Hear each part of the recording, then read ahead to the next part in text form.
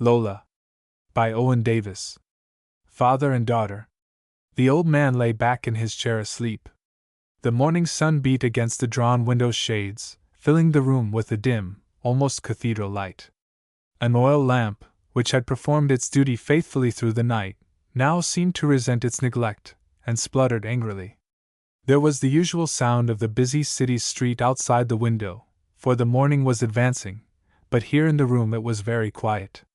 A quaint little Dutch clock ticked away regularly, and the tired man's soft breathing came and went, peacefully, for his sleep was untroubled, his heart was full of happiness. Presently the door opened, and a young girl came into the room, and seeing him, there in the chair, she stopped, afraid for a moment, then stepped forward and bent over him. She smiled as she straightened up, and turning called out softly, "Miss Lola! Miss Lola! Coming, Maria!" The answer came in a clear, fresh young voice. For a moment the sleeper hesitated, about to awake, then thought better of it, and dreamed a dream of the triumph that was to be his. "Hush!" Maria spoke softly as Lola came into the room, and Lola, following the girl's pointed finger, smiled lovingly as she crossed and stood beside her father's chair. There was a strong contrast between these two girls as they stood there for a moment, side by side, young and good-looking as both undoubtedly were. Lola was the sleeper's daughter. Maria, their servant. Maria was strong and rugged, Lola delicate and blonde. Maria's splendid young body had been developed by hard work, while her mind had been stunted by a miserable childhood of neglect and abuse. Lola, since her mother's death, had been her father's constant companion, and had seemed to catch from him something of his grave and scholarly outlook upon life, lightened, however, by the impulses of a naturally sweet and sunny disposition, and the brave happiness of youth. "He hasn't been to bed at all!" exclaimed Maria, as Lola stooped and put her hand lightly on the sleeper's arm. "Father!" she called softly. "Father! It is morning!" He awoke, startled, for a moment rather bewildered, then added his smile to theirs, and said brightly, "I am very happy, Lola. I'm sure you haven't any right to be, and of course you know that you ought to be scolded?" "Perhaps so," he returned, looking with pride at a complicated electric apparatus on the table beside him. "But I have worked it all out. I am sure of it this time. Put that dreadful lamp out, and open the window," called out Lola to Maria, as she started to pick up from the floor bits of broken glass and pieces of wire. "I do wish you would use the electric lights, Father. That lamp isn't enough, even if you could be trusted to refill it, which you can't." "You can't teach an old dog new tricks, my dear," smiled the doctor, as he rose, rather stiffly. "The big thoughts won't come by electric light, at least not to an old fellow who learned to do his thinking under an old-fashioned student's lamp." "Oh, I don't mind, not really," answered Lola. "And, besides, the lamp saves money."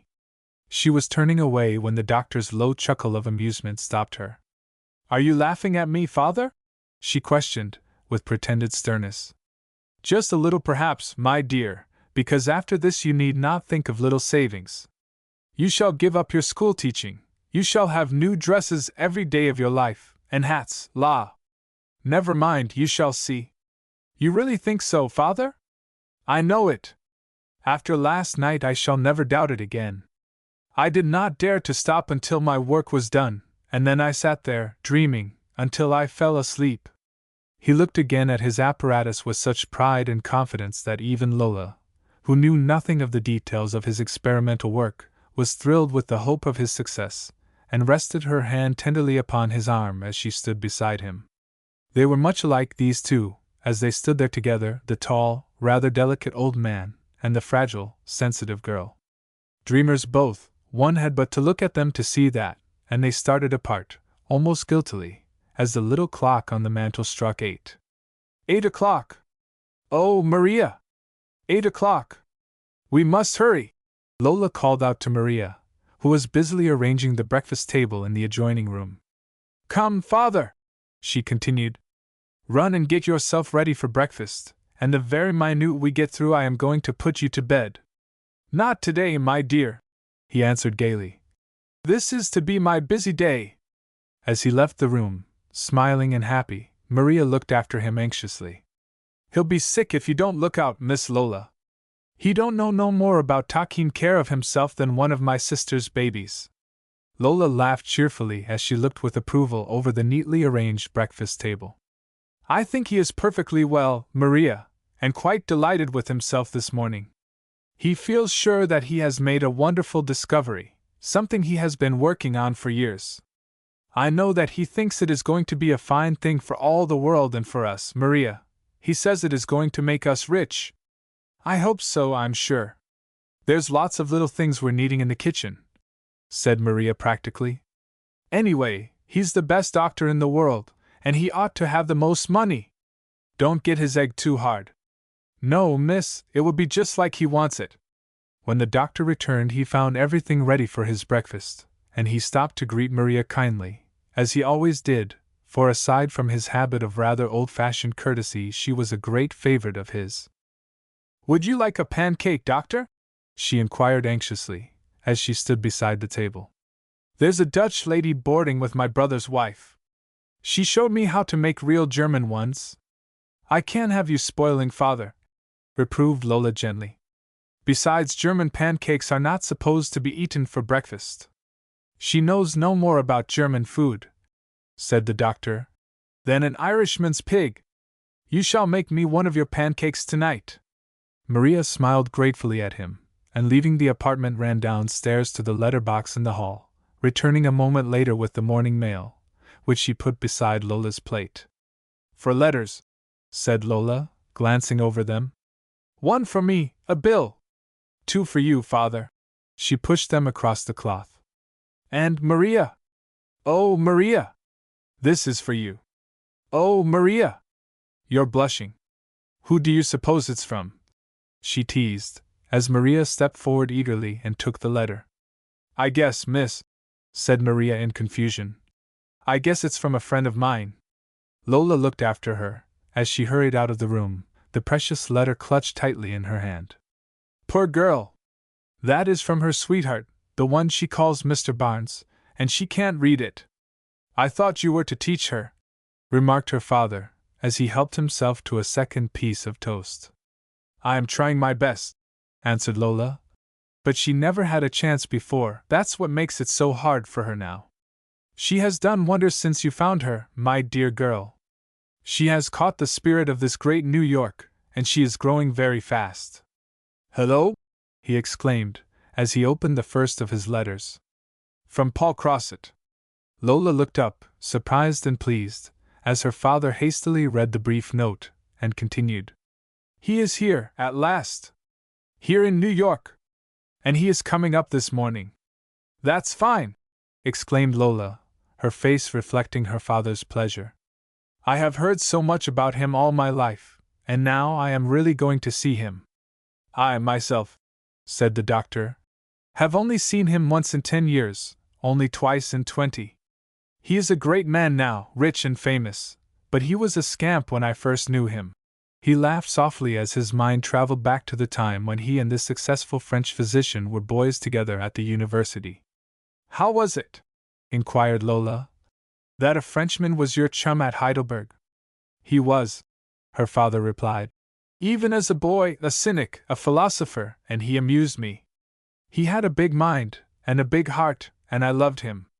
As he spoke, he opened the second letter, and after a moment's reading looked up at Lola, his face reflecting an almost comic dismay. Listen, Lola! My dear doctor, he read slowly, his voice betraying his surprise and growing distress. I am going to call upon you tomorrow, and ask you to do me a great honor. I love your daughter. He stopped helplessly, almost like a child, afraid to continue. Lola rose from the table, blushing furiously, but with a happy light underlying the guilty look in her eyes. Father!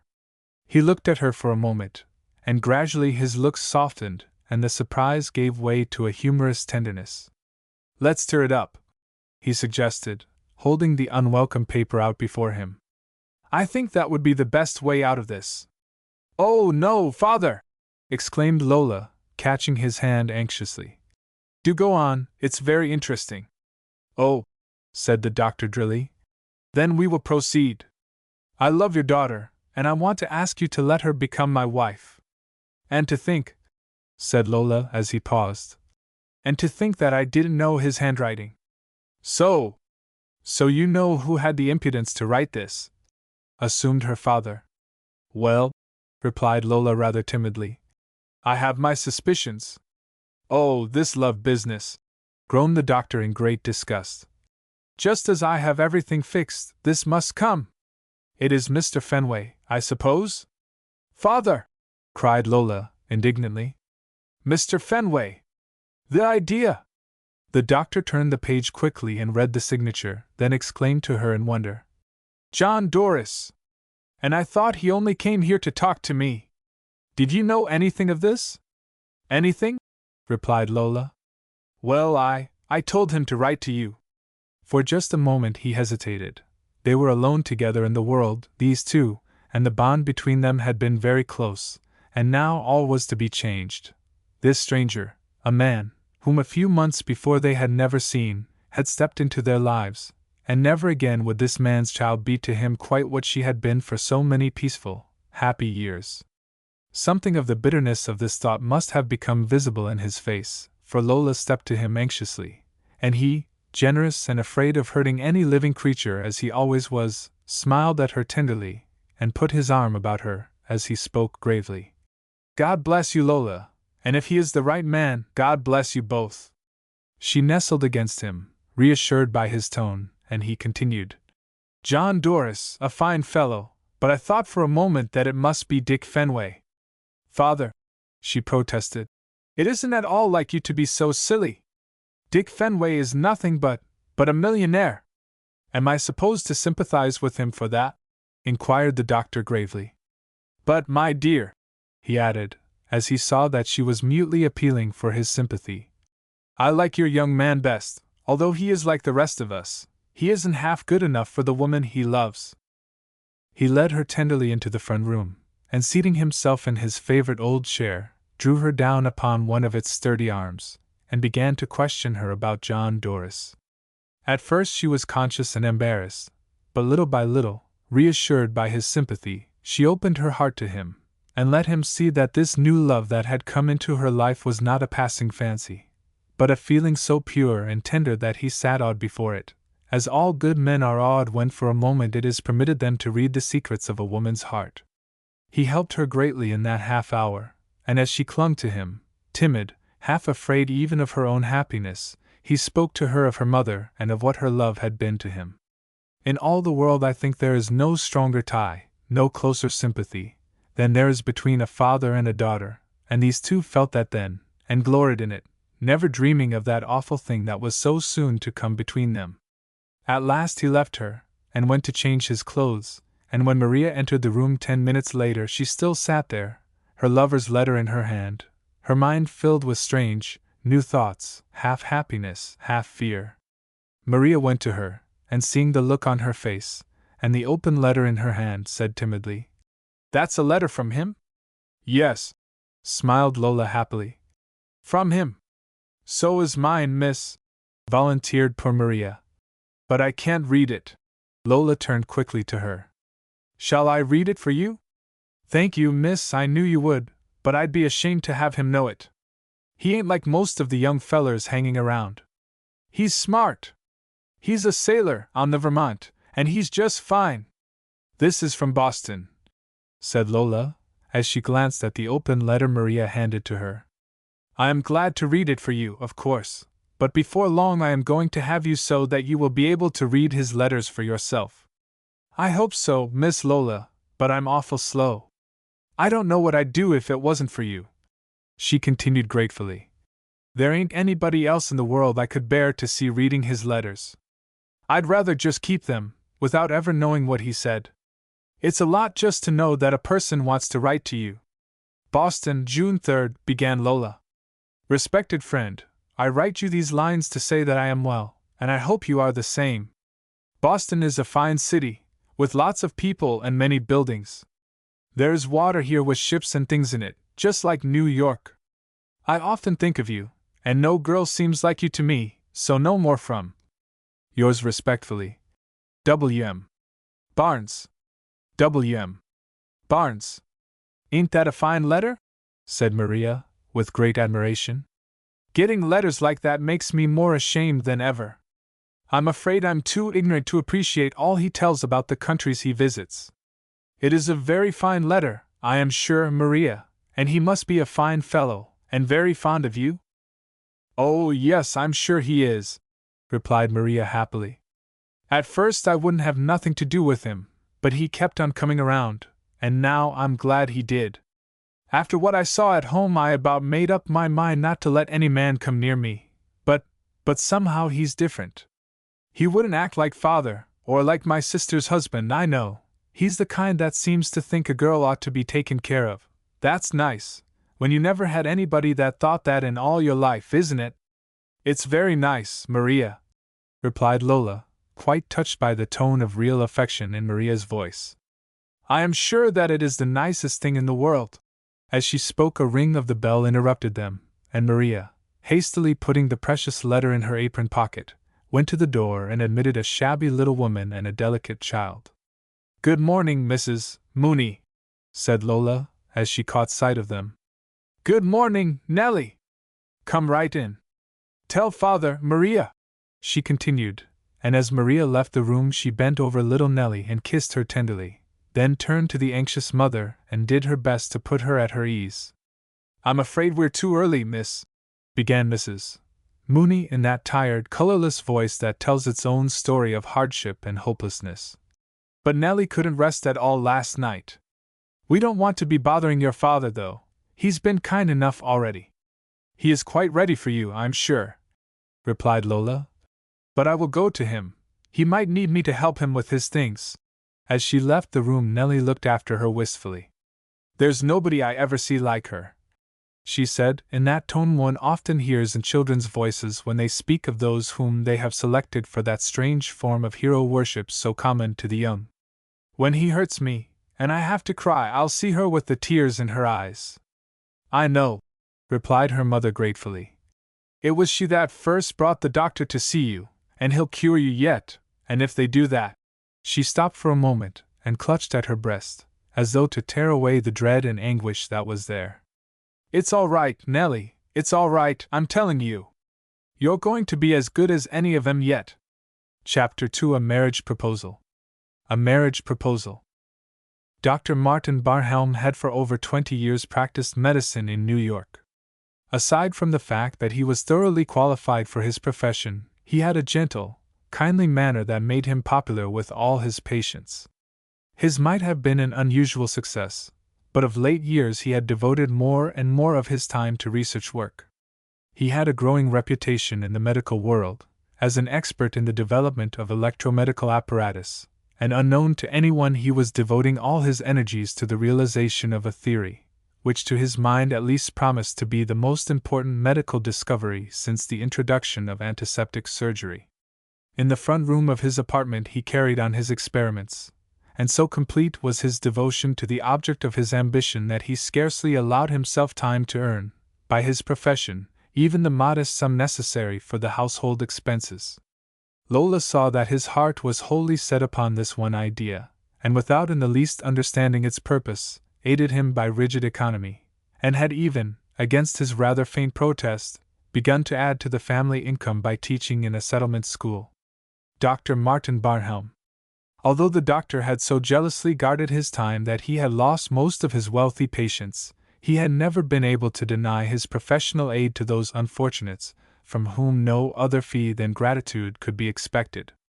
Nellie Mooney was one of these. She had inherited from a vicious father the tainted blood and the weakened constitution, which, helped on by the bad air and insufficient nourishment of the poor of the crowded tenement district, had resulted in a tubercular disease of the bone of her right arm. Mrs. Mooney brought the child twice a week for treatment, but of late the disease had been gaining headway, and in spite of the doctor's best efforts, she was in constant agony.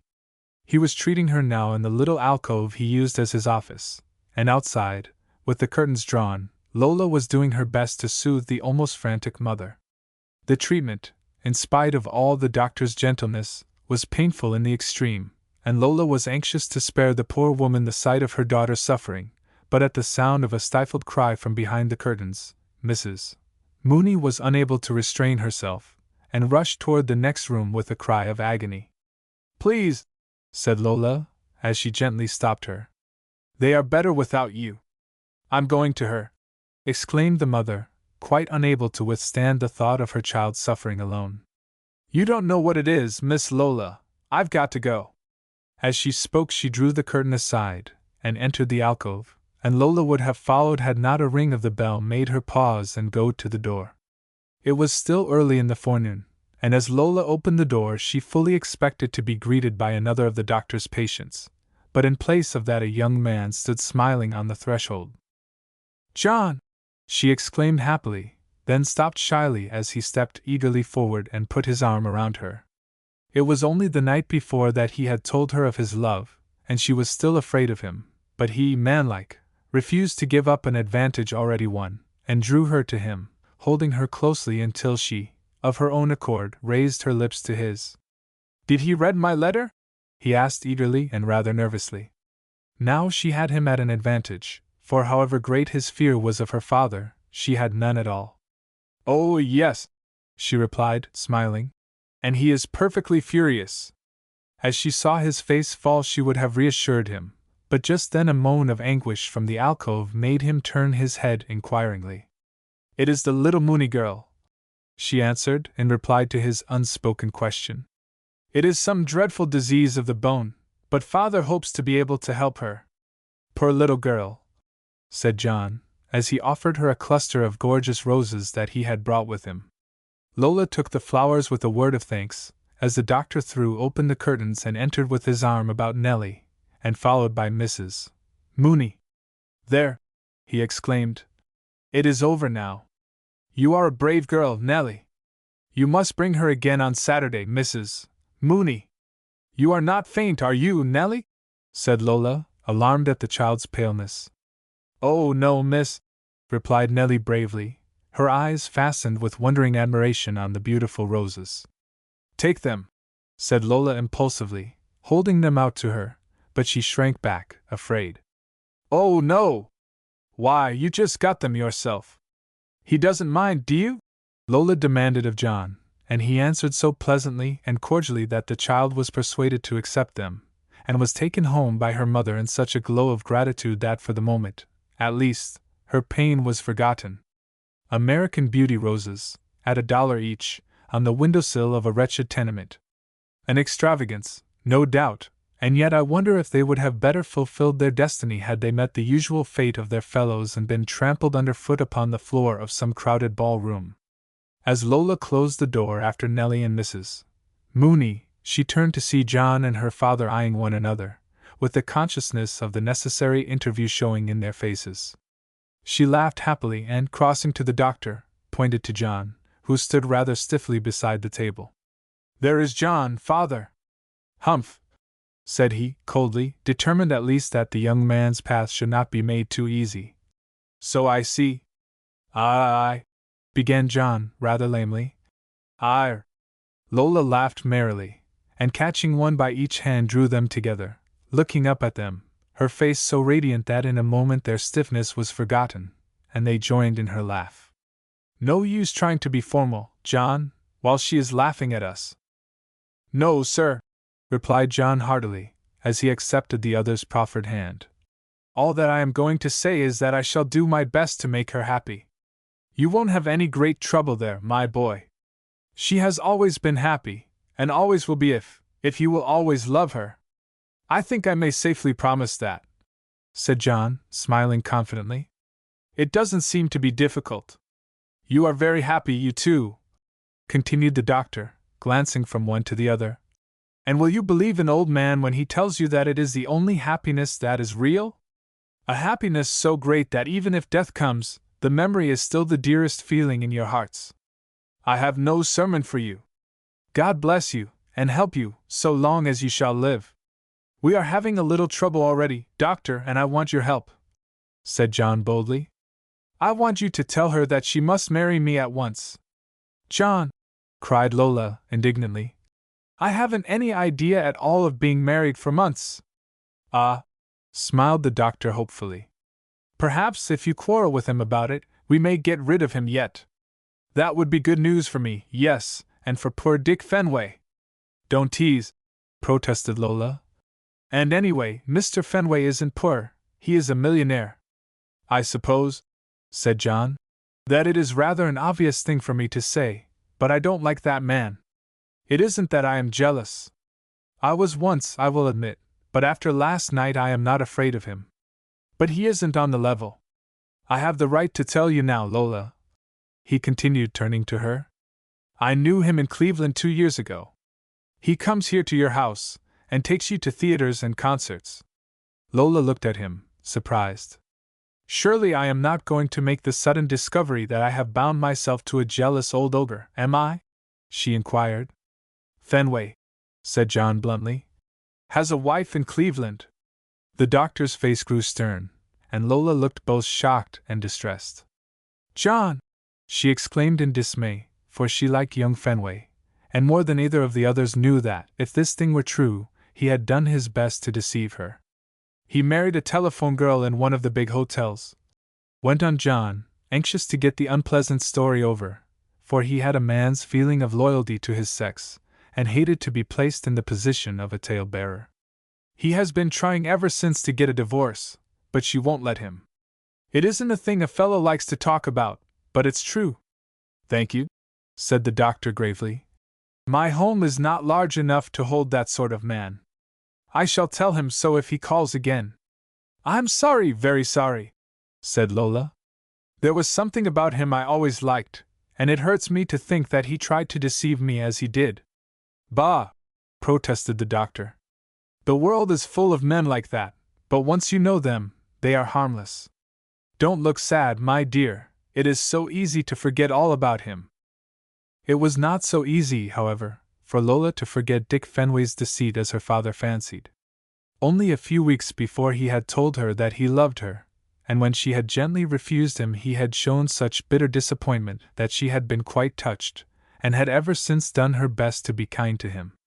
Now the thought that at the time he had spoken of his love for her he had had a wife filled her with amazement. Lola knew little of the evil of the world, but she felt that here there was something wrong, and it disturbed her. Long after John had gone to his business, and her father had left to meet his old friend, Dr. Crossett, she sat thinking it over, and the more she thought the more distressed she became. Dick Fenway had been brought to the house by a friend of John's, and from the first she had been attracted by his gaiety and recklessness. He was a great contrast to the men she had known. Careless, rich and happy, and there was something about the young man that had made a strong appeal to the maternal feeling that is in every woman, however young or unworldly she may be. Fenway's habit of depending upon her for advice, his very confession of careless helplessness, had put him somewhat in the position of a child whom she felt it her duty to help with advice and counsel. At first, when a little later Maria told her that he was waiting for her in the front room, she decided not to go to him, but, on second thought, she changed her mind, and thinking it best to have the whole matter definitely settled, she entered the room gravely, perhaps a little sadly. Good morning, Miss Barhelm, said Fenway, as he rose to meet her. I know it's too early for a call, but I wanted you to come for a ride in my new car. It's downstairs. No, thank you, Mr. Fenway. Oh, but you've got to try it. She's a corker. Why, I was thinking of you when I bought it. Were you? Said Lola coldly. Yes, honestly.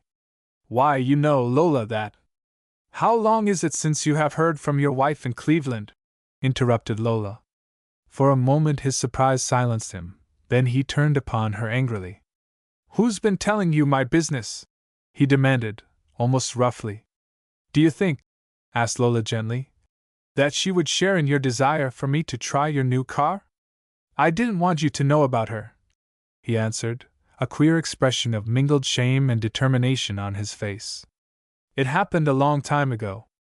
I was a fool, more even of a fool than usual, when I married her.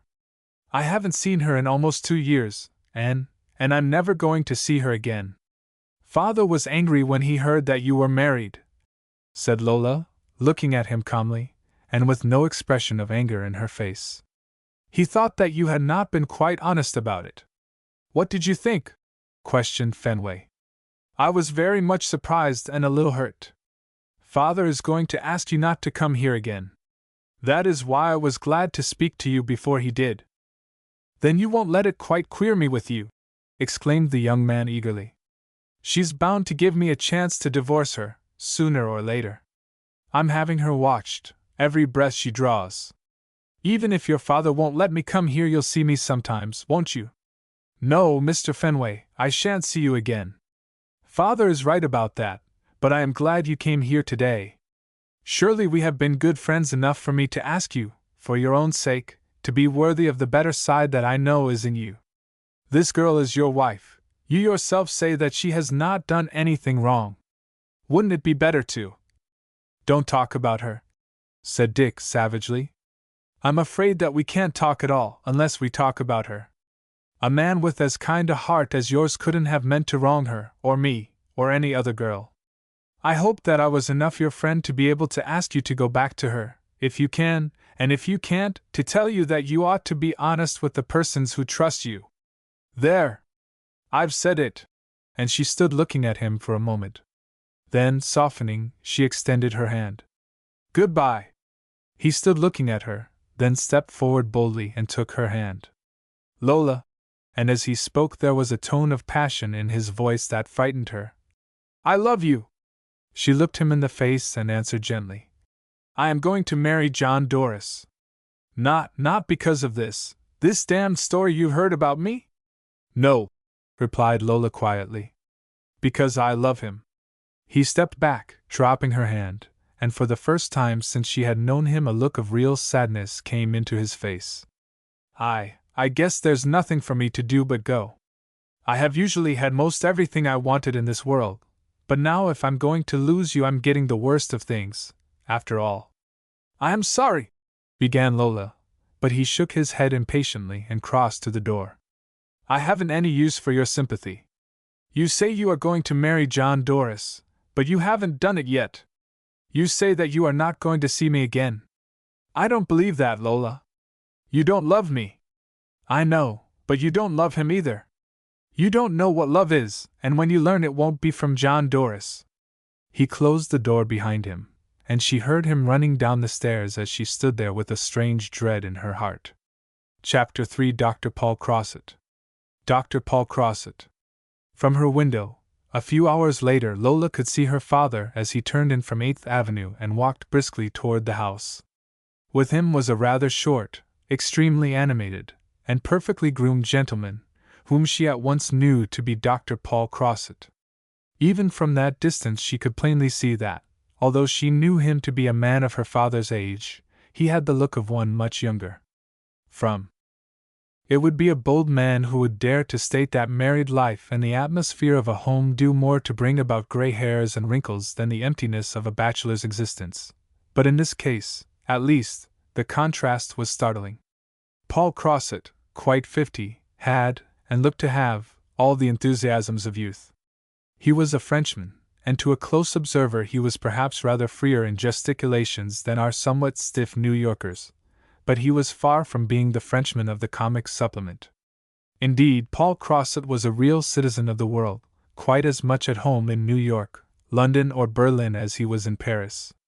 He was one of the best-known authorities on nervous disorders in the medical world, besides being a surgeon of international reputation. As he entered the room with her father a moment later, Lola advanced to meet him with a smile.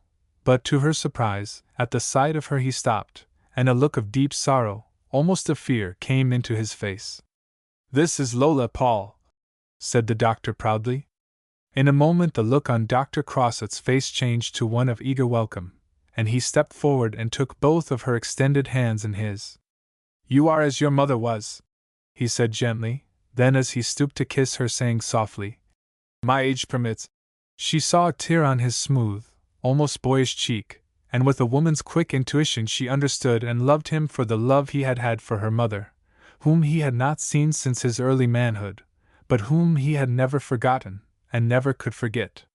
In that moment grew up between those two an affection and an understanding that under happier circumstances would have lasted all their lives. In the awful time, now so rapidly approaching, He was to be her truest friend. His love and sympathy was to outlast that of lover and father. He gave to her the place in his heart that her mother had always had, the same blind love and devotion, and it was hers until the end. "I am glad to know you, Dr. Crossett," said Lola, a little timidly, as he stepped away from her, now smiling merrily. "So," he replied heartily, as he looked around the room curiously. "So, this is one of your famous New York apartments?" "No, Paul," said Dr. Barhelm, rather ruefully. "This is a flat." "But what is the difference?" "About $100 a month." "But surely you are not poor, Martin, you with your mind?" "My dear Paul, it takes 24 hours a day to make a good living here in New York, and I could not spare the time." "I see," exclaimed Dr. Crossett, as his keen eyes fell upon the complicated electrical apparatus on the table. "You had a better use for it." He crossed and bent over the affair with deep professional interest. "So? A high frequency, a most peculiar and most powerful interrupter. Not for the X-ray? No, then for what?" "I am going to tell you all about it. There is no man in America, and only one other in Europe, who could judge of it as you could judge. It is 10 years' work, Paul. It has meant poverty to both of us, but it is a big thing." "Tell me," said Dr. Crossett eagerly. "Tell him, father," interrupted Lola, "while I run to the store. I will only be a few moments, and you won't miss me. When I come back, Dr. Crossett," she smiled at him frankly, "I am going to make you explain to me all about it. Father never would." She left them, in spite of Dr. Crossett's offers to accompany her, and as the door closed behind her he stood for a moment looking after her, and from her to a framed picture of her mother that hung on the wall. 9 years, Martin! He laid his slender, powerful hand gently on his old friend's shoulder. 9 years since you wrote me that her mother. They stood together for a moment in silence before the doctor answered. "Yes, Paul, 9 years. I was with you in my heart," the Frenchman continued. "But tut, tut! Come, you have discovered, what?" As he turned away the bell rang, and with a word of excuse Dr. Barhelm stepped to the door and admitted John Doris. "Lola told me to wait for her here," said the young man cheerfully. "She wouldn't let me go with her, to tell the truth. I am taking a little holiday, and I don't quite know what to do with myself." The doctor turned to his friend, smiling. "Each of us, Dr. Crossett, as we grow older accumulate troubles. Will you let me present my worst, Mr. John Doris?" "I am pleased," said the Frenchman, bowing. "But shall I confess that I do not understand?" "I am going to marry Lola," said John frankly, as he stepped forward and offered his hand. "Ah! Now I do understand," responded Dr. Crossett. "Then Dr. Barhelm has my sympathy, and you my approval. You have at least good taste." "Thank you, Doctor. Am I in the way?" inquired John, turning to Dr. Barhelm. "Not at all. I was about to explain my pet hobby. As you will often have to hear about it, it might be a good thing if you were to listen now. I will spare you the technical description, John. You would not understand, and you, Paul, are of course familiar with this apparatus.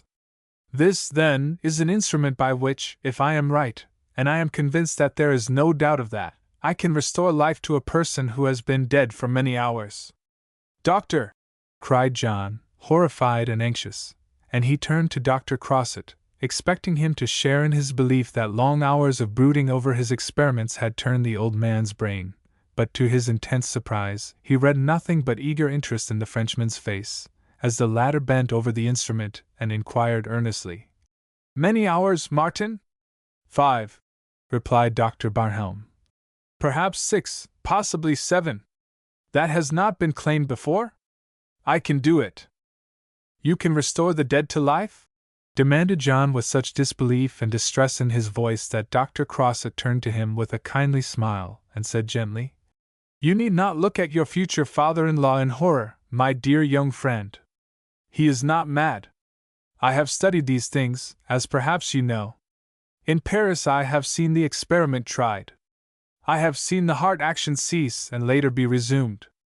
I have seen muscular activity stimulated and the patient, whom I myself had pronounced dead, rise and walk unaided from the operating room. But he stopped and for a moment eyed his old friend keenly.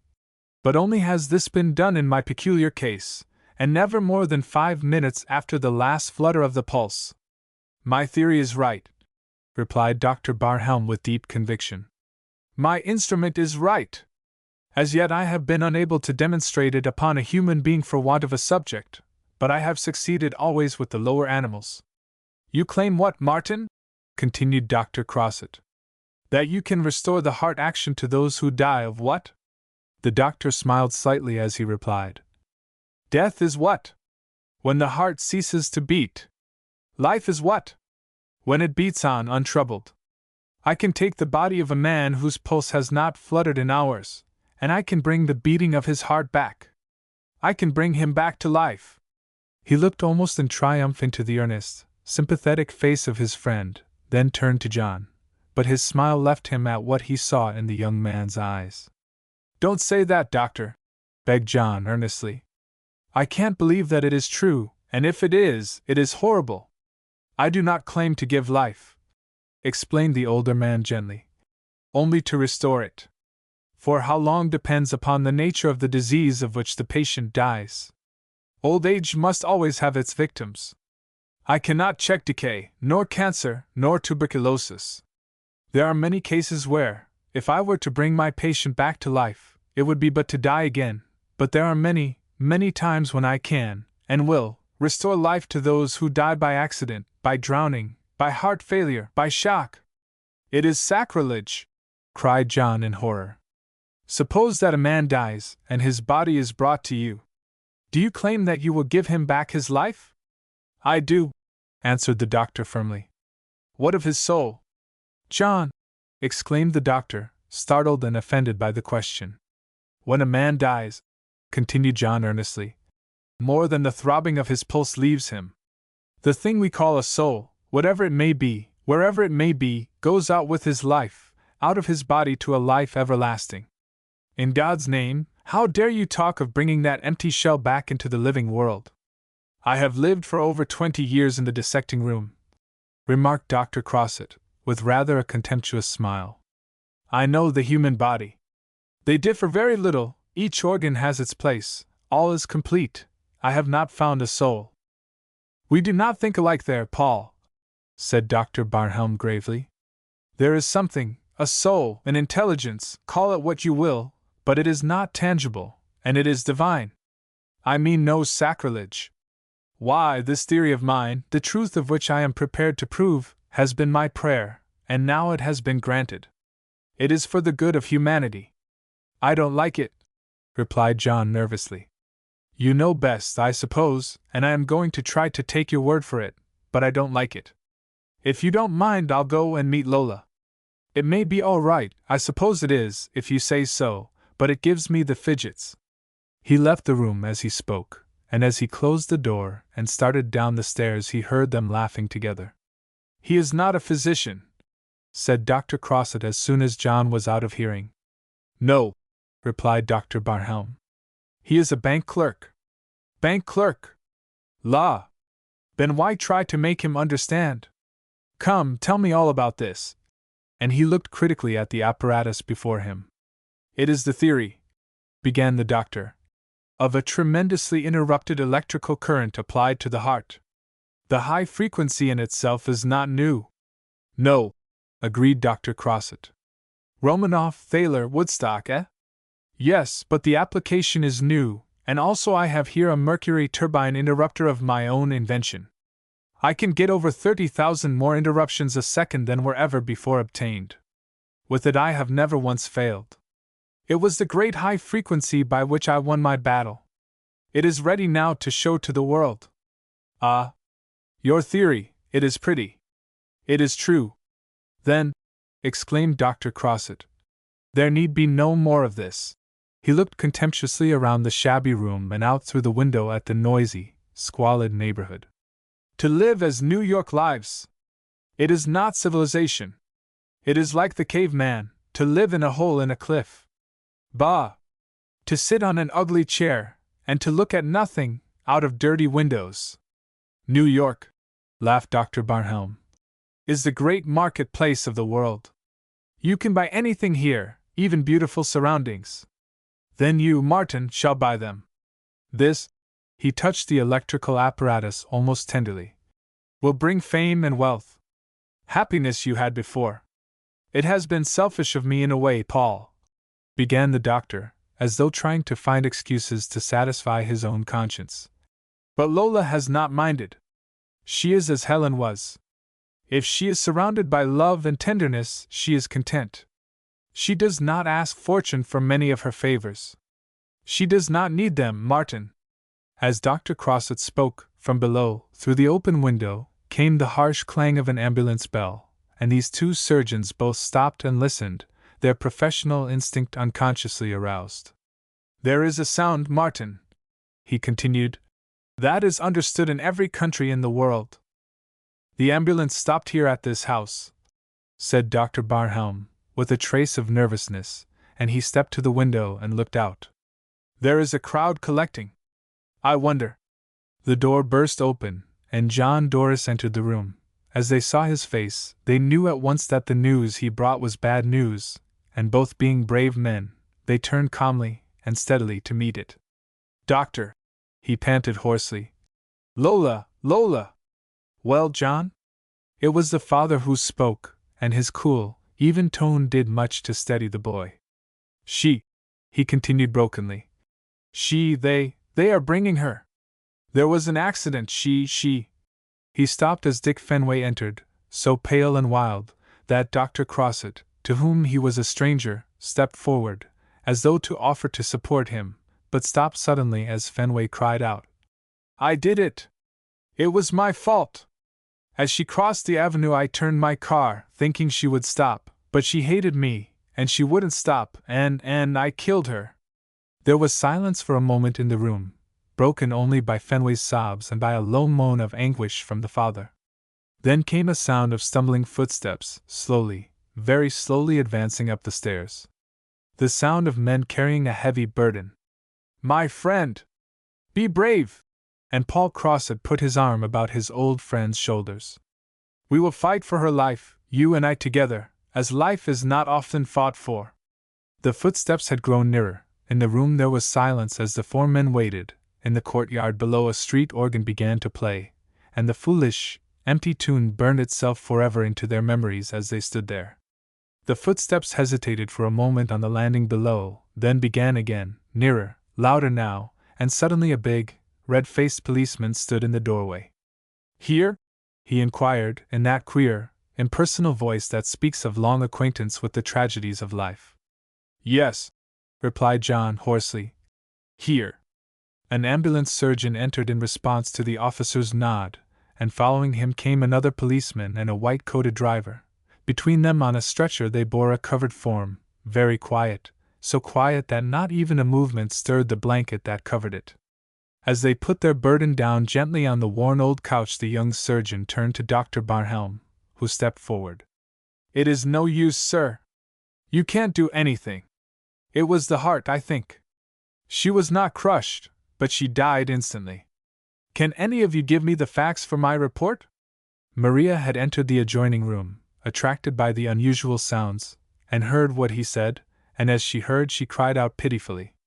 The sound seemed to add the finishing touch to the strain they were under, and they turned sharply. "Go, Maria," said the doctor coldly. "Answer any questions this gentleman asks of you. Compose yourself, please, and go." The girl turned without a word, and followed by the surgeon went out into the hall, the driver and one of the policemen joining them, while the other crossed and touched Dick Fenway on the arm. "You'll have to come with me, sir," he said quietly. Fenway for a moment looked at him bewildered, then stooped and picking up the hat he had dropped on the floor, slowly walked to the door.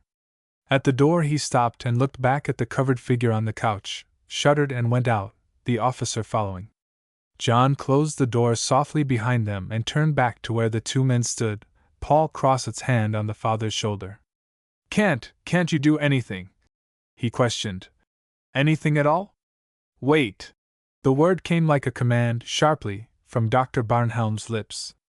"Paul! You know what I am going to do." Dr. Crossett nodded slightly. The meaning of it came suddenly to John, and he cried out in protest. Doctor! You see her there? Dead? The father spoke slowly, calmly.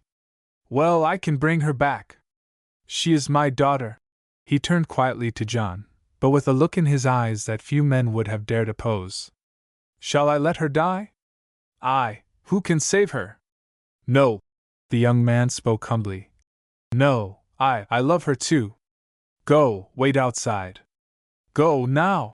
And John went with just one look at the still form on the couch. I am ready, Martin, said Dr. Crossett, when they were alone, and he threw off his coat and stepping to the table starting to connect the batteries and adjust his instrument with the practical hand of an expert. For just one moment the father faltered. It is only a theory, Paul. It may fail. We are here, replied his friend steadily, to make that theory fact. You must direct me. Call the interruptions as you want them.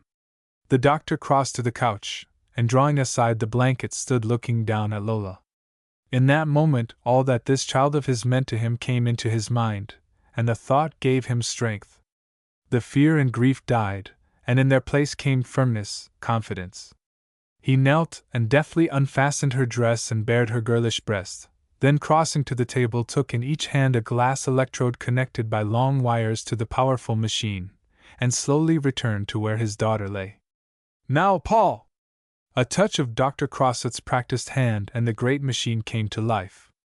Back and forth in the coil violet sparks jumped, flashing, sparkling.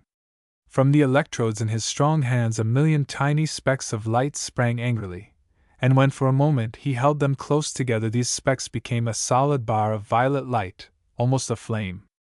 The noise was deafening, the solid crash of the leaping current, as Dr. Crossett gradually moved his index up to its full strength, rang through the little room and echoed back from the walls, the vibrations so close that to any but a practiced ear they sounded like one steady roar.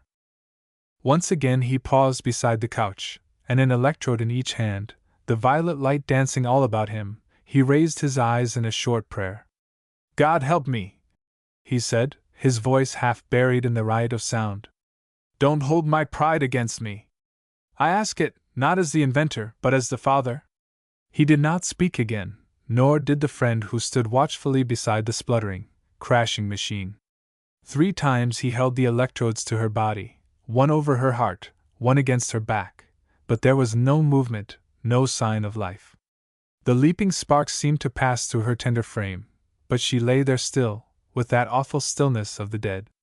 The man, working over her, the father no longer, but the physician, the inventor, did not hesitate.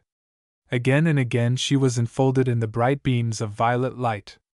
Again and again he held the leaping current to her heart, and at last, when, for what seemed to be the 100th time he drew back and looked at her, his whole body suddenly stiffened, a hoarse cry burst from him, and he fell crashing to the floor.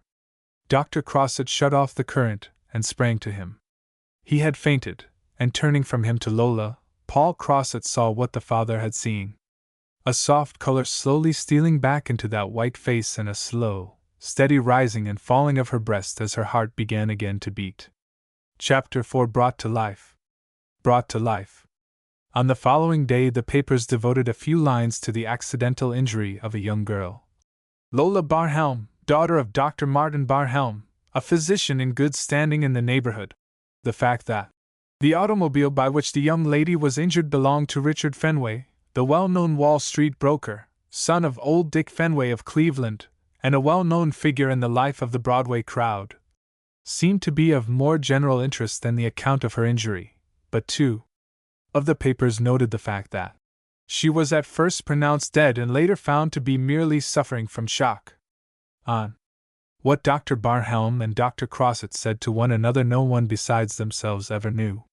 To John, after the moment when Dr. Crossett went to him, white-faced and awed, and told him that Lola was alive, they said nothing. John was content. He loved her, and she had come back to him. Had she for those few moments been really dead, or had the young ambulance surgeon been mistaken? What did it matter? Late that night they had allowed him to creep softly to her chamber door, and looking in he had seen her sleeping quietly, and they assured him that, aside from a probable nervous shock, she was quite unharmed. In the days that followed, the nervous shock turned out to be more serious than was at first supposed. Physically, Lola seemed to be in good condition, but for the first time in her life she was unjust, irritable, and jealous. Dr. Crossett claimed this to be a fine symptom of returning health. Temper, he remarked cheerfully, is the copyright trademark of the convalescent. But to John her sudden, unreasonable fits of anger and a feeling that in any one but Lola he would have described as selfishness amazed and alarmed him. Dr. Barhelm, too, seemed changed, but in his case the change was for the better.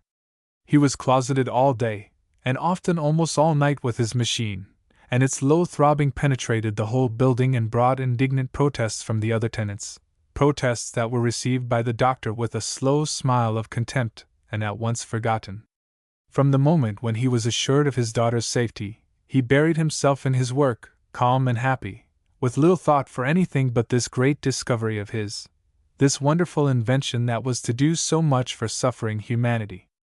Dr. Crossett left them after the first few days to keep some important engagement in the West, but before he left he had insisted upon advancing Dr. Barhelm a sum of money sufficient for his needs, enough to allow him freedom to complete his experiments and prepare the elaborate models necessary for a demonstration before the medical society. At first Dr. Barhelm had refused to accept the favor, but Lola, greatly to his surprise, had sided against him, and more to please her than for any other reason he had taken the money on the understanding that it was to be repaid out of the first profits of his invention. At the time there seemed little reason to doubt his ability to repay his friend. Fame and success mean much to a physician's income, and after the proof he had so lately had, how could he consider anything but success possible? He gave up his practice, accepting only a few of his old charity patients, and turning the borrowed money over to Lola, who had for a long time been in the habit of controlling the family purse. He buried himself in his work. For over 2 months Dr. Crossett traveled, first to Chicago, then to Denver, and from there to San Francisco. Everywhere he was received with the honors due to a man of his high standing in the medical world, and allowed full opportunity to compare the treatment of nervous disorders with the methods of the best physicians of his own country. He had come as the representative of the French Society, of which he was president, and it was his object to gather enough information to aid him in the writing of a book upon this subject. He heard once from Dr. Barhelm, notifying him of a change in their address from Upper 8th Avenue to an apartment on Riverside Drive.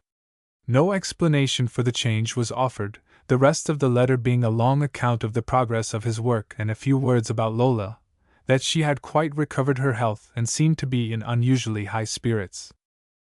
For some weeks after this he had been traveling almost constantly, but on his return to Chicago he found a short note waiting for him at his hotel. In this note Dr. Barhelm simply stated that he was in trouble and anxious to see him. That it was nothing that need cause him to cut short his stay in the West, but that the matter was a delicate one, and that he was anxious to see him immediately upon his return. Dr. Crossett was rather alarmed by the whole tone of his old friend's letter.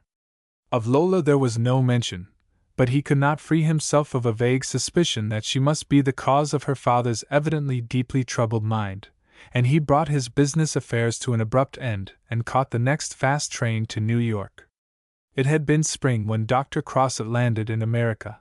It was now summer, and, as his taxi ran smoothly up Fifth Avenue to the park, the boarded-up fronts of the houses suggested to him a plan for forcing a brief extension of his vacation and spending a week or two with Lola and her father at some of the famous American watering places of which he had often heard.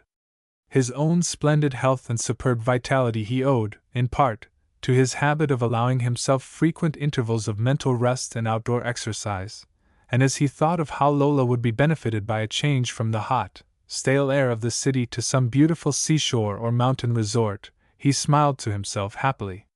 The cab stopped, and as he got out and turned to pay the driver he noticed with surprised approval the unbroken row of stately apartment houses facing the green of Riverside Park and the wide expanse of the Hudson. His old friend was growing wise, he thought to himself. Here at least were grass, and trees, and fresh air. Maria admitted him, and showing him through a wide foyer hall into a pretty and well-furnished parlor, turned to leave him, but he called her back anxiously. "Miss Lola!" "Tell me, Maria?" There was just a trace of hesitation as she answered. "Very well, I think, sir. I never saw her looking better in my life." "Good! Good! Ah! The times, they have changed." And he looked around the daintily furnished apartment, smilingly. "It is not as it was 2 months ago." "No, sir. You also," as he noticed her neat black dress and white cap and apron. "You are a very pretty girl, Maria." "Thank you, sir." "Do not thank me," he replied with a chuckle. "I share in the pleasure it causes you. Now, Maria, don't blush. I am old enough to be your father, and I like you because you are good to those two who are so dear to me. I am happy to see all these signs of prosperity. The doctor's practice must have increased?" "I don't think so, sir," said Maria. "No patients ever come here, leastways none but the poor ones who don't pay nothin'. So? And yet he has not given the news of his discovery to the world. I do not comprehend." Maria hesitated for a moment, then faced him anxiously as though to say something, but after a moment's pause she recovered herself and said respectfully, "The doctor is out, sir. Miss Lola is dressing. She will be here in a moment." "I am in no hurry," he replied.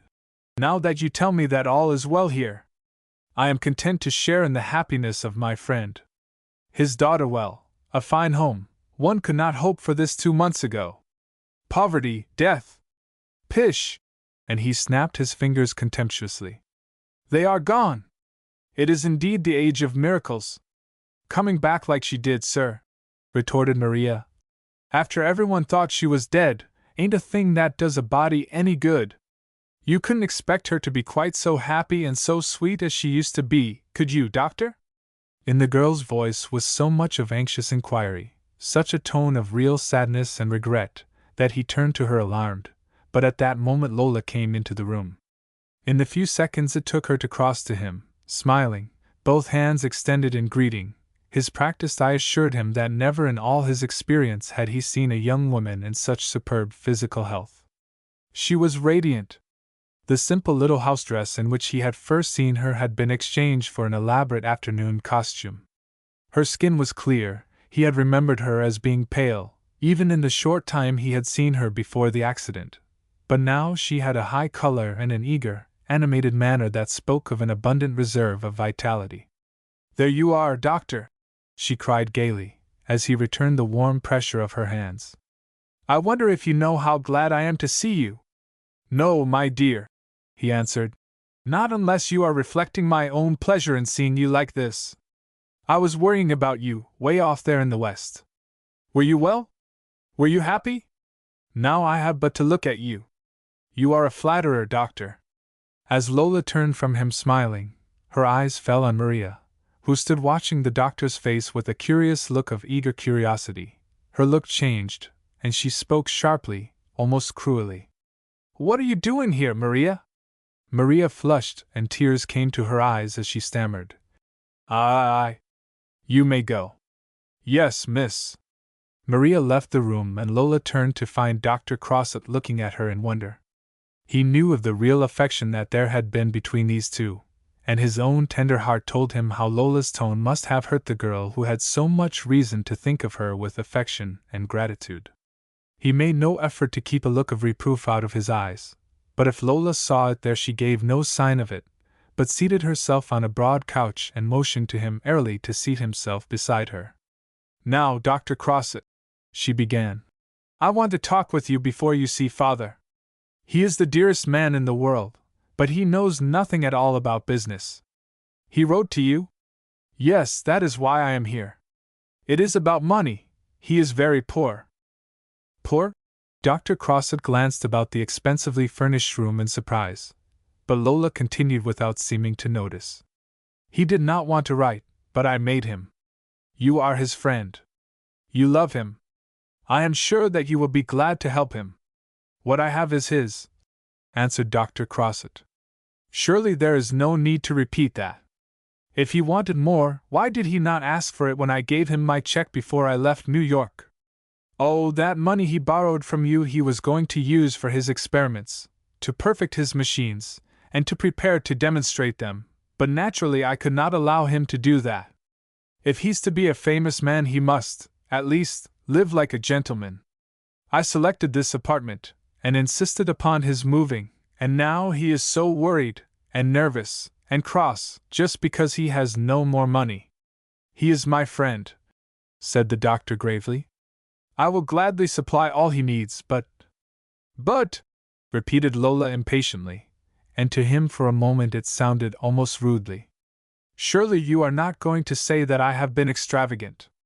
Father has hinted it, so has John, and it wouldn't be fair for you to join them against me. You won't do that, will you?"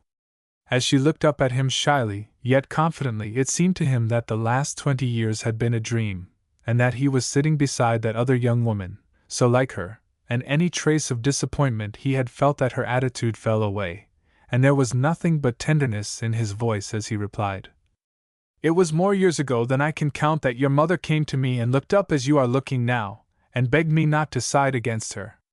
She wanted to marry your father, and all were saying no. I could not refuse her anything any more than I could you, although it hurt me to help bring about that marriage, for I loved her myself. So you see how helpless I am.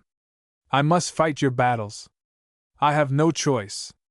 "You're a dear," laughed Lola happily. "And if I had been mother, but there, I must not make you vain.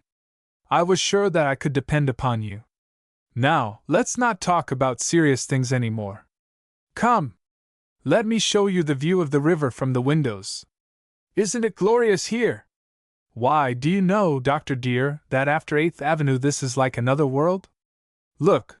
She had dragged him to the window, and with one hand on his shoulder, and her pretty, eager face flushed with an almost passionate enthusiasm, she stood pointing out to where the drive curved majestically, flanked on one side by its stately buildings, on the other by the always beautiful Hudson and the distant Palisades. "Look," she repeated. "I was content once in that shabby, horrid flat. Perfectly content, and patient, and happy. Father said that I was content because I was good, but I know better. It was because I was ignorant, because the thing that was mine was the only thing I knew. He talks of going back. Threatens, because he is afraid, because he never spent money in his life, and is too old to learn now, to return to that squalid, shabby, dirty hole. I want you to talk to him." And she turned him so that he faced her, and as he felt the nervous grasp on his arm he marveled at her strength. "I want you to tell him what I have already told him, that, if he goes back there, he will go alone. I am out of it now, and there isn't power enough in the world to drag me back." "My dear," remonstrated the doctor gravely, "you and John are to be married. He is young. Surely while he is making his way in the world you will be willing to share whatever his fortune may be.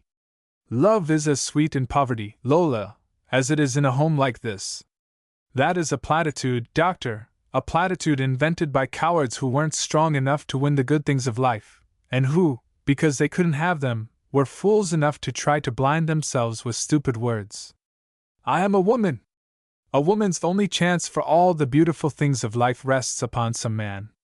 When a man comes to me and says, 'I want the only things you have, your youth, your love, your beauty,' haven't I the right to say, 'What will you give me for them?'" The doctor drew back, deeply shocked. Her words, the deep earnestness of her voice, and the hard, selfish look in her eyes surprised and hurt him. He was a sentimentalist, and to him a woman's whole existence should be in her love, and in the home her lover could provide for her. Modern as he was in his practice of medicine, advanced as he was in his psychological studies, at heart he was an old-fashioned man, with all of the old-fashioned man's ideas of love and marriage. For a moment he felt a feeling of repulsion, almost of horror, and he looked coldly at this young girl, who seemed to be so greatly changed by a few short weeks of luxury. But as he looked he thought of the day, only so lately past, when she had been brought to them, white and lifeless, and as he saw her now, defiant, rebellious, in all the vigor of her splendid health, he smiled at her tenderly.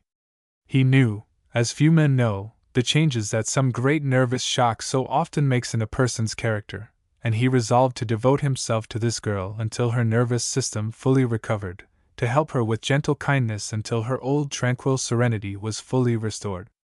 It came into his mind that of all the many cases of hysteria which he had successfully treated, here was one that would challenge his greatest skill, and he was glad of the fortune that had sent him to her, for his experienced eyes saw that she was to need his help, and in the confidence of a man to whom failure seldom came, he felt secure in his ability to restore her to her old gentle self. He sat down beside her and talked quietly of her father and of the fame and fortune that was so sure to be his, and as he talked he watched her and saw just a young, happy, innocent girl, serene now, perfectly gentle, perfectly calm, and they laughed and talked merrily together until her father entered the room. Chapter 5: A Lover's Quarrel. A Lover's Quarrel. Dr. Crossett looked at his friend anxiously and found, as he was prepared to find, that the doctor seemed nervous and depressed, but when, after a few moments, Lola left them together, he was hardly prepared for the look of shame and humiliation he saw on his face. Dr. Crossett. "You sent for me, Martin," he said, trying to show in his voice the deep sympathy and friendship that he really felt. "Paul," the doctor answered, after a moment's hesitation, "the money I borrowed from you is gone. Gone! And not for the purpose for which you loaned it. I made no condition, Martin. The loan was my own suggestion. I am not a poor man, and all that I have is at your service. It is not worth the tragedy in your face. With the fame that your discovery will bring to you, you can easily repay me. Come!" He put his arm affectionately over Dr. Barnhelm's shoulder. "Let's say no more about it. Just tell me of your work. It must be only a few days now before you demonstrate before the medical society." "Tomorrow night," replied the doctor. "I have remedied the flaws in the construction of my apparatus, and Saturday Carn and Company promised to deliver the new machine. They sent me a bill for $800. He stopped, his face flushed with shame, then recovered himself with an effort. "I was unable to pay the amount, and they refused to give me credit. But, Martin," Dr. Crossett spoke gravely, "your life's work was depending upon the delivery of your apparatus in time for demonstration tomorrow. Surely you should have set aside that sum, no matter what else you sacrificed." "I was selfish enough," replied the doctor, "to want my mind freed of every care. I allowed Lola to persuade me to place all of the loan in her hands. She knew that this bill was coming. Saturday I asked her for the money, and she told me that it was gone." "She had spent it?" "Yes." "How?" The doctor pointed, with a smile that almost brought the tears to his friend's eyes, to the expensive furniture and rather elaborate window hangings. I blame myself," he said quickly, as if to prevent any critical mention of his daughter. "She is young, and she doesn't understand. I had grown used to trusting her with everything. Why, Paul! In these past years there have been times when I could not collect enough to pay our rent, little as it was. Not once did I even have to tell her of it. She always seemed to guess it for herself, and she would bring me what I needed, saved from her pitiful little housekeeping allowance, or earned by her teaching. All this selfish greed of pleasure and luxury is new to her. I do not like it. It is not like my girl." "Our fault," agreed Dr. Crossett. "We spoke too much of the great success that was coming to you. It turned her head. Come, let us forget it." "Not yet, Paul. I want you to understand. I could not speak of her, as I am speaking now, to anyone but you. When she first insisted upon taking this apartment, I knew that I did wrong not to forbid it, but she was in a peculiar nervous condition. She seemed morbid and unlike herself. I hardly dared to oppose her." "And the change?" inquired Dr. Crossett. "Has it done her good?" "I hardly know," the father answered anxiously. "Her health seems to be satisfactory. In fact, she never, even as a child, seemed to be in such perfect physical condition, and yet—" He stopped, seemingly unable to finish. "It is the emotion," exclaimed Dr. Crossett. "The love. Young girls before marriage often have serious nervous disorders. We must be patient. There is no need to worry. Marriage will restore her old poise. I speak with authority, Martin, for my practice has shown me much of the delicate nature of these nervous disorders. There is nothing here that need alarm you. Come!" Tell me, when is this marriage to take place? I cannot tell. It was to have been very soon after her recovery, but she has already postponed it twice. Young Doris is almost out of patience. Almost out of patience, repeated Dr. Crossett scornfully. A bad mood in which to begin a lifelong companionship with even the best of women. Come!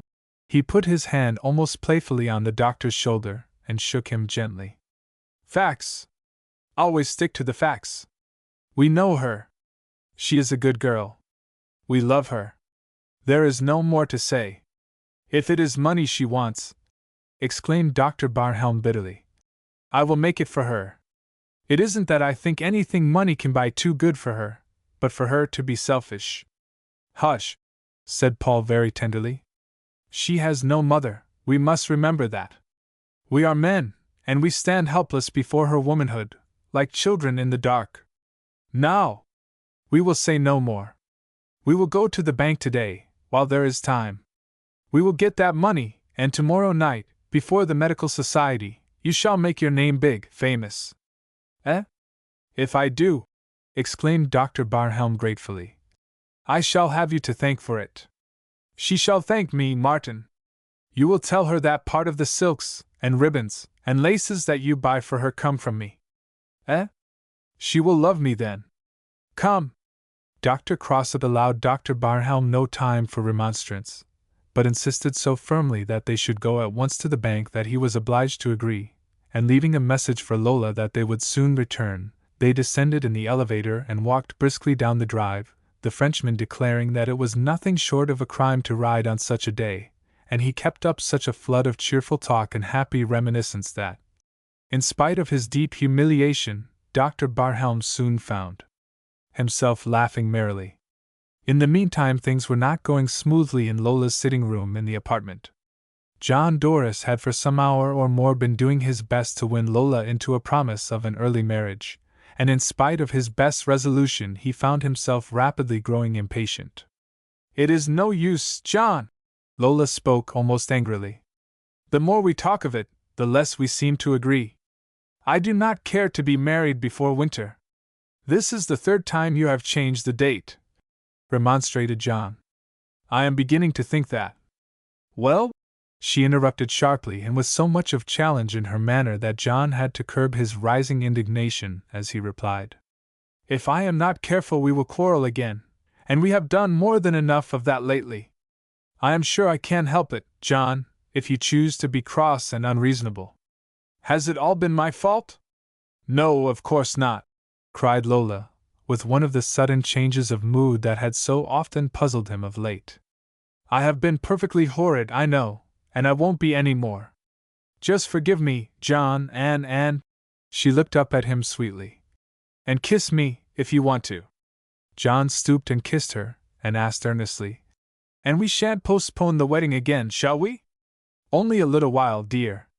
He turned angrily away, but she caught his arm. Now, John, can't you trust me? Don't you love me enough to give me my way in a little thing like this? As he stood rather coldly beside her, she suddenly threw both her arms about his neck and clung to him. Much as he loved her, there was something in the utter abandon of her manner that shocked him, and for a moment he tried to draw away, but her delicate-looking arms were strong, and she clung all the tighter, laughing at his half-hearted effort to escape. Am I so dreadfully ugly, John, that you can't bear to have me near you? Lola! He exclaimed passionately. What are you doing? What is it that has changed you so? If you love me, what reason have you for putting me off with one foolish excuse after another? What is it that you want? I know that I ask a great deal, dear, she replied tenderly, but I want a love great enough for anything. My love is great enough, Lola, said John, as he once more tried gently to remove her arms from about his neck. Please don't try to make it any greater until you are ready to return it. She looked up again into his face and laughed at the cold expression she saw there, then suddenly drew him close, her arms straining about him, and kissed him, not as a young girl timidly kisses the man she loves, but with the kiss of a passionate woman. He was a man, like other men, and the man in him took fire in a moment, and he returned her kiss and would have drawn her still closer into his arms. But with a little low laugh she freed herself, and stepping back of the table shook her finger at him playfully. "Now, John! You mustn't be silly!" She laughed lightly, mockingly, as he stood there, already ashamed of the sudden fierce feeling that had mastered him, and full of disgust of himself for the physical passion that had for the first time entered into any of his thoughts toward her. "It is all right, John," she continued, feeling that she had him at a disadvantage. "It is all settled. The marriage is postponed, but only for a little while. Now run along, and come back late this afternoon to see Dr. Crossett, and if you will promise to be very good you may stay to dinner." "I will, Lola, thank you," replied John. But I wish you would tell me what you are going to do this afternoon." "Why, I am going out." "Not, Lola! You are not going to that Harlan woman's house?" "Why, John? You know that you told me you didn't like to have me go there?" She looked at him so innocently that he felt himself a brute to continue, but he forced himself to go on. "The woman is hardly respectable, and the crowd she has hanging around her house are not proper acquaintances for a girl like you. I haven't got over the shock of seeing you in that woman's carriage yesterday." "Now, please," cried Lola impatiently, "please don't begin that all over again. You have been scolding about that all the afternoon. But if you have known this woman for months, why is it that you have never spoken of her? Would you have spoken of her at all if you had not known that I saw you with her? If she is such a terrible person, how is it that you know her so well? Lola! I am a man. Men are different. Surely you must see that? Why are they different? I am not a child. I am a woman. Why shouldn't I have a little fun once in a while? Why should men have everything? Do you call it fun to live the life that woman lives? You don't know what she is. If you did, you would rather stay shut up in this room as long as you were alive than call yourself a friend of hers." "John! You are absurd." "No, I am not absurd. A girl like you, Lola, doesn't even know what such women as that Mrs. Harlan are. It is your very innocence, dear, that makes you so bold. I'm tired of being a fool." She spoke with a fierce impatience that frightened him. "She is a woman, isn't she, made of the same flesh and blood, living in the same world. Why should I avoid her? She is the only person I know who cares for anything but work, and worry, and duty. Life isn't all drudgery to her. She loves laughter, and happiness, and gaiety, and good clothes, and beautiful surroundings. If that is a sin, then I am a sinner too, and I'm glad of it. You don't understand, Lola. I want to understand. I must understand. I cannot, will not, go on any longer like an ostrich, my head hidden, pretending not to see the things that are all around me. If you love me, you will help me, you will stop this absurd pretense. You will help me to know what this world I live in really is. I am warning you, John, just this once. If you do not listen to what I am saying, it will be your own fault. I won't speak like this again." "My dear," said John in much distress, "I want to help you. Surely you know that. I am going to be your husband, and all our lives I am going to stand between you and everything that is evil. I am going to do all that a man can do to protect you from all the sorrow, and suffering, and sin of the world." Lola looked at him, as he stood before her, gravely, his fine young face flushed with embarrassment, and earnest with his strong intention to do his best to make her life all innocent happiness. She looked at him, and laughed so heartily, and with such real merriment, that after a moment's indignation he was reassured. "Surely," he thought, "everything is all right now. She is laughing at me because I took her innocent girlish talk too seriously." And he resolved in future to avoid such discussions. But because he was worried at his discovery of her acquaintance with this really objectionable woman, he felt that he must not stop until he had secured an earnest promise that she would avoid her as much as possible. So he continued. "Lola, Mrs.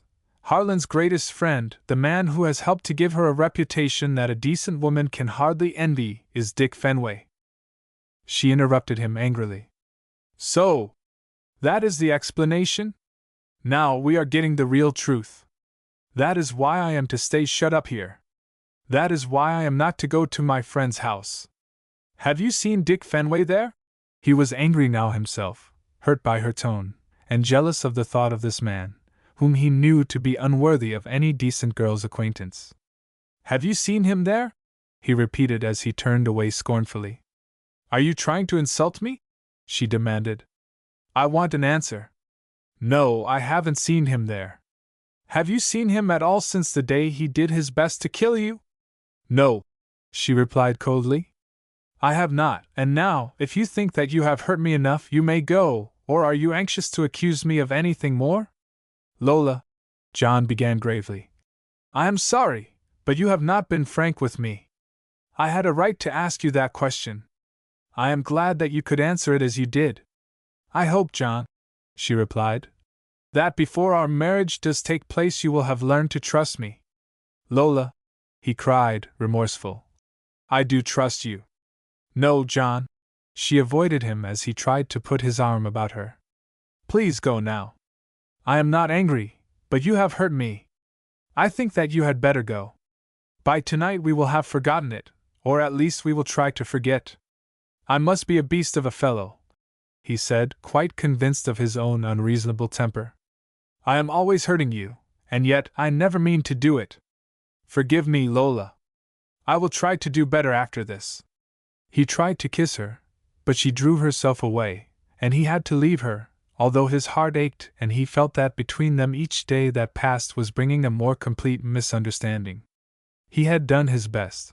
Once away from the witchery of her presence he was sure of that, but the old confidence, the sweetness of perfect understanding had already gone. His nature was a generous one, and he tried to convince himself that the fault must be his. But how? In what had he failed? He could not answer, but once more he made up his mind to be patient and tender.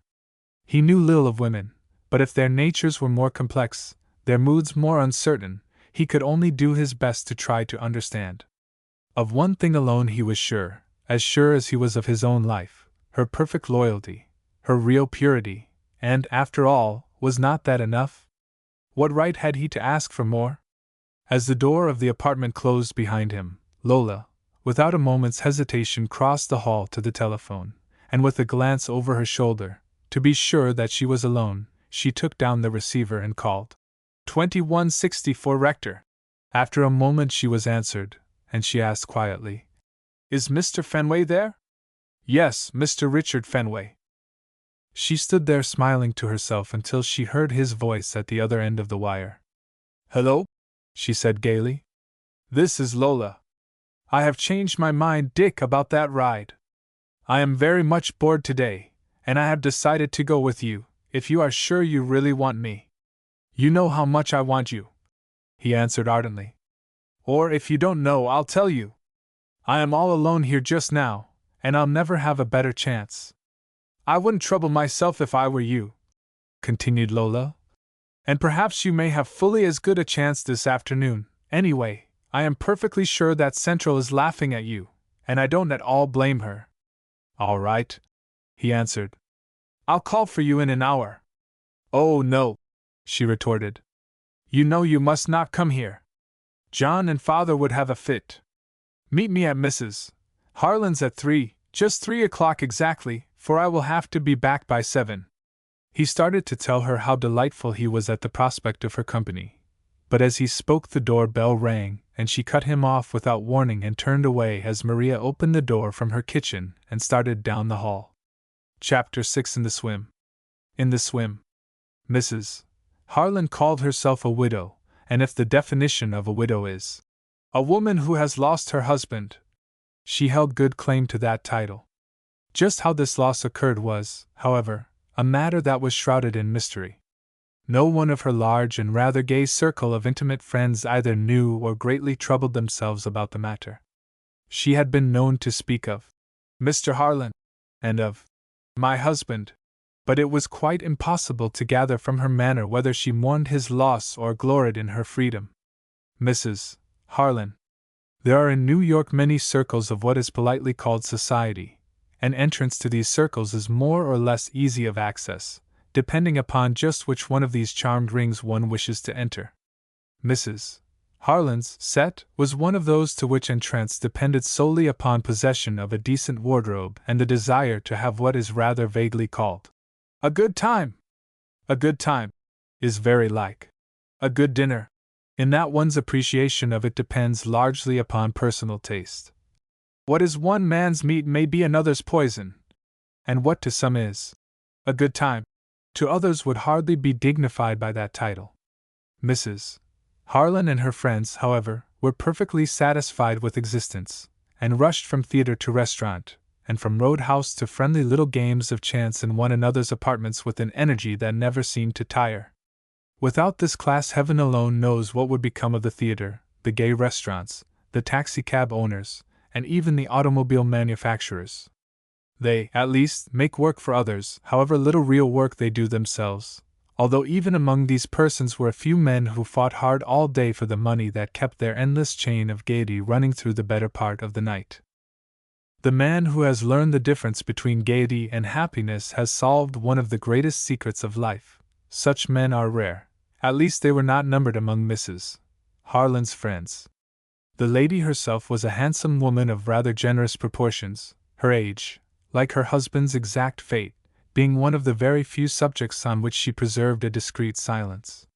She was by no means a bad woman, according to her lights, but her lights burned dim at times, and she had that smoldering hatred of the orthodox members of respectability that is never absent from the heart of a clever woman who knows that she has forever put herself beyond its pale. Dick Fenway, very soon after his arrival in New York, became one of the inner circle of Mrs. Harlan's intimates, both by virtue of his natural gaiety and the fact that he was what is known as a good spender, meaning a person who, no matter how great his expenditure may be, is never by any possible chance known to do the slightest good with his money. At first gossip was inclined to connect his name with that of the fair widow, but if, for a time, there had been anything but friendship between them, it soon burned itself out. Whatever her age, she was at least old enough to have been his mother, and reckless as he was, he had far too much natural shrewdness to allow himself to become so completely entangled that escape would be impossible. He made no secret of the fact that he had been unhappily married.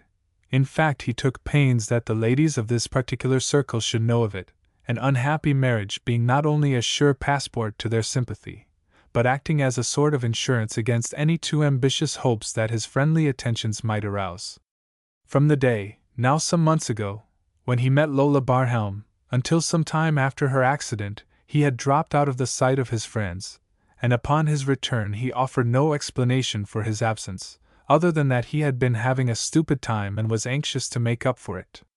Lola had been the first well-bred girl he had ever known, and all that was good in his nature had been stirred by the first meeting with her. Her reproaches for his deceit about his wife had really hurt him, and the shock he had experienced when he believed himself to have been the cause of her death had been the one terrible experience of his shallow life. He had been taken to the police station, and while waiting for his lawyer to arrange for his release on bail had been informed that the girl was not seriously hurt and that there was no charge against him. His relief from his feeling of horror and remorse was naturally great, but he made up his mind that it was quite hopeless to expect Lola's forgiveness, and when he met her one day on Broadway, shortly after her recovery, he was about to pass her without any other greeting than a bow, when to his great surprise she stopped him and, without any reference either to the accident or to his deceit about his marriage, chatted with him so gaily and so pleasantly that he took heart and invited her to drop into a restaurant with him for a cup of tea. From her manner, as she entered the great room filled with laughing, chattering, well-dressed men and women, he could hardly be blamed for not knowing that this was the first time in all her life that she had ever been in such a place. Neither her father nor John Doris were rich men. They knew nothing of the life that is reflected in such place. To John, a few visits with her, to the theater, long walks in the park, or quiet evenings in the apartment won the natural development of their intimacy, and Dr. Barhelm knew as little as he cared, which was not at all, about the sham glitter and forced gaiety of the great eating places that have done so much to destroy the home life of the average New Yorker. In these surroundings, in an atmosphere of false luxury, of noise, heat, and confusion, against a background of painted women and flushed and loud-voiced men, The real reverence he had always had for her began rapidly to disappear, and he found himself looking upon her simply as a charming and beautiful young girl, who, as a matter of course, was to be pursued as diligently and as relentlessly as circumstances would allow. After all, the respect the world has for us is usually the measure of our own respect for ourselves, and as Lola made no effort to rebuke his rather daring advances, they naturally increased in freedom until in all the great room there was no gayer table than theirs. Many heads were turned toward them, many questions were asked about who this new beauty could be. Fenway seemed to be known to almost everyone, and several times men came up to the table and spoke to him, but if they had hoped to be introduced to his companion they were disappointed, and they went away muttering angrily. Lola would drink nothing but tea. In fact, she needed nothing stronger. The intoxication of the scenes is as complete sometimes as the intoxication of strong drink, and to this girl, seeing for the first time a glimpse of the thing that to her seemed life, came the birth of a desire that never again left her, the desire to know everything, to experience everything, to live as those persons about her seemed to be living, without thought of anything but the pleasure of the moment, and had she known the price that all who live that life must surely pay, she would still have gone on. This was the first of several meetings, sometimes alone, sometimes in the company of Mrs. Harlan, to whom he later introduced her. She had frankly told him that first day that her father would never consent to allow him to come to their home, and he had been well content to meet her in places where less restraint was necessary. To his great surprise, however, he found Lola much better able to protect herself than he had expected. She was what Mrs. Harlan described, after the first time she met her, as a mighty smooth proposition, and although he knew himself by this time to be madly in love with her, he could not flatter himself with the hope that she was in the very least inclined to allow him to make a fool of her. Mrs. Harlan in fact did not hesitate to inform him that he was the one who was playing the fool. She rather coarsely described the affair as a 10-to-1 shot against him. "Why don't you hurry up that divorce and marry the girl?" she demanded of him on the afternoon on which Lola had made the appointment to meet him. "You are crazy about her, and it's the only way she'll ever listen to you. If you don't look out she'll marry that young bank clerk and leave you flat." "I doubt it," replied Dick sulkily. "John Doris is one of those nice boys, like you read about, and the way Lola is coming on lately he wouldn't have speed enough to keep up with her. She may marry him, I don't say she won't, but if she does God help him." "That's all right too," replied his friend. "But she's too smart to make a fool of herself over a married man like you. She'll let you run her around in your car and buy her a few nice little presents. But just as you think she's going to fall into your arms, she's going to step back and give you the laugh. I may be a fool, but that's the way it looks to me." It was about the way it looked to him also, but he did not think it necessary to inform her of the fact, so to change the subject, and to kill time until the 3 o'clock appointment, he proposed lunching at Rector's, and she agreeing, they drove there in his car, and he, contrary to his usual custom, drank far more than was good for him. Lola herself found time hanging heavily on her hands, and wandered aimlessly about the apartment waiting for her father and Dr. Crossett to return. Maria came to her at last, holding in her hand several letters, all but one of which she placed upon the table. "Is that one for father?" said Lola, seeing her about to leave the room with one letter in her hand. "No, miss. It's for me." She hesitated for a moment, then went on shyly. "It's from Mr. Barnes." "Oh?" remarked Lola curiously. "I thought he had stopped writing to you." "No, miss." "Can you read them yourself now?" "I try to," replied Maria. "I manage to spell them out somehow. Why don't you ask me to read them for you?" Maria did not reply for a moment, and turned once, as if to leave the room, but at last she seemed to make up her mind, and crossing to the couch on which Lola had languidly thrown herself, she said quietly, "I couldn't ask you while you were sick, and once, after we moved over here, I did, and you said you didn't want to be bothered. After that, some way I couldn't seem to bring myself to ask again. You see, I'm growing awful fond of Mr. Barnes, and I guess I'm sort of sensitive about him." The poor girl said nothing of the hours she had studied, hopelessly confused, to spell out the crude little letters from the lover who meant so much to her, nor of the real delicacy that prevented her from asking anyone but the mistress she loved so deeply to read what he had written. To her Lola could do no wrong, and no man could hold any place in her heart that she would for a moment try to conceal from this girl who had brought the first glimpse of sunshine into her life. "Give me your letter," said Lola indolently. "I can't remember being cross about it. Really, I don't mind at all. I am rather interested." She took the letter that Maria eagerly passed to her, and opening it read slowly, for Mr. Barnes was a better sailor than scholar. August 18th, Newport R.I. Respected friend. She looked up, laughing. "I see that he is still properly respectful." "Yes, miss," replied Maria simply. "He loves me." Lola looked at her for a moment, then smiled rather bitterly, and continued. "I take my pen in hand to let you know that I got a bad fall in the gun turret and broke my left leg." Maria's little cry of fear and sorrow was drowned in Lola's joyous, hearty laughter. Maria looked at her, anger and reproach struggling with her love and respect, and Lola, seeing her face, smothered her mirth. "Really, I am sorry." And she started to continue. "Broke my left leg, and I haven't been able to write with it before. That's what I was laughing at, Maria. It does sound funny, doesn't it? Give me that letter." For the first time in her life Maria spoke to her rudely, no longer the servant, but the offended woman. "Give it to me." "Really, I beg your pardon, Maria, but it is too absurd." "Wait. I will read you the rest of it." Maria stepped forward and took the letter out of her hand. "If you please, miss," she said quietly, "I would rather spell it out myself. You see, he didn't write that thinking that anybody was going to laugh at it. He wrote it for an ignorant girl that loves him. I can't read good, but I can understand, and I guess that's all he wants." Chapter 7 Dance Hall Glitter. Dance Hall Glitter. 218 Murray Hill. Lola repeated impatiently into the telephone. "I have been waiting quite 5 minutes. Hello? Hello? Madam Zelia, please. This is Miss Barhelm. Hello? Is that you, madam? Yes, I have just received your note, and I do not think you are quite fair in the matter. Yes, I know that I did promise, but it is quite impossible." "What?" "My father has nothing to do with this matter, absolutely nothing. If you will be patient for 2 or 3 days longer, the account will be settled." "What is that?"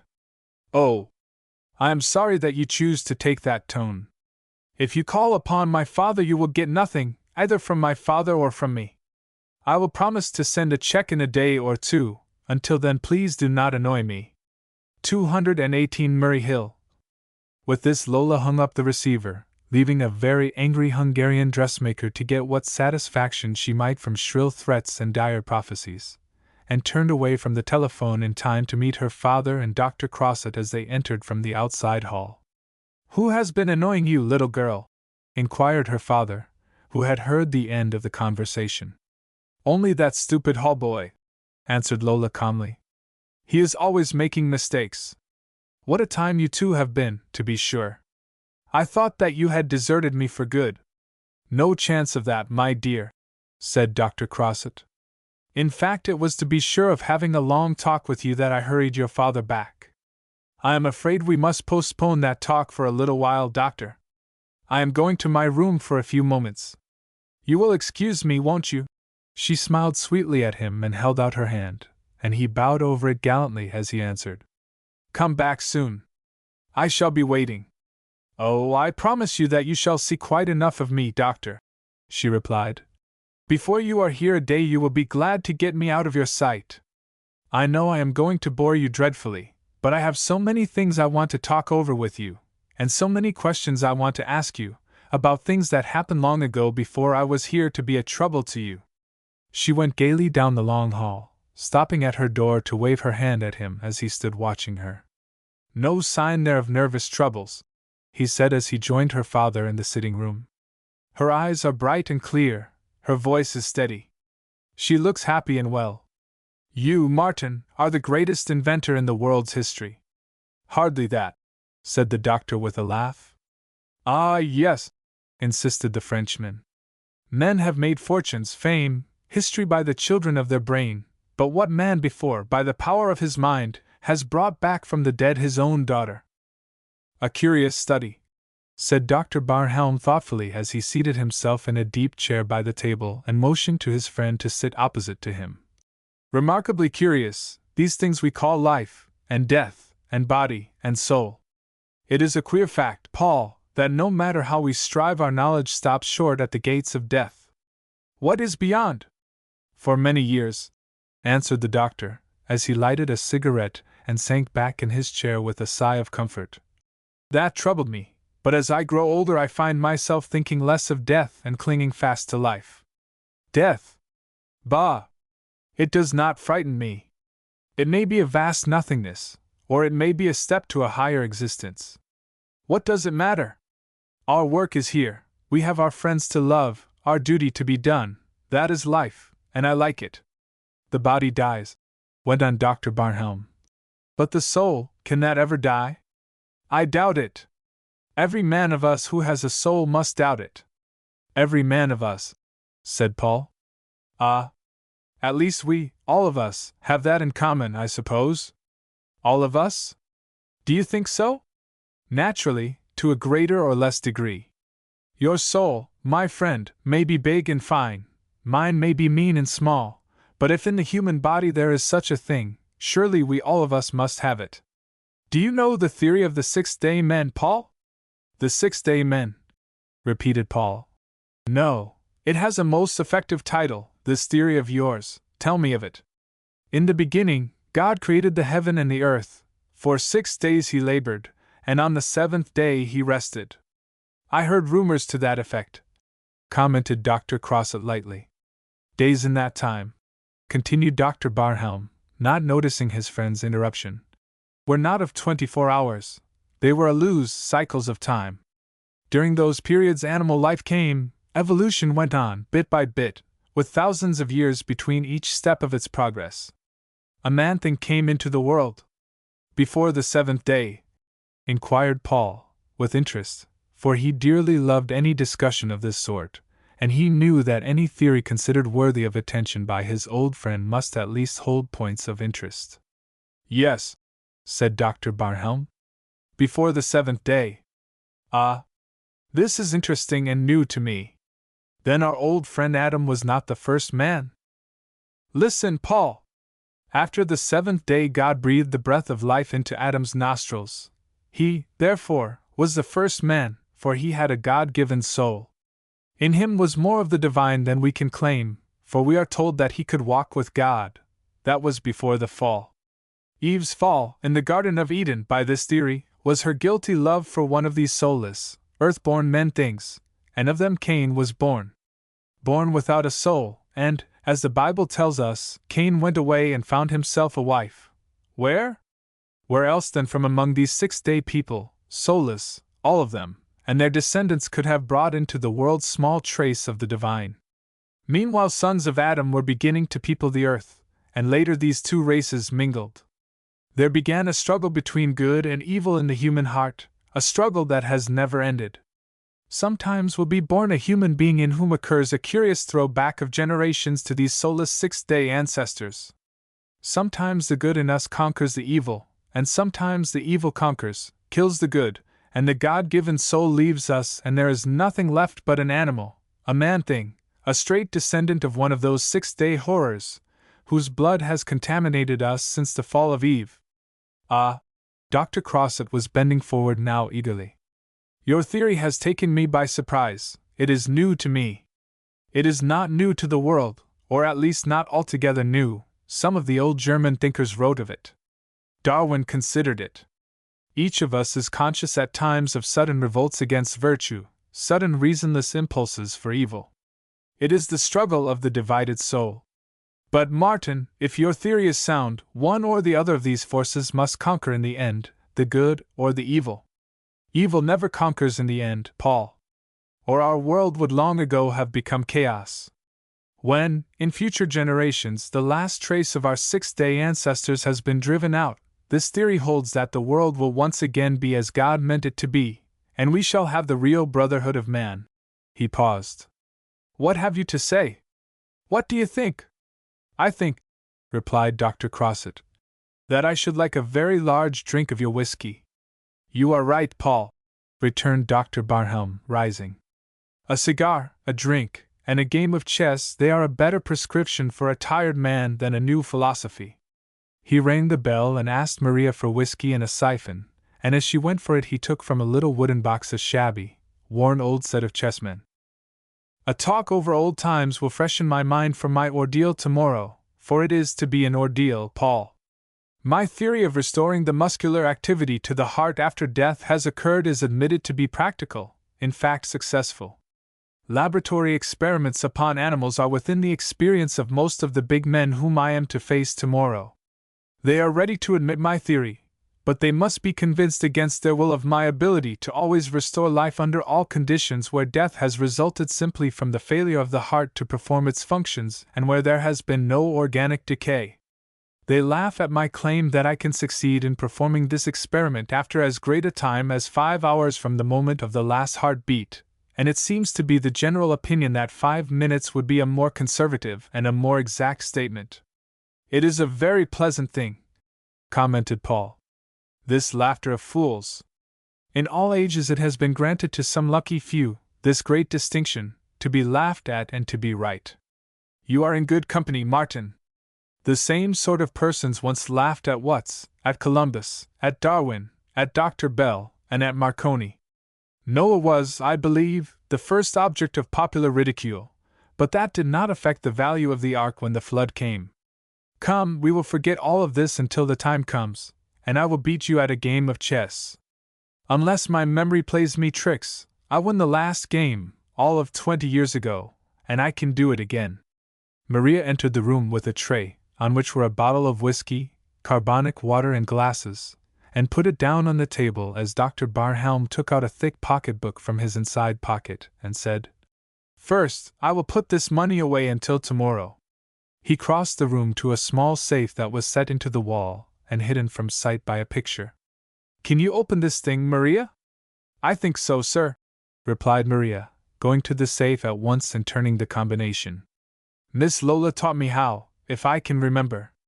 After a moment's effort the small door of the safe opened, and she said, with evident relief, "There!"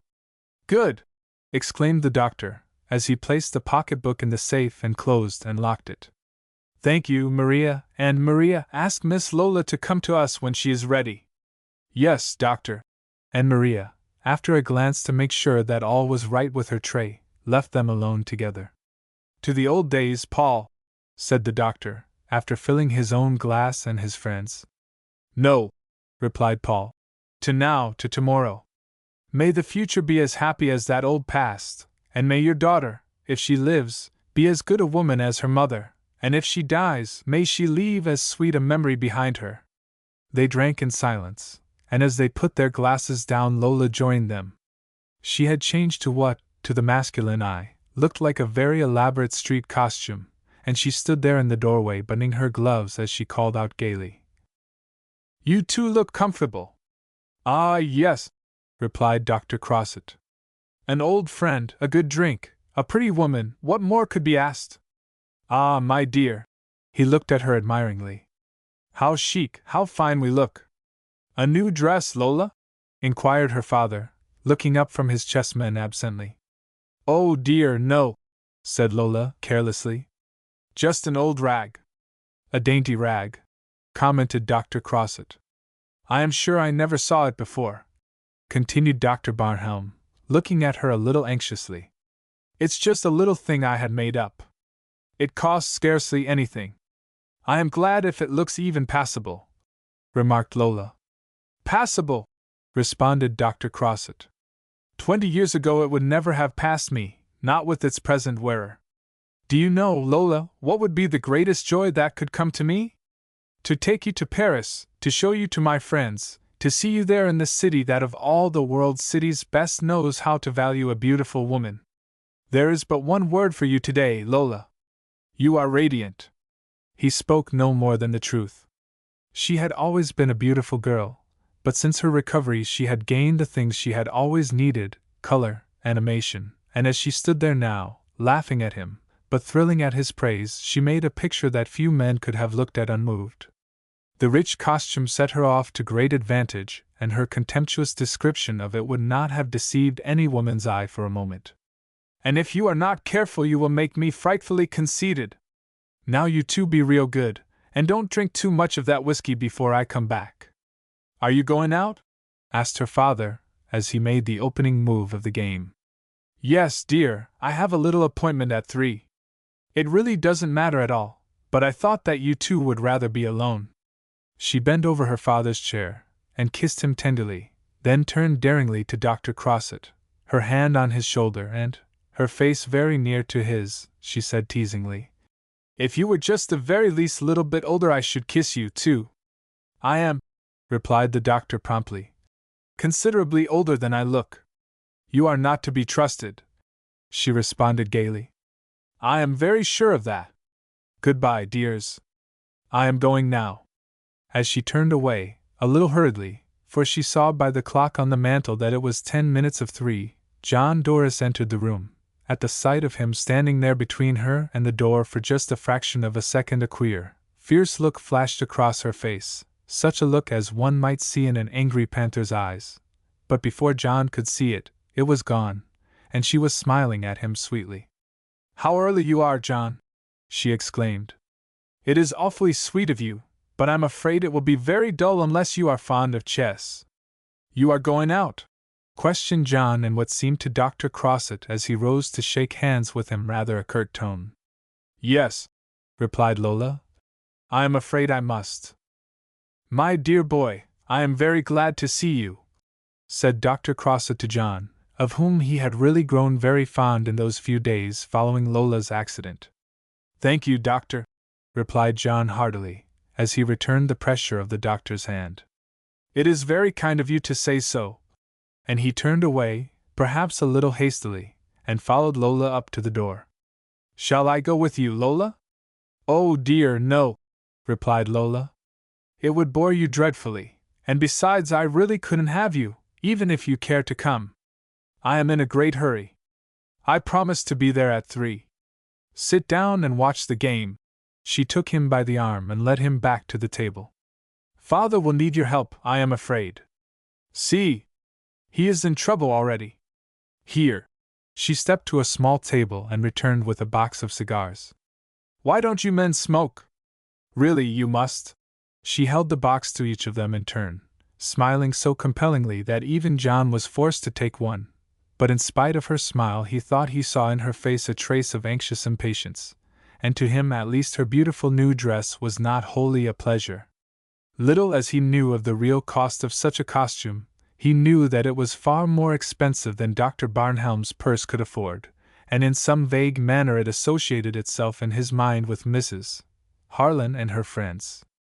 "Would you mind telling me where you are going, Lola?" he inquired anxiously. "Oh dear, no, why should I?" she answered as she struck a match and held it, first to her father's, then to Dr. Crossett's cigar. "I am going to see poor little Nellie Mooney. She isn't at all well, you know, father, and I really haven't the heart to disappoint her. There!" She placed the decanter and glasses on the table near to him. "Do see that they are comfortable, John. You may have just as fine a time as you want to, you selfish male things," she went on as she crossed quickly to the door. "But don't quite forget me while I am gone." She left the room laughing, and as the outside door closed behind her the little clock on the mantel struck 3. The chess game went on deliberately, quietly, and the young man sat there watching it, but at the same time letting his thoughts wander, and suddenly he found himself following in his mind Lola's progress.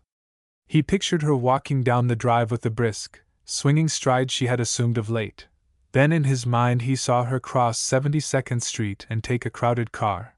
In all the changes of her long, complicated trip to the Upper East Side he idly kept pace with her, glancing from time to time at the clock, until he seemed to see her running lightly up the dizzy stairs of a shabby tenement house on a side street, and entering a tidy little room on the top floor. He saw the room plainly in his mind, for he had often been there with Lola before they had moved to this new apartment. No, now that he came to think of it, not since Lola's recovery, but before then they had gone there together almost every day. He liked to think of her there. On her errand of mercy she would stop and buy flowers, he thought.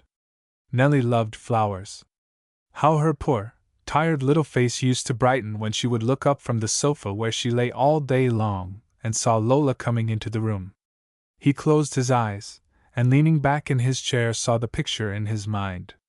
The poor little room, the white-faced, suffering child, smiling happily now, with the flowers pressed against her face, and Lola bending over her, fresh, beautiful, gentle in her face, the look he had seen there once, that wonderful radiance that is seen sometimes in a young girl's face, the foreshadowing of motherhood. The blare of music, too near and too loud. The confused babble of rattling dishes, discordant laughter, high-pitched voices, and the clinking of glasses that were filled again and again, but emptied as fast as they were replenished. A great room, the air heavy with many odors and foul with tobacco smoke.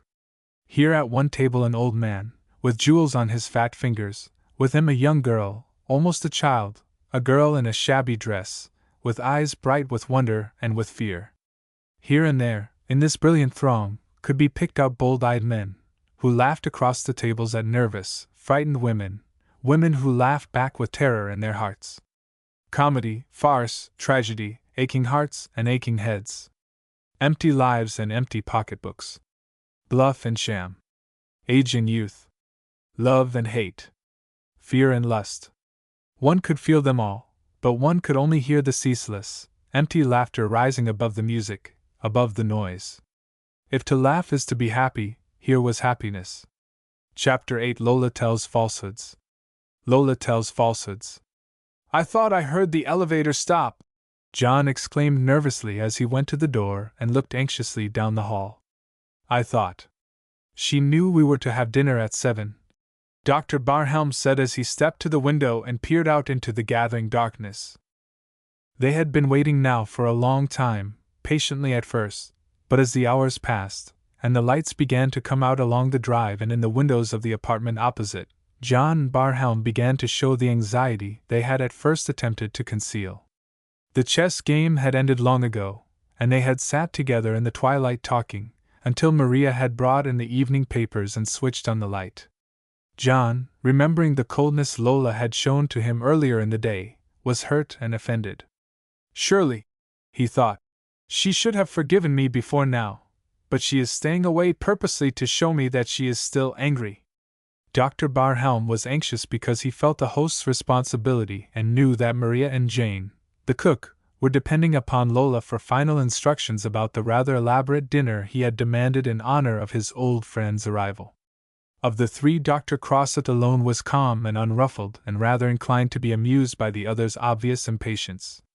She was detained, no doubt, he remarked easily, glancing up from his paper. Are your subways never blocked? Your cars never stalled? La! 1,000 things! Almost 5 hours, exclaimed John impatiently. Even our subway can hardly be accused of that. I think I had better go there, Doctor. I know where Mrs. Mooney lives.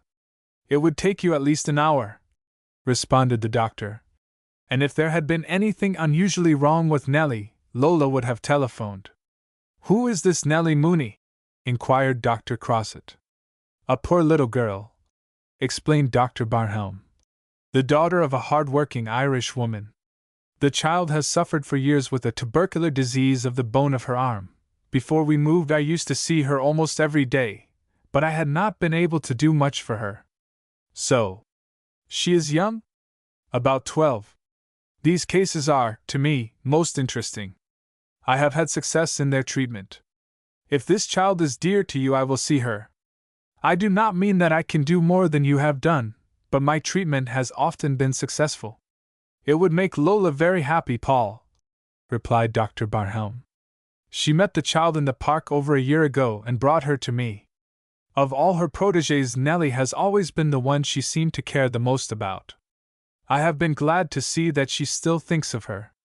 And now, said Dr. Crossett smilingly, you two are both out of patience because Lola is doing the very thing you wanted her to do. I want her to be charitable, broke in John. It was her almost divine pity for this very child that first showed me the sort of girl she was. But she has spent 3 whole afternoons there this week. Surely that is overdoing it. Ah, the selfishness of the young, remarked Dr. Crossett, turning the pages of his paper and carelessly looking over the headlines. Because she loves you, she must love no one else? Is that it? Because she is going to give her whole life to you, she must not take any little minutes for herself? Oh, I know. John spoke regretfully, uneasily conscious of the jealousy that for some time had been creeping into all his thoughts of her. I am getting to be a beast. I am sure I don't know why. I was never jealous before or nervous, never in my life. There must be something wrong with me. There is, replied the doctor in his best professional manner. Will you allow me? And he took John's unresisting hand and put his finger to his pulse. You are suffering from an ailment that requires the most careful nursing. For most ailments we nurse the patient, but this particular disease, commonly called love, must itself be nursed or it will die. You are laughing at me, doctor, and I don't at all blame you, said John as the doctor dropped his hand and started to resume his reading of the paper. I can't think what can have detained Lola, but it is absurd of me to be out of patience with her about it. Doctor, Maria stood in the doorway and spoke rather timidly. Jane says that you won't have any dinner at all unless you take it now. Ah, exclaimed Dr. Crossett. Now matters are growing serious. I find, Martin, that our long walk has given me an appetite. I could keep something hot for Miss Lola, suggested Maria, who had come to the end of her powers of persuasion with the indignant Jane, and knew that unless dinner could be served at once there was a strong probability of her having to serve it alone, without the help of this haughty stranger who had been engaged by Lola soon after they had given up their old simple manner of living. It was such a nice dinner, doctor, but there won't be anything fit to eat left. It's been ready over an hour. You are right, Maria, I think, said Dr. Barnhelm. Perhaps it would. As he spoke, the bell rang. There she is now, exclaimed Maria joyfully. She never remembers to take her key. She left the room hurriedly and went down the hall to the door as John sighed with relief, and even Dr. Crossett beamed gratefully as he rose from his chair. You see, you two gloomy ones. Everything is all right. At least she has left her little Nellie, and at last we dine. As he spoke, Maria re-entered the room looking startled, perhaps a little frightened. Mrs. Mooney, doctor, she announced. Mrs. Mooney and Nellie. Mrs. Mooney and Nellie had followed Maria, and as she saw the 3 gentlemen, all of them now thoroughly alarmed, Mrs. Mooney hesitated, and put her arm about Nellie, who drew closer to her, awed by the magnificence of the brilliantly lighted room, and vaguely troubled by the unspoken question in the faces turned to her. Miss Lola? Inquired Dr. Barnhelm quietly. I made bold to come, sir, she answered, because the child's arm is that bad she can't seem to stand it. Where is my daughter? Your daughter, doctor? Miss Lola? Why did she not come with you? I don't understand you, sir. She was with you this afternoon. No, sir, replied Mrs. Mooney in surprise. I haven't seen Miss Lola since you folks moved away from 8th Avenue. It was impossible to doubt the truth of the woman's statement, and as impossible to forget that day after day Lola had left them with the intention of going to her. John and Dr. Barnhelm had often asked her, on her return, how Nellie was getting on, and Lola had answered them, seemingly much grieved over the child's condition. Dr. Crossett felt some of their amazement, and the 3 stood there, for a moment unable to speak until another sharp ring at the bell sent Maria hurrying to the door. No one spoke. What was there to say? They stood there waiting until they heard the door open, and heard Lola's gay laugh as she brushed past Maria, calling out to them cheerfully as she hurried down the hall. Here I am at last. Did you think I was never coming?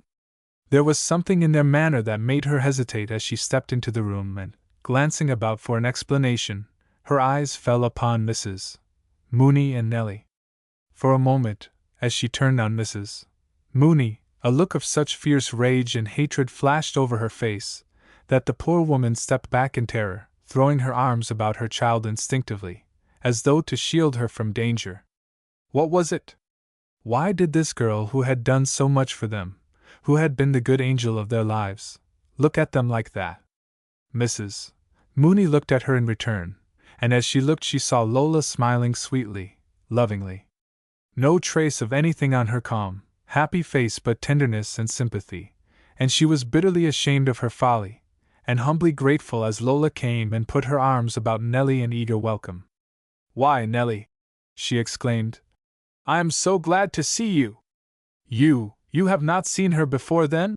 inquired her father gravely. "Oh dear, no," answered Lola lightly. "Hasn't she told you that?" John stepped forward impatiently. There must be some good reason for her deceit of them. Surely she should give it, and as Lola turned to speak to Dr. Crossett, he stepped in front of her.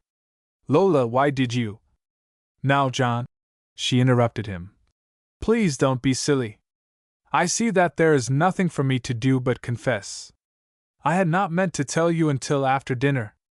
I have been very selfish. I have been riding in an automobile." "With whom?" "With nobody dreadful, I assure you." She turned to her father, laughing at John's frowning face. "With the wife of one of your old friends, Mrs. Dr. Rupert." "You see," Dr. Crossett sighed with perfect relief.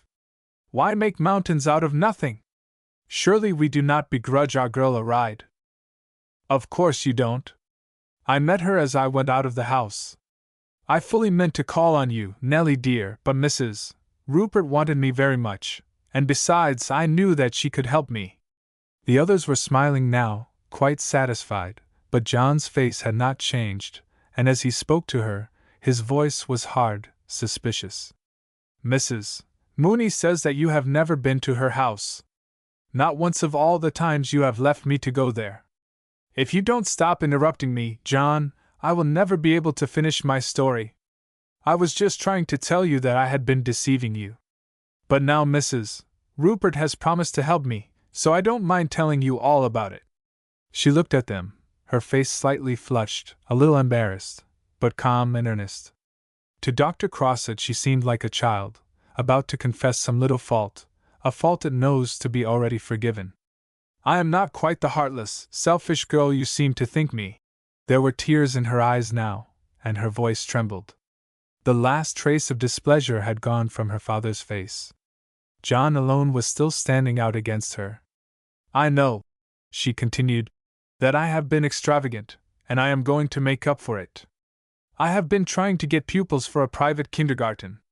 I have called upon hundreds of wealthy mothers, and at last I think that I have the promise of children enough for a start. That is why I wanted to postpone our marriage, John." She turned to him appealingly. "I could not marry you, dear, before I had earned back the money I had spent so foolishly." "My dear." Her father stepped forward, but John was before him.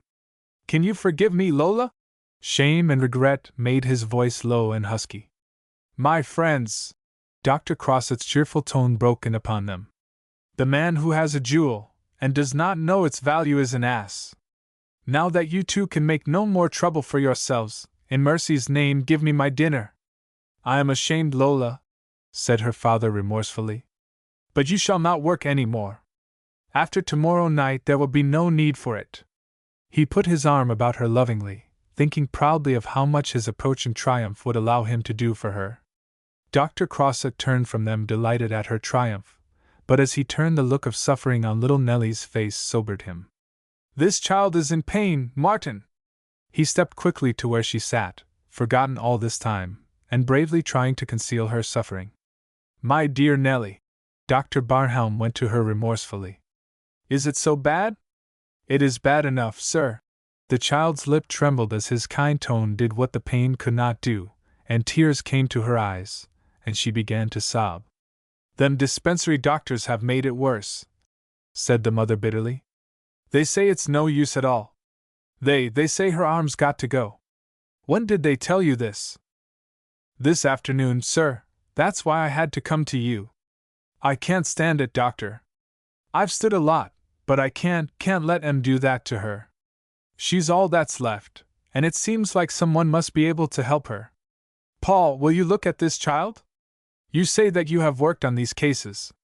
Can't you and I together help this little girl? Yes, Martin, Dr. Crossett exclaimed with resolution. Yes. Come. I will examine her. Let her wait until after dinner, interrupted Lola impatiently. They all looked at her astounded. The agony in the mother's voice had moved them deeply. Dr. Crossett's kind eyes were full of tears. Dr. Barhelm was more surprised at her tone than indignant at her heartlessness, but he responded rather sharply. Lola! The child is suffering. Naturally, I am very sorry for her, replied Lola. But you can't stop all the suffering in the world, and I'm sure Jane will be furious if we keep her waiting much longer. Come, Nellie, said Dr. Barhelm, replying to Lola only with a look of reproach. We will use the library, Paul. You can be making us a cocktail, John. We won't be long. He turned kindly to Mrs. Mooney. It would be better for you to remain here. This gentleman is Dr. Crossett, one of the leading surgeons of Paris. He will do his best to help us. God bless you, sir, cried the grateful woman to Dr. Crossett, impressed, as all whom he met were, by his air of quiet confidence. I think you would help her, if you could. I am going to try, very earnestly, very hopefully. She is young, that is in our favor. Very shortly now I shall tell you, quite frankly, just what our chances are. He left the room with Dr. Barhelm and Nellie. John had stepped into the dining room to mix the cocktail. Mrs. Mooney stood watching Nellie until she had passed out of sight, then turned and crossed to where Lola stood looking indolently out of the window. You say you can't stop all the suffering in the world, she began, trying hard to control herself. No, you can't. That child of mine was born to it. She's had it every hour of her life. Don't think I am forgetting what I owe to your father and to you. But I never thought to hear you speak like that. Why did you come here? Lola turned on her with a fierceness that made her own seem tame. How dared you and your sickly child put me in a false position? Do you think that my father has nothing to do but devote his skill to you? For what? She hissed the question at her, her voice shrill with scorn and contempt. You won't pay him. You know that. His time is his wealth, and you rob him of it. Do you know what they call a person who robs another of his wealth? A thief. Mrs. Mooney drew back, almost cowering before the flashing brilliancy in Lola's eyes, heartsick at the bitter insult of her words. But she was proud, with the decent pride of a woman who has lived a hard life blamelessly, and there was a trace of Lola's own bitterness in her voice as she answered. I've been an honest woman always, but if it would bring health to her I'd be a thief. Maybe it's just as hard for me to take your charity as it is for you to give it. After what you said I'd rather cut my own arm off than come here, but it ain't my arm that's in danger, it's Nellie's, and she's got to have her chance. God knows best what's come over you, miss, but your heart ain't the same as it used to be. She turned and left the room, waiting patiently, humbly in the hall outside the library door, straining her ears to catch a sentence here and there from the murmurs of the doctors' voices, and as she waited she prayed, over and over and over again. Don't take her from me, God! Don't take her! Don't take her! They found her there when at last the door opened and the two physicians stepped into the hall with Nellie between them. At the sound of the opening door she turned and looked straight into Dr. Crossett's eyes. Judges on the bench have seen such a look on the face of poor, desperate creatures, waiting for the words that would mean life or death. From one face to the other her eyes turned, at first not daring to read, not daring to credit what she seemed to see. You tell the doctor at the dispensary. Dr. Crossett's voice was husky, but his face beamed with triumph. That he happens to be a jackass. You tell him that I, Dr. Paul Crossett, will make this child's arm as good as new. Oh, no! I don't ask that, doctor. Just help her a little. I will cure her. I give you my word. Is it true? She turned to Dr. Barhelm, not daring to believe. Yes. It is true. Gentlemen! She was not without dignity as she faced them, her arms about her daughter. You can't expect a woman like me to know how to thank you. I can't ever pay you, not with money or with words. All I can ever do is to pray for you. That, replied Dr. Crossett, with the bow he usually reserved for the greatest ladies of his own brilliant world. That is not often done. It is enough. Chapter 9: The Diamond Necklace. The Diamond Necklace. Will they be much longer? Asked John, stepping into the room with a tray of glasses in one hand and a silver cocktail shaker in the other. Will? I am sure I don't know, replied Lola, turning from where she still stood by the window, and moving slowly across the room to him. I am going to try your cocktail, John. You? Why, you never drank one in your life. What of it? I am curious. She took one of the empty glasses from the tray and held it out to him coaxingly. Your father won't like it, he warned her. He won't know it. Now, Lola. Don't be an old woman, John. Come. He rather reluctantly poured her out a very small drink, as he was far from sure whether or not the doctor would approve. Lola, up to now, had always shown the most complete distaste for any sort of liquor, a distaste which she really felt, which any healthy young person would feel were it not for the vague general impression that somewhere in the drops of liquor is hidden some hint of romance, some glimpse of mysterious knowledge, the desire of the unknown. How very generous, remarked Lola, looking at the few amber drops in the bottom of her glass. Quite enough to begin with, replied John, and he watched her curiously as she put the glass to her lips, and laughed heartily as he saw her gasp and the tears come to her eyes. Well? He questioned. I don't like it. Of course you don't. Do you? Does anyone? I think not, Lola. Not at first, anyway. It is the physical excitement, the stimulation. I think I understand. She spoke dreamily, thoughtfully, for she had often wondered lately why so many people seemed to care so much for a thing that had never meant anything at all to her, so little that up to that very moment she had not even been curious. To change, if only for a moment, the deadly monotony of things. To have another emotion, a new sensation. You will have to make me cocktails when we are married, John. Well, You must. I want to learn everything. I am tired of being just a girl. Isn't there anything else in life but to sit here with you and Father, and his friends? Are our hearts always going to beat on 1-2, 1-2, like the ticking of a clock? You say you love me, but you are as cold as ice. She drew close and looked up at him queerly. Her eyes now were not the eyes he knew so well, calm and grave, or smiling. They were deeper, he thought, deeper, more beautiful, but they seemed to fascinate him. He felt himself grow dizzy. The blood leaped in his veins and pounded in his heart. He put his arms about her and drew her close, close. She smiled now, with a smile he had never seen on her face before. It made her look older, wiser. How beautiful she was! She was a woman, no longer a girl, and all her beauty was his. His. You say you love me, she whispered quickly, with a note in her voice new to him, but strangely thrilling. If you want to keep my love, you must make me mad for you. Are you made of flesh and blood? Come! Kiss me! He kissed her. Kissed her with a depth of passion such as he had never dreamed of, and for a moment she returned his kiss, then relaxed and lay half fainting in his arms, then releasing herself with a low laugh she stepped away from him. There! That's different. I do love you, John, more than I thought I did. Lola! He tried to take her in his arms again, but she laughingly avoided him, going around the table, her eyes still challenging him to follow. You are a silly boy, John, but I like you very much tonight. She bent over the table, tauntingly, alluring. You are not quite as cold as you look, John. Wouldn't it be funny if I had to be afraid of you? He followed her. She laughed again, and started to run to the door, and as she did so a small, flat leather box fell out of the fancy shopping bag she still held in her hand, and which had come unfastened, as she had drawn herself away from him. As John stopped and stooped to pick the little box up, her whole manner changed so suddenly that he was startled. The love, the mischief, and the deeper feeling that had done so much to intoxicate him, was wiped out, and in its place there was a look of fear and anger, and as she spoke her voice was harsh and cold. Give that to me. Why? He hesitated, astounded.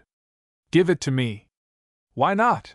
He handed it to her, and as she took it from him her face changed again, and she looked relieved and happy. What is it, Lola? It looks like a jeweler's box. Hush! We are not married yet, Mr. John Doris. You must not pry into the mysteries of a lady's toilet. Oh! He laughed happily as she returned the little box to her bag, and made sure that it was fastened. It is hardly fair for you to blame me for our not having married, Lola, is it? Come, dear, why should you keep putting me off? I have money enough to take care of you, and I'll be making more right along now. Come, Lola! Can it be soon? That is quite enough of such nonsense, she said airily, still keeping away from him. But he was serious now. He had been deeply stirred, and like most men who, as a general thing, have their emotions well under control, it was difficult for him to so suddenly regain his composure. I love you, Lola! The real earnestness in his tone stopped her. It was as though something deep in her heart answered to the yearning in his voice, and she turned gently to him, a look on her face that he had not seen for weeks. The look of the gentle, timid girl who had learned to come to him for comfort and protection. You must love me, she was pleading now. I need your love, John. You must keep on loving me, with all your heart. I love you, Lola, with all my soul. There was terror in her face now, an instinctive terror that she understood as little as he did. Don't! You frighten me! She trembled, pale and distressed. I don't know why, but I am afraid. Lola, what is it? She did not answer, but stood there, a queer, thoughtful, puzzled expression on her face, and before he could ask her any more questions they heard Mrs. Mooney and Nellie as they passed down the hall, and a moment after Dr. Crossett and Dr. Barnhelm entered, smiling happily. She is going to be all right, that little Nellie, announced Dr. Crossett gleefully as a boy might have done. Ah! Sometimes it is a very fine thing to be alive! Doctor, said Maria, standing in the open door. Jane says she'd like to have a chance to wash up before breakfast. Come! The doctor, who had quite forgotten dinner in his joy over his friend's confidence in Nellie's recovery, looked at Maria remorsefully. All right, Maria, we are quite ready.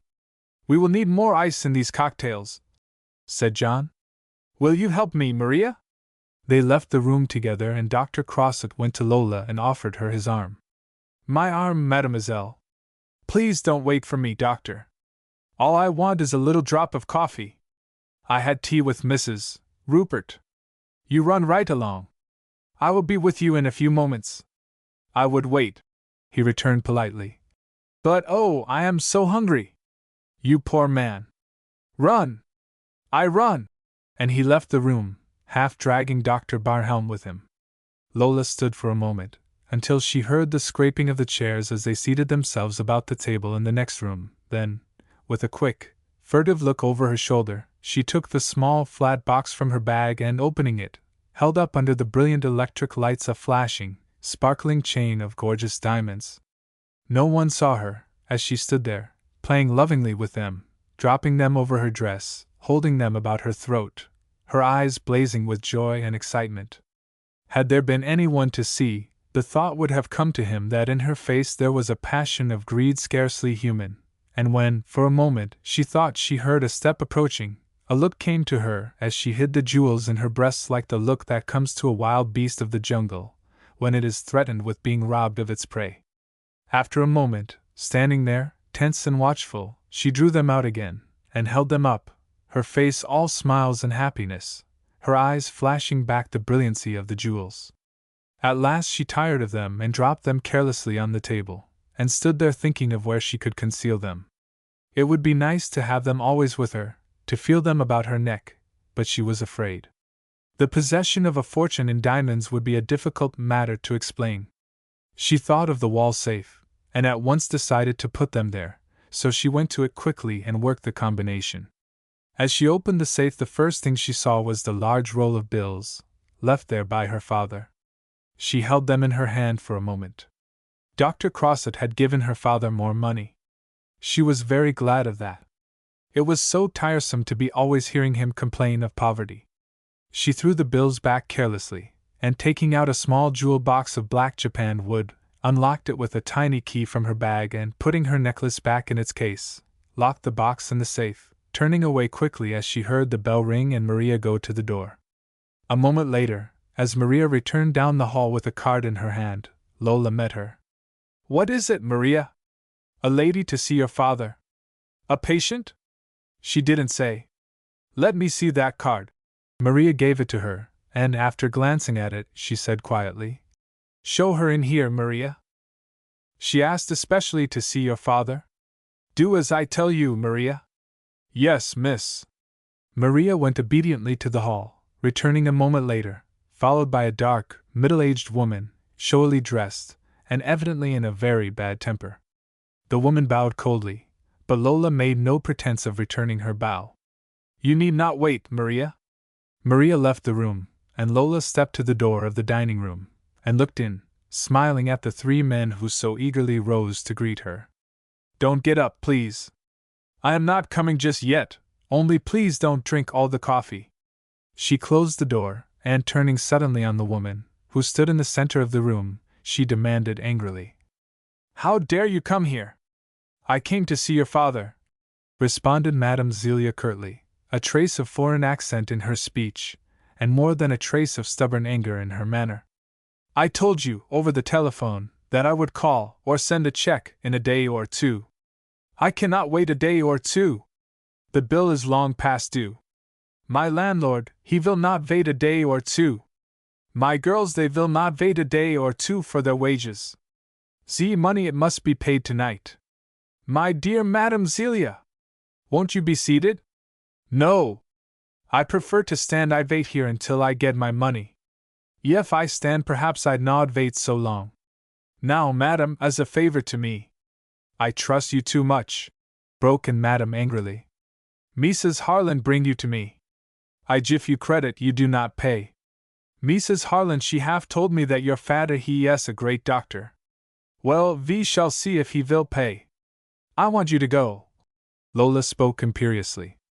"Go! At once! $675 if you please." "Wait." The thought had suddenly flashed into Lola's mind. There was money there in the safe, a large sum. She had seen several $100 bills. This woman would not go without money. Unless she went at once, before dinner was over, John and her father would learn about the bill for $675. They would not understand, they would make a fuss. Surely anything is better than a fuss. She did not hesitate once she had made up her mind, but stepped to the safe and turned the combination, opened the door, and, taking out the roll of bills, calmly counted out the necessary sum. "You have a receipted bill?" Yes, Miss Barnhelm." The woman was all smiles now, bowing respectfully and humbly. "Take it." Lola held the money out with one hand, as she took the receipted bill with the other. "Thank you, Miss Barnhelm. I hope I have not offended you. I am a poor woman, and I have many expenses. I have paid you, now go. I have some beautiful new goods, just from Paris. If you will call in future," said Lola coldly, "I shall make my purchases from better established places of business. I am not used to being annoyed. Maria!" She stepped to the door and called. "If you would let me try once more, I would not trouble you about the bill, Miss Barnhelm. Ets not from these people who have money that we want it, it is only from those that haven't it." This piece of worldly philosophy, however, made no impression upon Lola, who smiled calmly and haughtily, enjoying the poor woman's servile repentance, until Maria came in answer to her call. "The door, Maria!" And Madame Zelia, unable to find any trace of softening in Lola's face, was forced to follow Maria, her mind divided between grief over the loss of a good customer, and joy over the collection of a bill that the instinct of her Hungarian Jew ancestors had warned her was to be classed as doubtful. As they left the room, Lola stepped to the safe, meaning to replace the rest of the money, but as she saw it in her hand, and thought of other little accounts that pressed for settlement, she hesitated. "I don't see what difference it makes," she thought. "Dr. Crossett can easily give father more, and they would probably make just as great a row over the loss of the $675, as they will now about the whole amount. So she put it in her bag, locked the safe, and stepped into the dining room, just as coffee was brought on. She had grown very fond of coffee of late, strong and black, with no cream or sugar. It seemed to tone her up. She was perfectly well, but she had grown to depend upon the pleasant exhilaration. She drank 2 cups with them. Dr. Crossett thought as he watched her that never in all his experience had he seen a young woman in such splendid physical condition. Her father smiled on her proudly, as she met and routed the doctor's affectionate teasing, and as for John, he was already so completely in love that he was quite satisfied just to sit and watch her. She had changed greatly of late, there could be no doubt of that. The girl was gone, but in her place was this brilliant, fascinating woman. John thought himself a very lucky man. Chapter 10. Maria Accused. Maria Accused. This, said Dr. Crossett to Lola, as they sat together in the window, looking out at the river and the endless procession of automobiles below them. This is good. It is not Paris, but it is good. This. The only reason you won't admit it's better than Paris, laughed Lola, is because you are cross about having had such a dreadfully bad dinner. Oh, no, he replied politely. It was a very good dinner. It is true that some hours ago it might have been better, but our appetites would not have been the same. Any food is good to a hungry man. Your father and I have often dined on bread and cheese, and Pilsner, and thought it a feast. You were poor there at the university? She inquired curiously. Somehow she found it difficult to think of him as ever having been poor. He was so completely marked with the stamp of worldly success. Very poor, he answered gaily, for it had been a long time ago, and poverty leaves few scars on the heart of a man who has conquered it. So poor, he continued, that we own nothing in all the world, not even a trouble. We lived together for, 3 years, wasn't it, Martin? 3 years, Paul. What we had we shared. He turned again to Lola. Books, clothes, money, tobacco, and happiness. I made much money later, because I had nothing better to do. Your father was wiser than I, but now, Martin, when money is coming to you, you can do much for this little one. You mean his lecture tomorrow night? Asked Lola. It is very flattering, of course, that the medical society should want to listen to him, but he isn't going to be paid for it. It will bring fame, Lola, and fame, especially here in your country, means money. Have you much to do before tomorrow night, Martin? More than I like to think of, replied the doctor. My mind should be fresh and clear, and how can it be if I must spend all tomorrow running errands? Could I help you? Asked John. I could find an hour or so in the morning. I think not, and yet I am not sure. Would you be willing to call at Carn & Company's, on 31st Street, and pay my bill and see that my apparatus is sent to the medical society? Gladly, replied John heartily. It would save me half of the morning. Wait, I will give you the money now. He stepped across the room to the wall safe. Lola, looking up idly at Dr. Crossett, who was standing beside her, saw him as he put out his hand and fumbled helplessly with the combination. Lola, he turned to her. Would you mind opening this thing for me? I never can remember how to do it. You had better ask Maria, father. She is the only one who really understands it, answered Lola quietly. Very well. He went to the door and called. Maria! Maria! What a gorgeous night, Doctor, said Lola to Dr. Crossett. Don't you envy those people out there in their automobiles? Hardly, he replied. But if you are so anxious as all that for a car, I fancy it won't be long before your father can make you happy. Yes, Doctor? Maria stood in the doorway. Will you please open this safe for me, Maria? Yes, Doctor. She went at once to the safe and turned the combination, then stepped back to allow him to approach it. Lola and Dr. Crossett were laughing now, laughing so merrily that John went over to them to join in their fun. What is it, Lola? May I hear the doctor's story? I was telling her, began Dr. Crossett, of a queer. Lola! Dr. Barnhelm interrupted nervously. It is very strange, but I can't find the money. You have not put it anywhere, have you? No, father. I haven't opened the safe for days. Go on with your story, doctor. She turned to him expectantly. I tell you, repeated her father, that the money is gone. I have been robbed. Impossible, Martin. Dr. Crossett crossed the room to him anxiously. You saw me put it there yourself. Look. He pointed to the safe. But since you put it there, exclaimed Dr. Crossett, we have not left the room, excepting to our dinner. It must be there. It is not. The doctor spoke impatiently. But Martin, who could rob you? Who, besides ourselves here, knew of the money? What money? Inquired Lola. Surely you do not mean that you had any large sum there? $850, replied her father bitterly. This lock has not been tampered with, announced Dr. Crossett. The safe has been opened by someone who knew the combination. Who knew it? He turned, facing them all. You, Lola. Who else? Lola's eyes met his, quite calmly, then turned and rested upon Maria, and stopped there. One by one the others followed her look, until they were all looking at Maria, who grew uneasy under their gaze. I knew it, yes.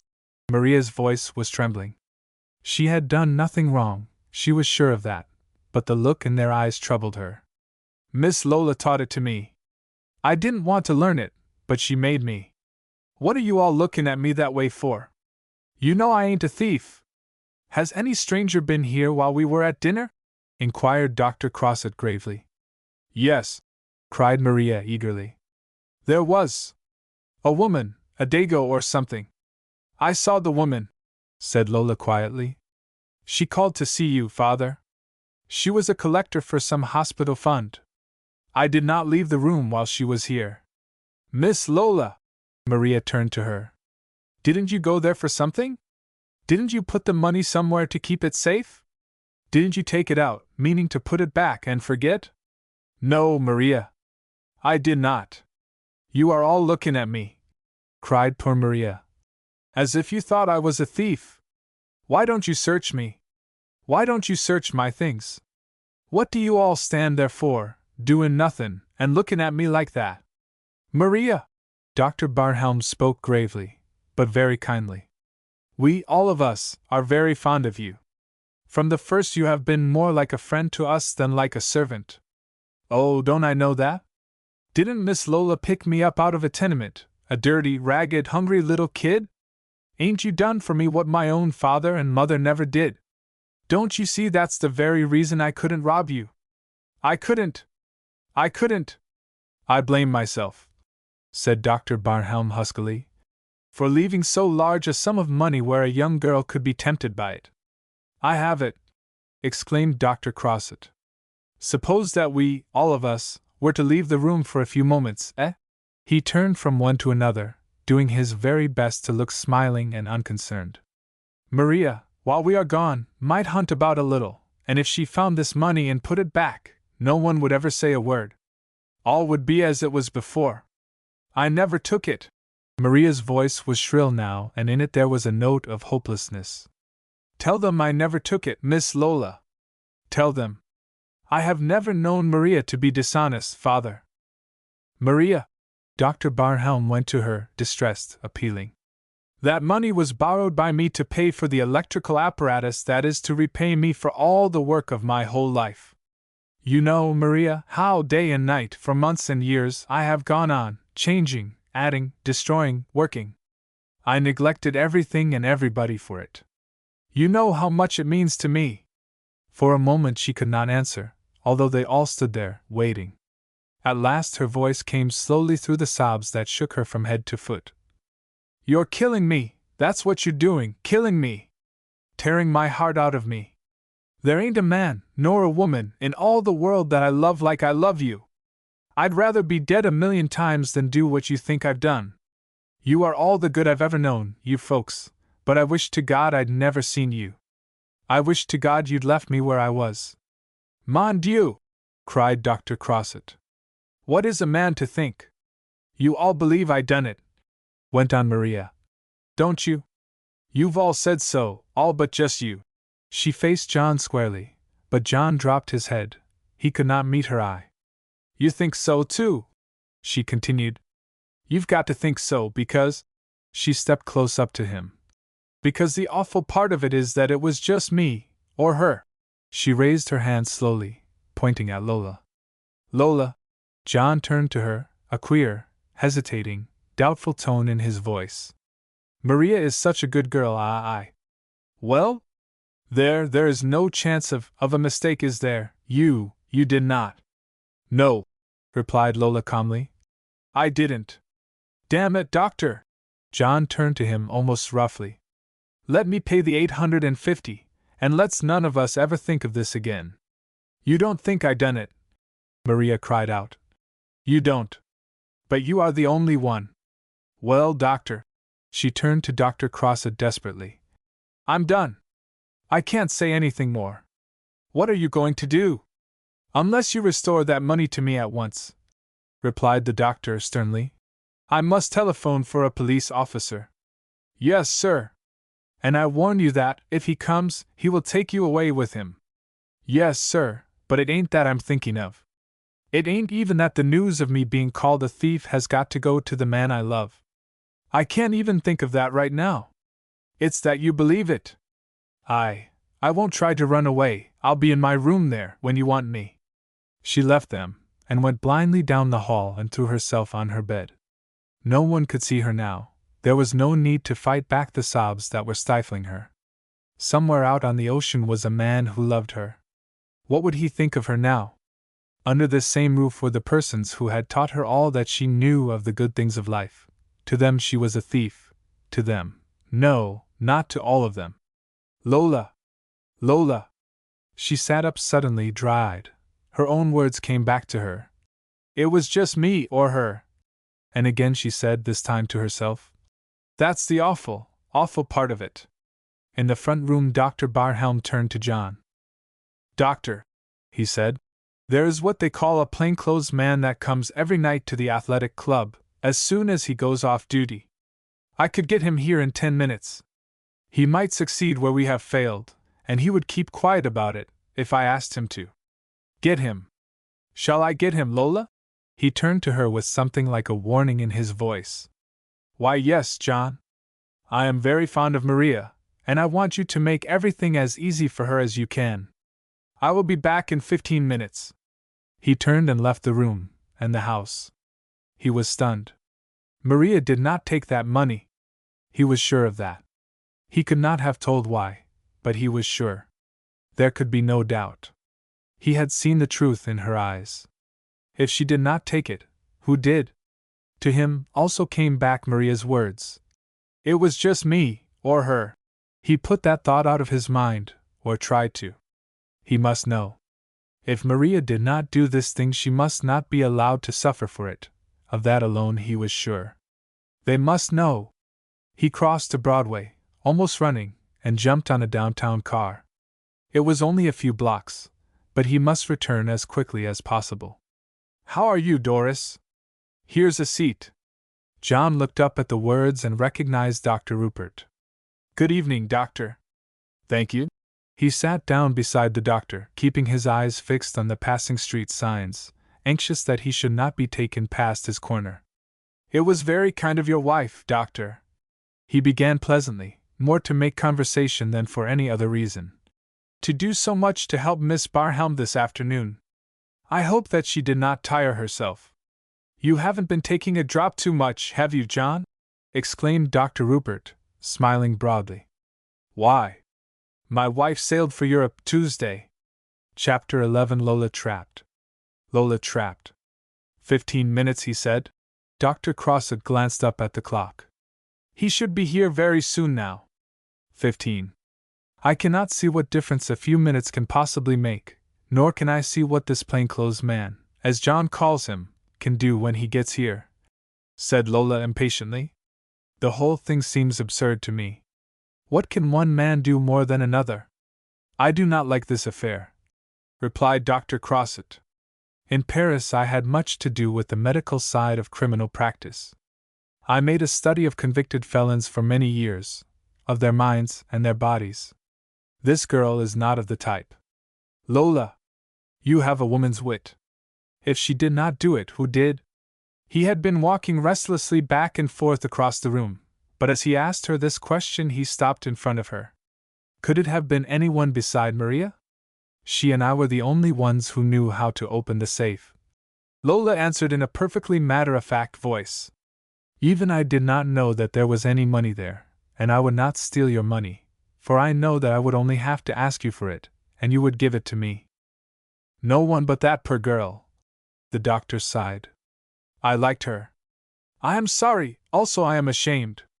I pride myself upon some knowledge of character, and I have been a fool.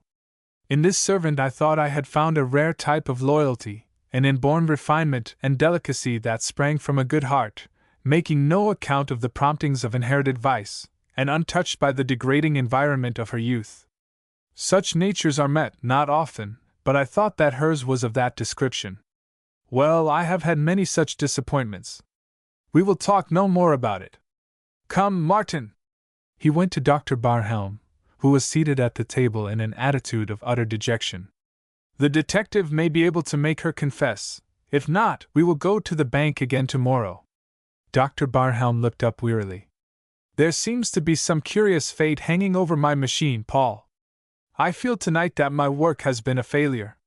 A failure! You are dreaming, Martin. See what your work has done. Dr. Crossett pointed to Lola indignantly. She was dead, and you brought her back to life. What do you mean? Lola sprang to her feet, facing them, her eyes blazing and her face livid. What do you mean? Lola! Hush, Paul! She does not know! What is it that I don't know?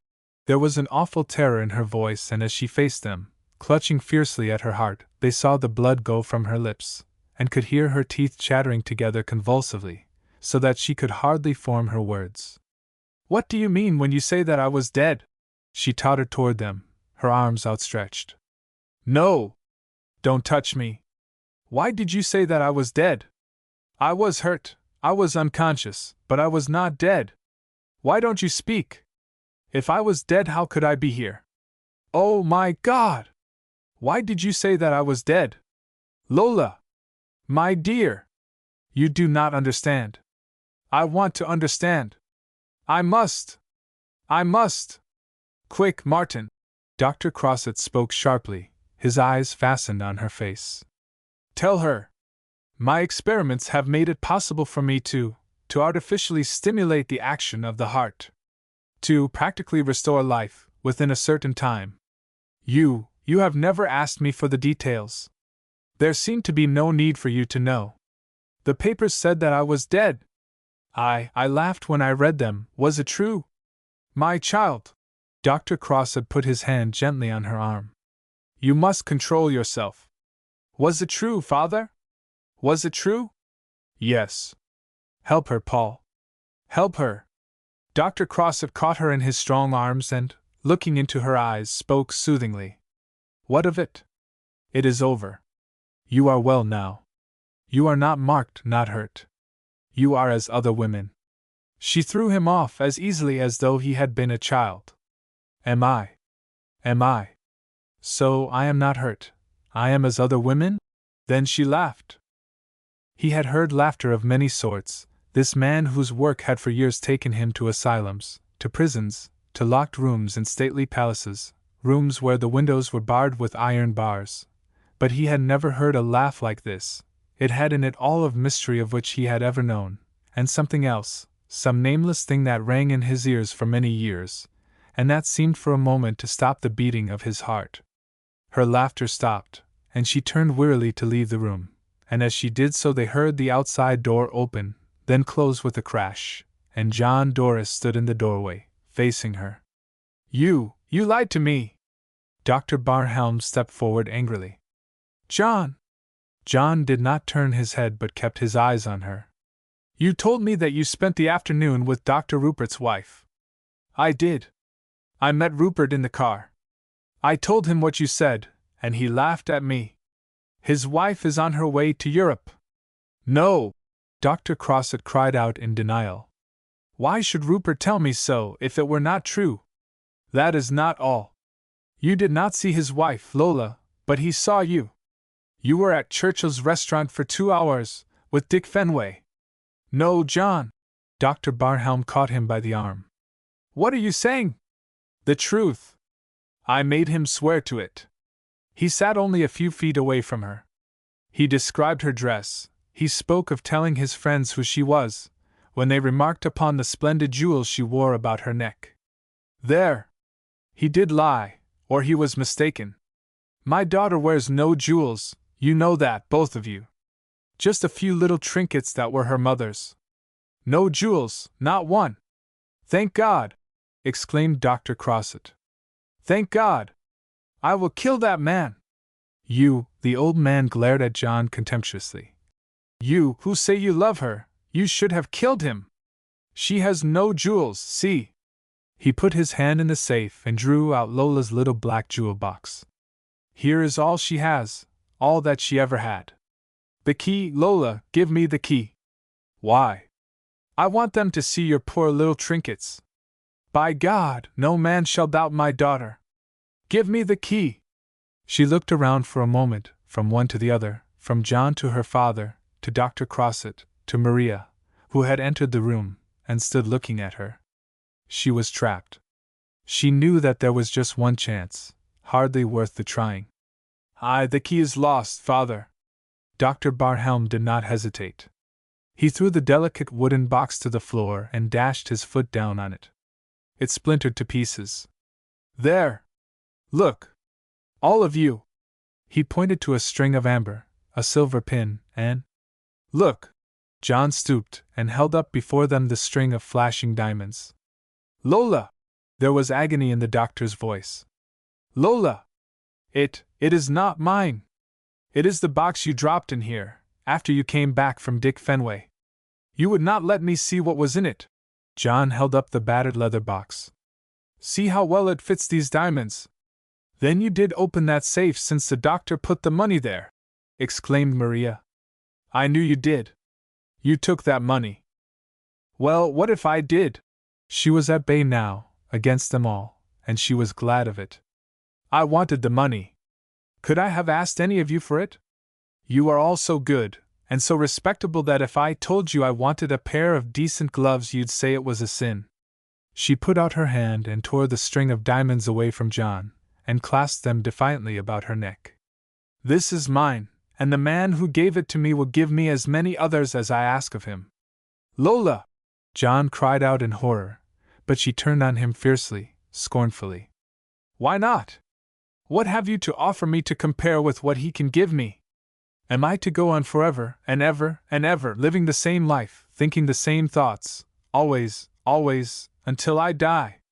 If that was to be my life, how dared you bring me back from death, back, with 1,000 new feelings, and passions, and desires? It was you who gave them to me. She was leaning forward now, across the table, her eyes glaring at her father, who sat huddled in his chair, his face slowly changing from a look of shame and agony to one of horror. You made me what I am. In your narrow, rusty lives none of you. She turned again to the others. Know that outside your rotten little world there is a life that is all gaiety and sunshine. I am going to it. I'm done with you, all of you. Before they could stop her, if any there had dared to stop her, she left them. They heard her going down the hall, and heard the door close behind her. Chapter 12 Lola's Flight. Lola's Flight. Dick Fenway's apartment was a popular place for after-theater parties, or any other description of informal evening merrymaking. It was well within the lobster belt, less than 5 minutes taxi ride from anywhere. Dick Fenway's. It was, or rather was announced as, strictly a bachelor apartment, but to a casual observer its strictness was largely a matter of the imagination. Mrs. Harlan once remarked that the thing she liked about a classy bachelor apartment was that they were the only places in New York where they knew how to treat a lady. Dick, who had been making a day of it, was entertaining a party, of which, as usual, Mrs. Harlan was the central figure. They had gone in a body to the opening of a new musical comedy, but after the curtain fell on the first act, she had announced it as the same old thing, only a bit rottener. and they had adjourned to Dick's rooms to wind up the evening with a game of roulette, to be followed by a little supper. Mrs. Harlan had the bank, and being some $300 ahead of the game, was in the best of humor. Dick, as usual, had been losing heavily, but did not seem to be greatly cast down by his ill fortune. As he expressed it, his old man was too fat, and it did him good to work. Aside from Dick and Mrs. Harlan, the party consisted of Jim Winnett, a broker, Sam Norton, a popular comedian, just at present out of an engagement, Ted Hawley, one of those mysterious gentlemen, of which this section of New York is so full, who manage to live in great comfort on an income of nothing a year, and by no greater exertion, so far as anyone has been able to discover, than it takes to array themselves in well-tailored garments, and cultivate the pleasant art of handshaking. Accompanying these gentlemen were a carefully selected quartet of young ladies, whose physical charms made up for any possible lack of social culture. Brooks, a manservant of perfect manners and unimpeachable respectability, moved about quietly, supplying cigars for the gentlemen, cigarettes for the ladies, and liquid refreshment for both, with a skill born of long experience, and if he had any personal opinion at all of his master's guests, it was hidden behind a face of such absolute lack of expression that it is to be greatly doubted whether they looked upon him as a human being, or a bit of rather unusually perfect mechanism, invented for their express convenience. In most circles of this sort, a close observer will notice that there is usually some one man, who seems to be elected by unanimous vote, to pay all the bills, and in this case Mrs. Harlan was not at all surprised to discover that when Dick grew tired of throwing away his father's money, and retired rather sulkily to a distant window seat, the game languished, and after a moment's puny struggle, died of inanition. "You're a fine bunch of pikers," the lady observed, with that nice choice of the vernacular which constituted one of her chief social charms. "There isn't sporting blood enough in the whole crowd of you to drown a medium-sized flea." "I'm sick of the game, Madge," responded Dick moodily, "and I guess I'm off my feed tonight. I feel rotten. You folks start a poker game, if you want to. I'm going to sit around for a while." "He's in love, that's the matter with him," said one of the girls. "It's that pretty little blonde he's been rushing lately." "What's the trouble, Dick? Did she pass you up?" "I don't know what you're talking about," Dick answered, rather a nasty look coming into his eyes.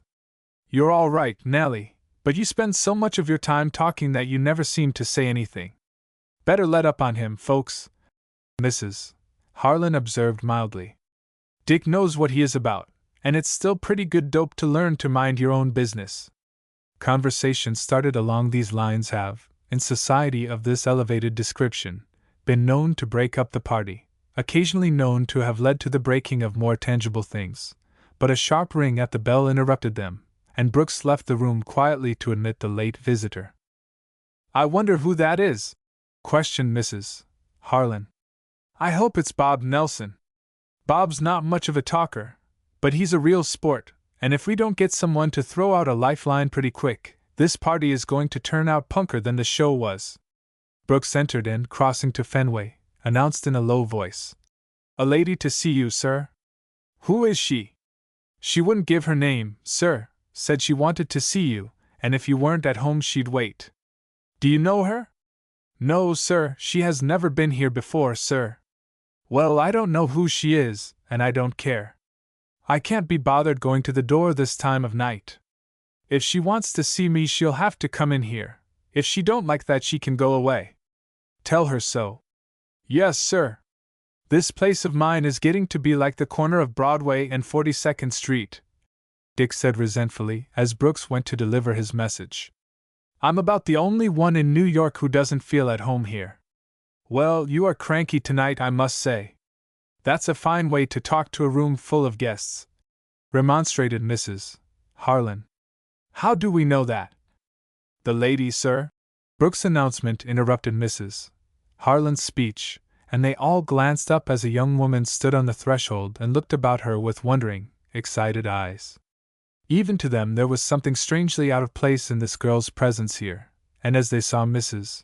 Harlan's astonishment, and heard Dick's gasp of surprise, and something very like dismay, they scented something out of the ordinary, and bent forward in eager curiosity. Lola! Dick rose to his feet awkwardly. Lola! Your man told me that to see you I must come in here, and it was very necessary that I should see you.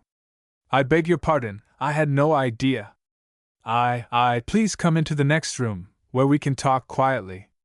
I say, Dick, said Sam Norton thickly, ain't you going to introduce the lady? He rose rather unsteadily and started toward Lola. You go to hell, Sam! Dick pushed him away roughly. Come, Miss Barhelm, I am sure you will feel more at home in here. As he spoke, he opened the door of the adjoining room, and as she entered, he turned so fiercely on the others that they lost at once any desire they may have had to satisfy their curiosity. You'd better keep away, all of you, was all he said, but the look on his face warned them that he was in no mood to be trifled with, and as the door closed behind him, they did not even laugh. The room into which he had taken her was furnished as a library, and as Lola looked about her, she noticed with keen pleasure the tasteful and expensive furnishings and the atmosphere of luxury. In reality, it was Dick's favorite room, and reflected, as rooms sometimes will, the better side of his nature. It is worthy of remark that of all the noisy party outside, Mrs. Harlan alone had ever put her foot across this threshold, and Mrs. Harlan, no matter what her faults, at least had brains. As Lola seated herself and looked around curiously, he stood expectantly in front of her, waiting for an explanation of her presence. Well, Lola, he said at last, seeing that she made no effort to begin. Well? She looked at him smilingly. It's awful good of you to come here, of course, Lola, but don't you think you had better tell me all about it? There is very little to tell, Dick. They scolded me for being late. That started it. Then John found out that I had been at the restaurant with you. A little later they found that silly diamond thing you gave me. One thing on top of another was a little too much for them. Things began to be very unpleasant, so I came away. Came away? I am not sure that I quite understand you. Came away for how long? I am never going back there, she replied. Never in my life. And you came to me? Yes. Lola! Do you know what that means? I thought it would mean that you would be glad to see me. He was far from being a good man. He had done his best to bring this very thing about, but now that it had come, some little spark of manhood in him made him hesitate. He did not speak for a moment, and when he did it was in a voice more serious than any of his friends would have recognized. I am married, Lola, you know that, but my lawyers are fixing things, and before long I expect to get a divorce. Will you come to me now, and let me take you away from all this mess, and marry me just as soon as things are arranged? Are you sure you want me, Dick? The look in his eyes was answer enough as he caught her in his arms, but if she was afraid of him, she showed no sign of it. She allowed him to kiss her once on the lips, then she gently freed herself, and stood looking at him laughingly, and she seemed to him so young, so like a pretty, inexperienced child, that he was, for the moment, ashamed to press his advantage over her. You did want me after all, didn't you, Dick? I was sure you would, although I was just a little bit nervous, while your man kept me waiting at the door. You are a dear boy, and I am going to learn to be very fond of you, and just as soon as you get that horrid divorce I will marry you, if you still want me. And until then, Lola? He looked at her with a growing passion, as he realized how completely she was putting herself into his power. It may be a month or two. I'll hurry things all I can, but until then what are you going to do? Let's have this settled right now. I won't always be in as decent a mood as I seem to be in tonight. What are you going to do until then? I am going to stay with you, Dick. She looked at him, blushing slightly, but without a sign of nervousness. No, please! As he stepped toward her to take her in his arms. I have thought it all out very carefully. If I come to you, it must be on my own conditions. It shall be, Lola, anything you want you shall have. I want you to take me away, tonight, before any of them can find me. I don't want to come back to New York until after we are married. I will go with you anywhere you want to take me, but not alone. You must find some woman who will go with us. Mrs. Harlan, he suggested promptly. She's rather hard up just now, and she'd be glad of a little trip. She could get away tomorrow, I'm sure, if we made a point of it. Not tonight. No woman on earth could do that. Ask her, and if she will go, ask her if she would be willing to take me to her house tonight. John will come here, I am sure of that, but he would not dare to go there before morning, and if he comes then we can find a way to avoid him. You can take us there in a cab, then go to an hotel for the night. Do you think I am afraid of John, Doris? I think you are very foolish if you are not, she answered. John is a quiet man, but if he were to find us here in this room together, he would kill you.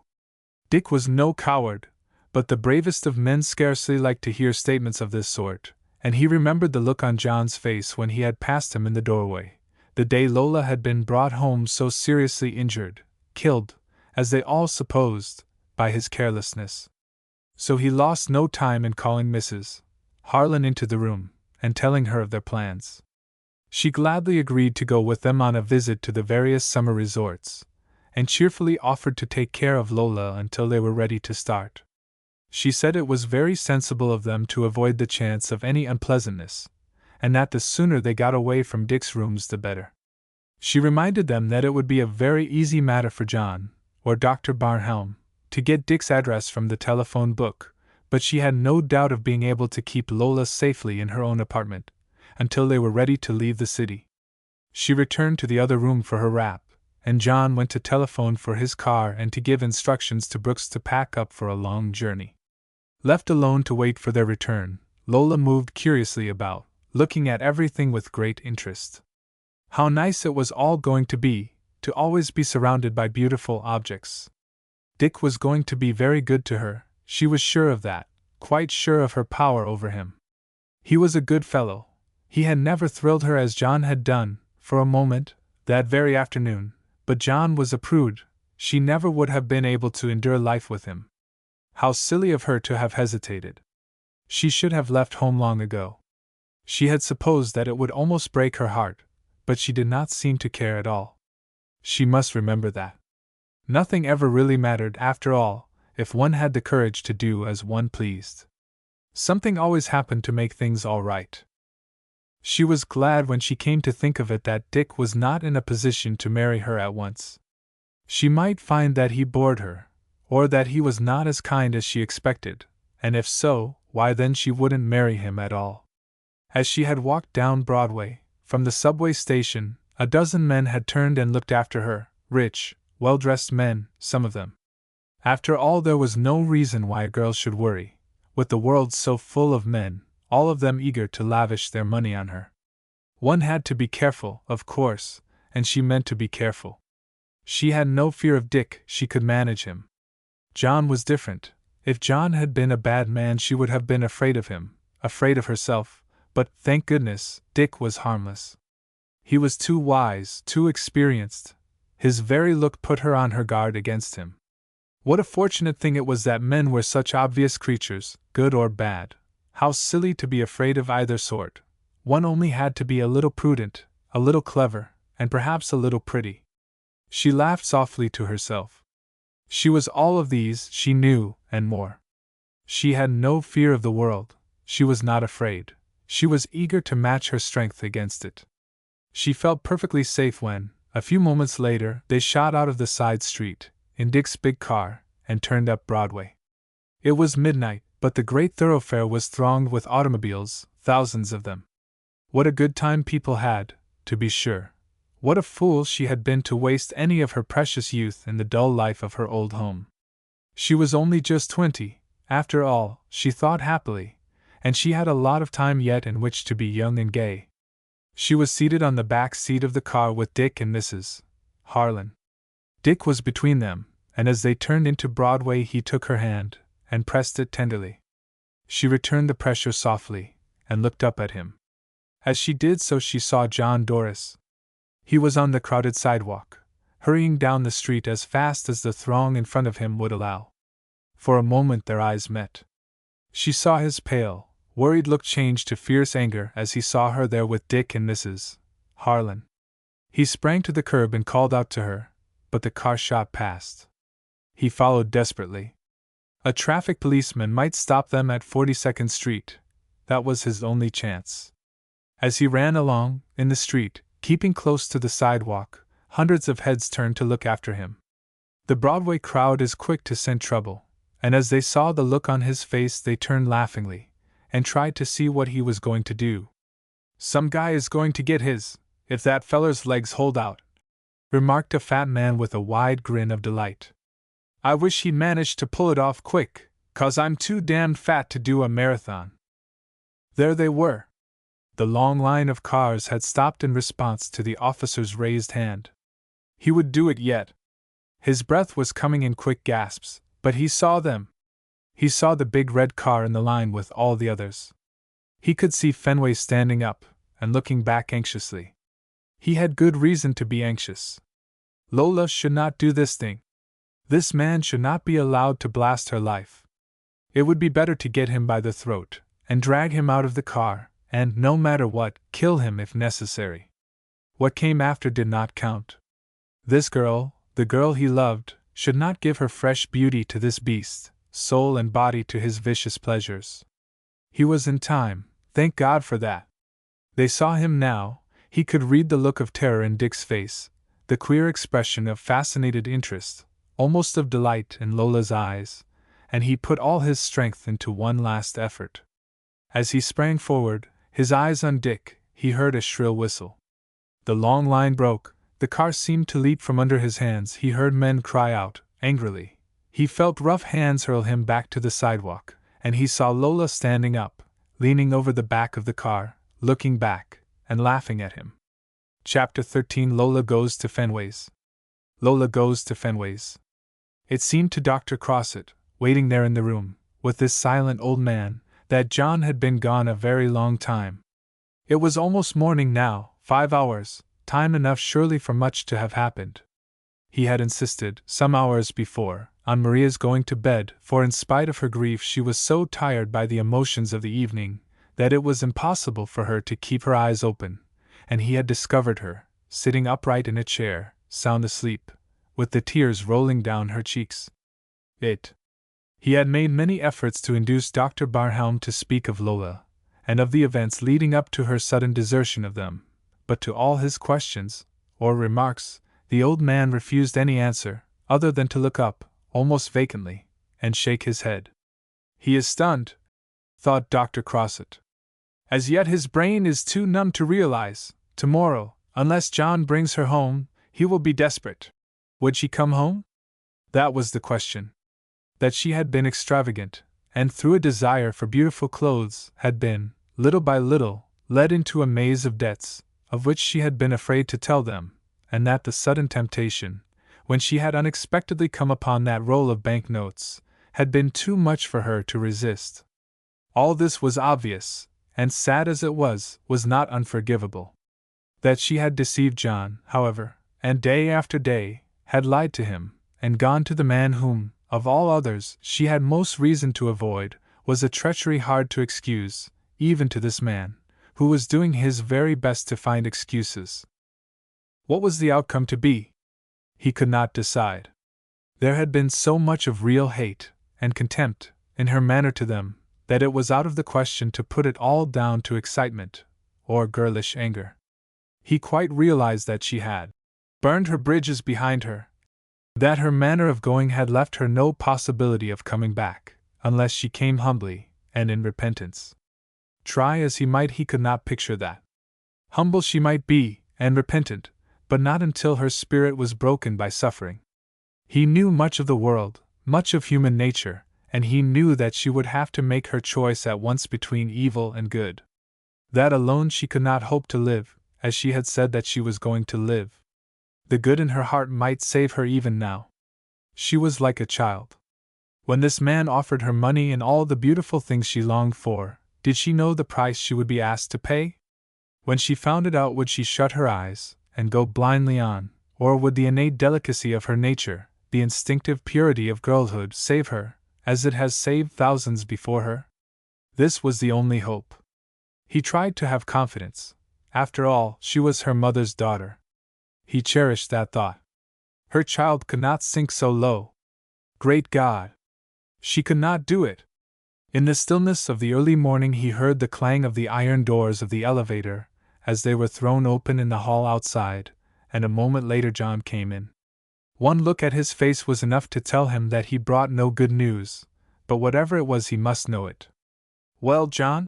He came forward to meet him. "What have you to tell us?" John looked quickly at Dr. Barhelm, and Dr. Crossett understood that what he had to tell would destroy any remaining hope that the old man might have cherished. "Thank you, John, for doing what you have done." Dr. Barhelm spoke quietly, but with a great weariness in his voice. "I know that I am not alone in my sorrow, but I wish to know nothing of what you have discovered, nothing now, or ever, of where she has gone, or of the things that she has done, or will do. I am going to ask you both not to speak of her in my hearing. It must be as though she were dead, until the day she comes back to me." He rose as he finished, and walked to the door. "But doctor, will she ever come back?" John said despondently. "Do you think that we shall ever see her again?" "I am quite sure of it," Dr. Barhelm answered.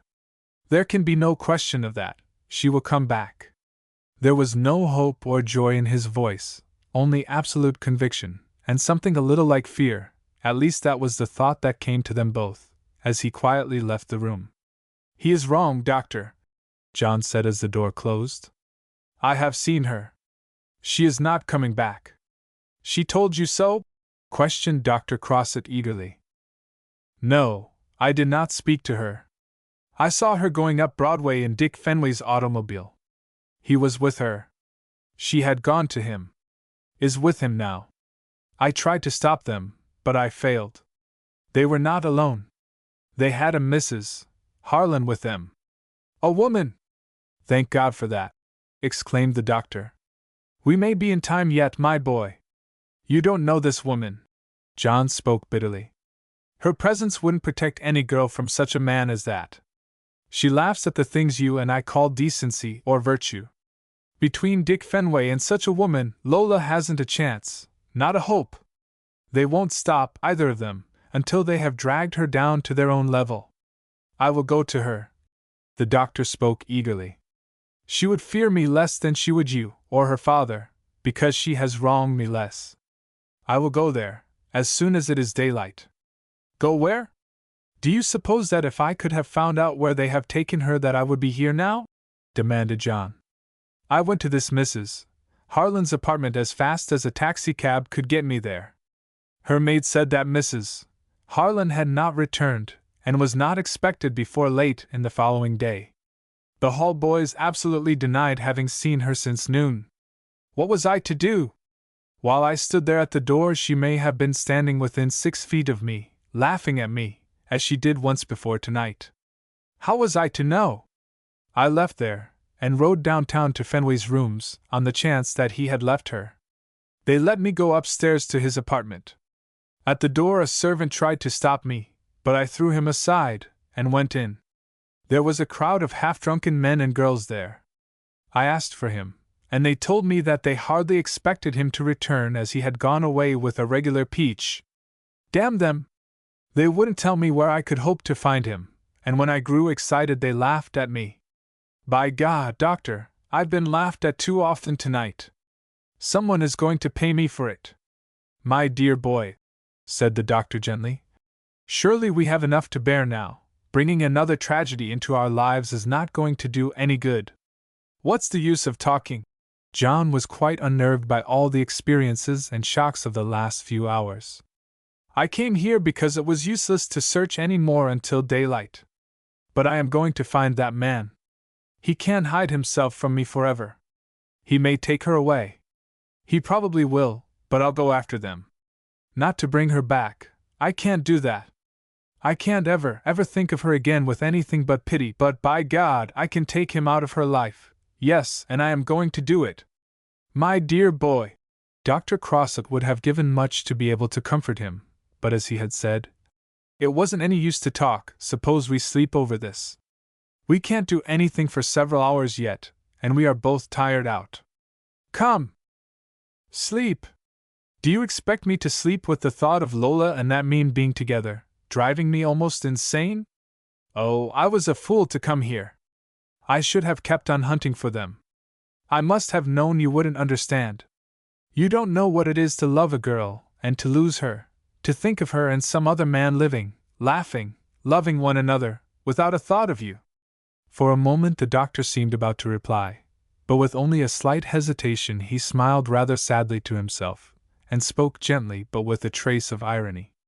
"We will grant, John, that I do not understand, that I know nothing of loving a woman whom fate sees fit to separate me from, but I do know this: always there must be one love stronger than another, as it was with you and Lola, so it always is. One who loves and gives, one who is loved and takes, not always selfishly, but always it is so. In your life you may love again, for you are young, but you will never again be able to give to any woman just what you gave to her. It is not any man's to give more than once.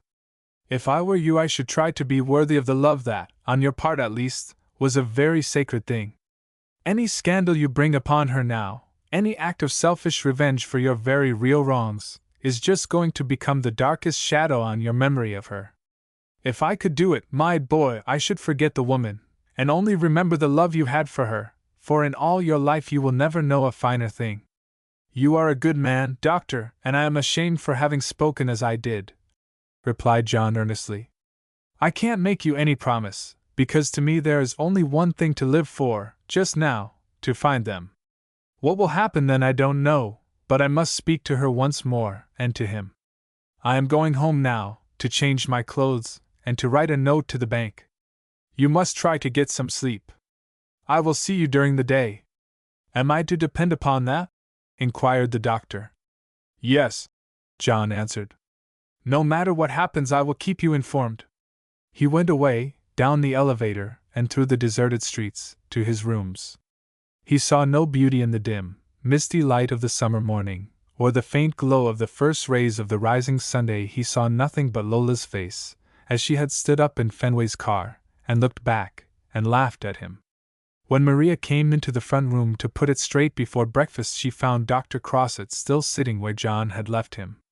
He looked up and spoke pleasantly to her as she entered, but she thought that he had, as she expressed it to herself, a queer, far-off look in his eyes, like a person that had been thinking of things that had happened a long time ago. Lola was sleeping very peacefully in a large and rather ornate brass bed in one of Mrs. Harlan's guest rooms. As she lay there, dressed in one of that lady's absurdly ample night robes, she was smiling to herself happily. Some freak of what we choose to call our subconscious mind had flashed across her brain, a dream.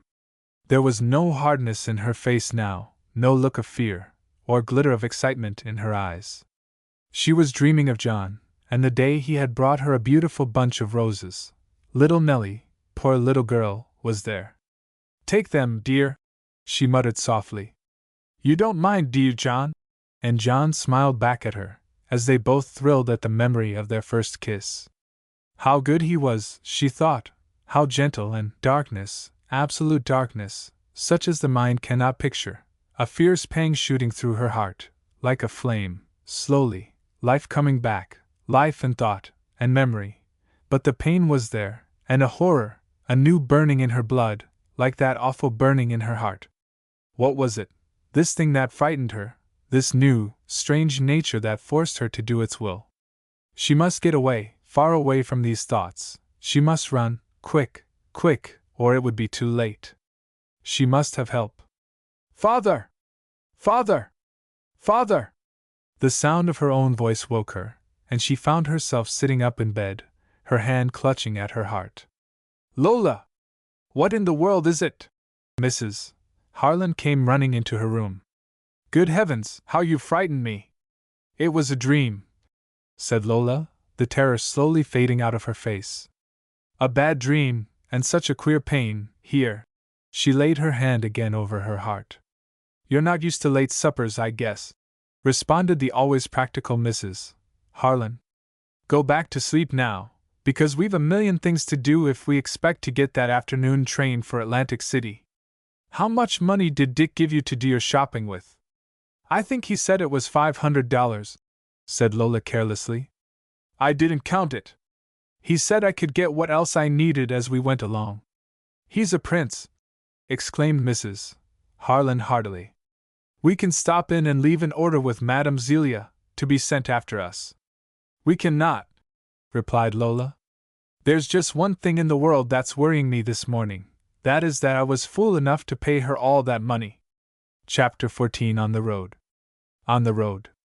Dick, said Mrs. Harlan, with extreme politeness, I am perfectly willing that Lola should have all the best of it. I am used to that. I am quite prepared to admit that she is younger than I am, and better looking, although I still think that she might get along without telling me of it herself. It's none of my business how much money you give her, nor how much she may bully you in private, but my dear boy, I am just naturally damned if I'll put up with her tantrums any longer. Dick. But, Madge, pleaded Dick Fenway, rather anxiously, Lola is a little nervous. She's all of that, agreed Mrs. Harlan. We started out to make a jolly party of this, and it's winding up like an Irish wake. Look at Bob. In response to her rather dramatic invitation, Dick turned his head and did as he was requested. He looked at Bob, and in spite of his disturbed mind he found himself smiling. Bob Nelson, who made up the fourth in their little party, was a stout young fellow in the late 20s, whose sole ambition in life seemed to center about a desire not to have Rose. He sat on the sand a few paces away from them, and was earnestly practicing his favorite amusement, which consisted in fixing his eyes firmly upon nothing whatever, and allowing his mind to stand without hitching, as he had once described it, a mental gymnastic only possible of achievement inside of a skull so constituted as to allow the brain an abundance of room. Bob, continued Mrs. Harlan firmly, is getting good and tired of the way things are going. We don't mind a little change now and then, but we do object to being politely requested to get out of every hotel between Palm Beach and Quebec. Bob, what is your opinion of the way Lola is going on? Bob, evidently anxious to do the subject full justice, gave the matter at least a moment's calm thought before he replied. Yes. He then, with considerable satisfaction, resumed his former amusement, only slightly troubled by the unusual mental effort. There! You see! Exclaimed Mrs. Harlan. Although somewhat in doubt as to precisely what he was supposed to see, Dick was content to assume that it was not exactly a compliment to Lola. Lola had been making Rose. There was no denying that. She was difficult to please, and absolutely indifferent to the rights of others. She was constantly getting them into disputes with the hotel clerks, the servants, or with the other guests, and on several occasions during their trip they had been politely informed that their rooms were needed for other purposes. All this had been fully as annoying to Dick as it had to either of the others, but during the 6 weeks they had been together, his love for her had grown into a great passion that made no account of her faults, although it could not blind him to them. She's in a difficult position, Madge, he explained, anxious to smooth things over, for he knew that Lola would not travel about with him alone, and for the last few days he had seen that Mrs. Harlan was rapidly growing tired of her role of chaperone. She's had to break off with her people, and she's new to this sort of thing. It will be all right as soon as that confounded divorce of mine is settled. Once we are married she'll settle down and have an easy mind. All right. Mrs. Harlan sighed patiently. I'm your friend, and I'll stick as long as I can, but I can't help saying this, Dick, you're the bravest man I ever knew. They make an awful fuss about Daniel in the lion's den, but he wasn't a marker to you. Oh, come now! Lola isn't so bad as all that. She's the best girl in the world, and the gamest little sport. Of course, I'll admit she is a little bit upset right now, and her temper is a little violent. And then some, agreed Mrs. Harlan coarsely. Come on, let's go back and see if she's still asleep. If she is, the hotel people will probably allow us to stay to lunch. Are you ready, Bob? Bob was never what could properly be described as ready, but as it was easier on the whole to move than to dispute the matter, and as he was vaguely impressed with the idea that the word lunch had been mentioned, he rose ponderously to his feet and followed the others back to the hotel. Several groups of summer visitors, noticing the deep abstraction of his manner, were quite impressed. One young lady was heard to remark that she would like to know what he was thinking about, a desire which, had he known of it, he would have been quite unable to gratify. They found Lola waiting for them on the broad veranda, and as she saw them she came to the head of the steps and stood there smiling down at them. She was all in white, and looked as fresh and as sweet as a flower. No one, to see her, would have believed that only the night before she had left them in a furious burst of temper, vowing that she never wanted to see any of them again as long as she lived. "I've been waiting for you for the longest time," she cried out gaily. "I was afraid that you had all grown so disgusted with me that you had run away together, and were going to leave me here all by myself. You didn't answer when I knocked at your door this morning, and I was afraid to wake you. I thought the sleep would do you more good than anything else." Dick spoke tenderly, for he was really very fond of her, and anxious that the scene of the night before should be forgotten. "Aren't you going to kiss me, Madge?" As Lola held out her hand pleadingly, and with an air of sweet repentance, Mrs. Harlan, who was kind-hearted enough in her way, completely surrendered, and kissed her warmly, although she had vowed to herself that she would make no more efforts to live at peace with her. "And you, Bob?" As she stood with her arm about Mrs. Harlan, she held out her left hand to him. "Will you forgive me also? You see that everyone else has. You don't want to be the hard-hearted one of the crowd, do you?" "Lola, you're all right," said Bob, enormously flattered by all this unusual attention. "We're going to cut out Rose after this, and have a great time. Let's go to lunch." "Right again, Bob," cried out Mrs. Harlan. "I always said you had more brains than any of us." "Oh, no," replied Bob modestly, as they started for the dining room. "I don't claim to have more than my share of brains, but I'm practical." They had arrived here, at Narragansett Pier, only the day before, and Lola, who had been tired out by the long journey from Bar Harbor, had refused to go downstairs to dinner, and had, as she always did of late, taken breakfast in bed, so this was her first sight of the pretty dining room. They were given a table by one of the front windows looking out over the water, and as she seated herself and looked around she made up her mind that she was going to like this new place. The room was crowded, although the season was drawing to a close, and she noted with approval that the guests were of a quieter sort than those to whom they had been accustomed of late. "It's a fine assortment of old dopes we fell into this time," remarked Mrs. Harlan, looking about her scornfully. "Hadn't you better say grace, Bob, or start a hymn?" "Good God, Madge!" exclaimed Bob in horror. "It ain't as bad as that, is it?" "It's a good thing for all of us," said Lola. "It's a rest to get where you can see decent women and children again. I'm tired of those sporty hotels we've been living in lately. I'm going in for the simple life, and besides, these are smart people. You can tell that by looking at them. There isn't a thing in the world the matter with them, outside of their being respectable. They know enough to get good grub," Bob asserted with strong approval. "If soup like this goes with being respectable, I believe I'll get me a pair of spectacles and start in to raise whiskers. Look!" Lola nodded her head in the direction of a table near to them. "Did you ever see a finer-looking old man or a prettier child? I wonder if he is her father? No, he's too old. He is her grandfather. That pretty little woman next to him is his daughter and the little girl's mother. Thank God for this cocktail!" exclaimed Mrs. Harlan piously as she raised it to her lips. "It's all that's keeping me from a bad attack of the willies. You don't seriously mean that you like this sort of thing?" "Of course I do," replied Lola. "I like it better than any of the places we have been to yet, don't you, Dick?" "I like any place where you are happy, Lola," he replied. "Quick, Bob, send for another cocktail," Mrs.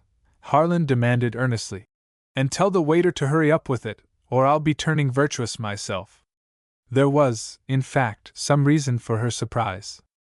Lola was never in the same mood for any great length of time, but up to now she had been tireless in her search for pleasure and excitement. She could not have told herself just why the atmosphere of this rather aristocratic hotel appealed so strongly to her, but the fact remained that, for the moment at least, she was happier than she had been at any time since their hurried flight from New York. They had gone first to Atlantic City, where Bob had joined their party, but on the second day after their arrival, one of the private detectives whom Dick had prudently engaged to keep an eye on John Doris had telegraphed that John had just taken a train for Atlantic City. How he had discovered their whereabouts they did not know, but long before his train arrived they were on their way to Cape May.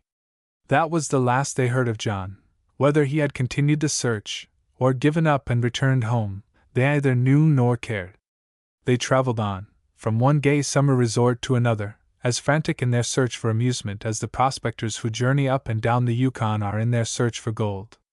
At first Lola had great trouble in teaching Dick that, in spite of her complete surrender of her life to his care, she had no idea of allowing him any favors beyond those conventionally granted to an accepted lover. On rare occasions she let him kiss her, with a little more warmth than is usually considered quite correct. He was privileged to hold her hand, once or twice perhaps to take her in his arms for a moment. Aside from that, all that he was expected to do was to provide her with the most costly dresses, and in every way to gratify her extravagant whims and caprices. This attitude of Lola's was such a surprise to Mrs.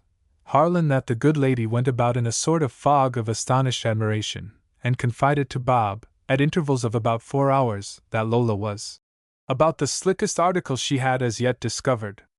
Dick himself, however, seemed perfectly satisfied after he had been made to clearly understand Lola's attitude. She had read his nature with true feminine intuition.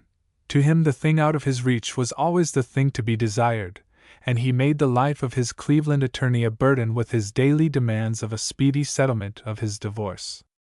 To Lola's father, sitting alone in New York, quietly waiting her return, to John or to Dr. Crossett, now halfway across the Atlantic on his way back to Paris, the knowledge of her attitude might have brought some comfort. To them she seemed lost to all feelings of shame or sense of prudence, and it is possible, had they known how matters stood, that they would have kept on in their search for her. The real facts were that Dick was to Lola the direct means by which she was to provide herself with the good things of life. He was a rich man. As his wife she could be sure of the things that just now seemed to her to be of all things the most to be desired. He himself was a handsome, good-natured, easily managed young fellow. To the physical side of her, which as yet had only been aroused for one moment when she had thrown herself into John's arms, Dick made absolutely no appeal, and 20 years of purity of thought and action had provided her with a defense against the casual promptings of instinctive desires too strong to be easily broken down. Of late a restless, nervous condition of mind and body might have warned her of a growing longing to solve for herself some of the depths of the world's knowledge. Her eyes had more than once been held for a moment by the bold, admiring gaze of some one of the strong, handsome men whom she had met, or when she had passed casually on the beaches or on the hotel verandas, but the quick catch of her breath, the sudden leap of her heart at such times had speedily been forgotten. She was not given to self-analysis. Her whole existence just now was centered in a daily search for pleasure. After lunch she and Dick went for a long walk, and Dick took advantage of her present gentle mood to tell her of his hope of a quick settlement of his divorce action, and to discuss with her plans for their future. As they strolled along the shore road, Lola noticed, idly, a rather striking couple who seemed to keep at about the same distance ahead of them. Father and daughter she thought they must be, a very pretty girl of perhaps 18 and a man in the late 50s, but so hale and vigorous that at the first glance he suggested no thought of age. Indeed, it was not until the couple turned and passed them that Lola, glancing quickly at him, saw on his face that in spite of his youthful step and almost soldierly bearing, he was a man of about her own father's time of life. The thought came to her, as for a moment she met his strong, eager glance of approval, as he saw her fresh young beauty and splendid vitality, that here was a man of real force. How queerly he looked to me, she thought, this old man, with a daughter very little younger than I am myself. Yet when he saw me his eyes seemed to burn into mine. He is in mourning, too, for he wore a band on his arm, and the girl is in black. How queer men are! Are they always the same, boys and men, always like that? A girl has only to look at them, and they can think of nothing but her. Father! The young lady looked almost angrily at him, then turning threw a quick look of scorn over her shoulder toward Lola. What a bold-looking girl! Was she, my dear? Remarked her father coldly. I thought her rather pretty. Pretty! She is beautiful. I was looking at her at lunch. I thought she was sweet, although she was with impossible persons, but as she looked at you just now. Well, my dear? She looked like an animal. A very fine animal, Alice. She is a very beautiful woman, although I fancy you are right about her not being quite the thing. The less notice you take of such people the better, my dear, unless you know something about who and what they are. That old boy, remarked Dick to Lola, looking after the couple who had just passed them, is Howard Bradley, of Detroit, one of the biggest lumbermen in the country, said to be worth 8 or 10 millions. Really? She looked up with a quick flash of interest. Yes, that's his daughter, Alice Bradley. You must have often seen her picture in the Sunday papers. She's a real swell. They are friends of my old man's, although I've never met em myself. You are a foolish boy, Dick. You must go and introduce yourself at once. It's silly not to make friends of that sort when you can. But I can't be bothered. Now, Dick, you do as I tell you. I'd like to meet a girl like that myself. You could introduce me easily enough. All right, Lola, replied Dick indifferently. I'm even ready to butt into society if you think it will amuse you, but right now let's go for a swim. Bob and Madge will be waiting for us. The beach was crowded when they entered the water together a little later, and as Lola was the only one of the 4 who ever did any real swimming, she left the others without ceremony and struck out for the raft, which, as it was now high tide, was quite a distance from the shore. Careful, Lola! Dick called out to her anxiously, but she only turned her head and laughed at him as she swam easily along with an overhand stroke that sent her through the water without the slightest apparent effort. In a moment she was past the line of bobbing heads that marked the limit of the average bather's courage and in comparatively clear water. Another moment, and she was within a few strokes of the raft on which a half-dozen men and 1 woman were standing. One of the men she saw was the gentleman Dick had told her was Howard Bradley. The girl was his daughter. She needn't think she is the only girl that knows how to swim, said Lola to herself, as she deliberately guided herself past the raft and out toward the distant shore line. She was quite conscious of the fact that all those on the raft had turned to watch her, and a feeling of bravado urged her to keep on. She felt strong today, full of youth and life, and she had no fear of any danger. Look, father, said Alice Bradley, following Lola anxiously with her eyes. Surely she is going too far out. By Jove, said Mr. Bradley. She's fine. Look at the way she goes through the water.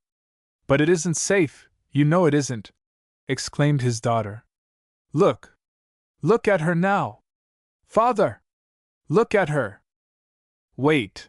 She felt her father's fingers crush her bare arm as he clutched her in his excitement. She's turned over, swimming on her back.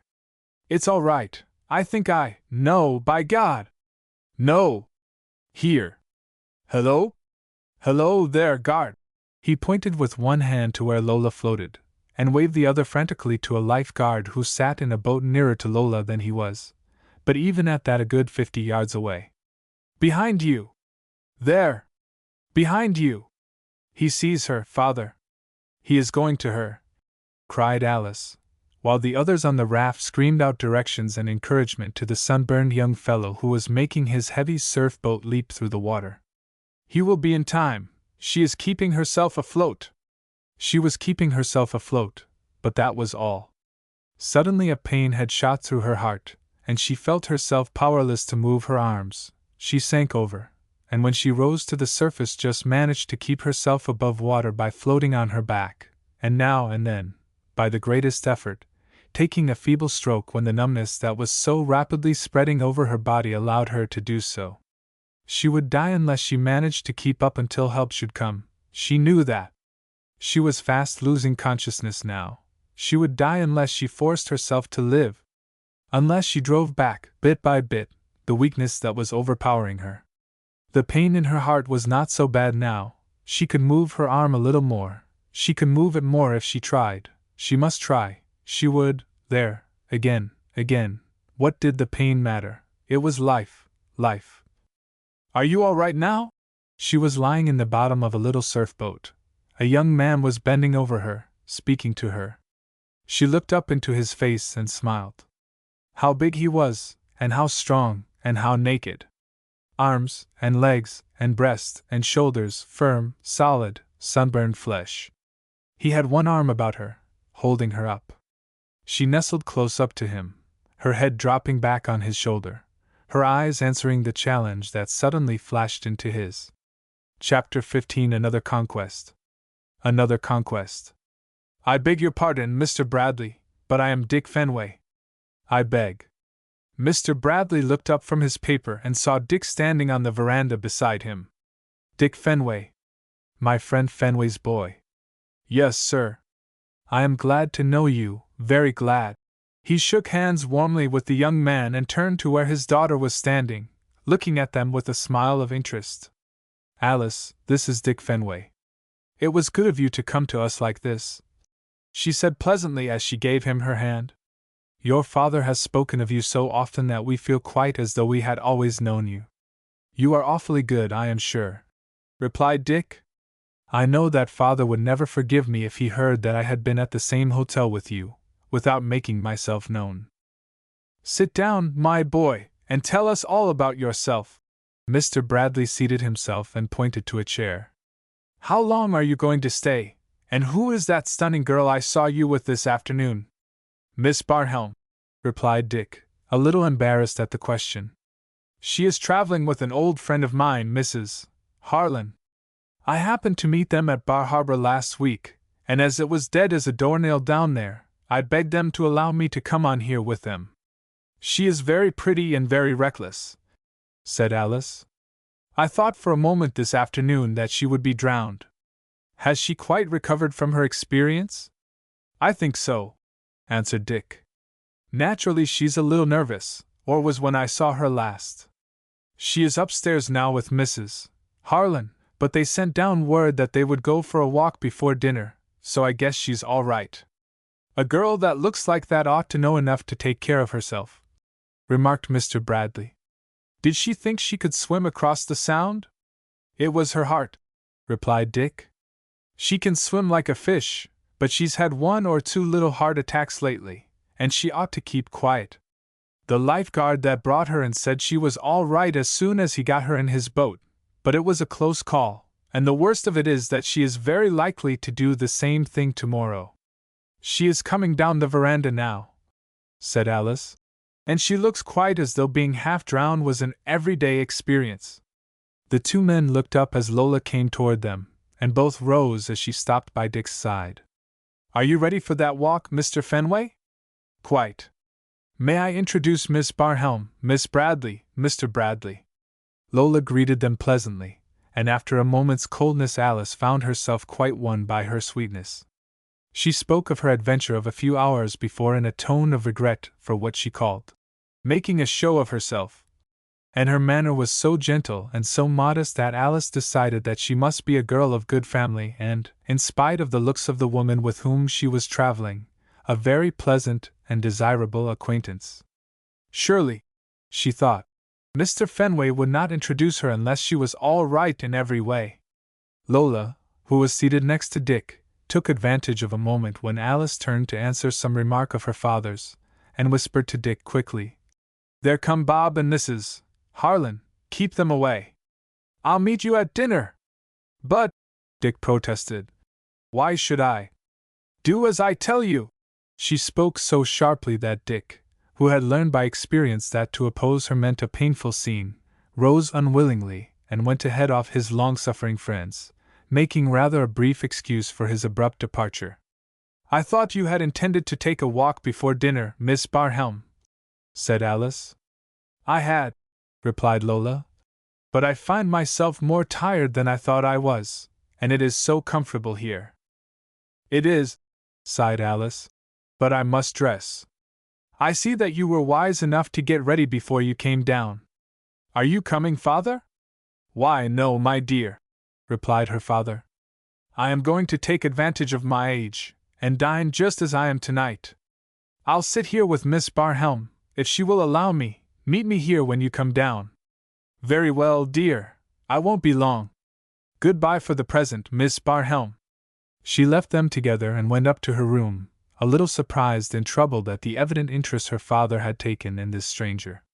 Since her mother's death, she had often felt a fear that he might some day allow himself to become attached to some of the many women who, attracted by his wealth, had done all in their power to fascinate him. He was different from most men of his age. She knew that. He was strong and well, and had much of the ardent spirit of youth still remaining, but so far as she had ever seen, he had shown no desire to respond to any feminine advances, had never in fact shown as much interest in any woman as he had in this girl, not only since he had talked with her, but before. She had not forgotten the glance Lola had given him as they had passed on the shore road, or his admiration for her prowess in the water. She dismissed any fears she had, however.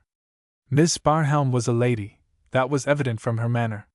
She was probably going to marry Dick Fenway.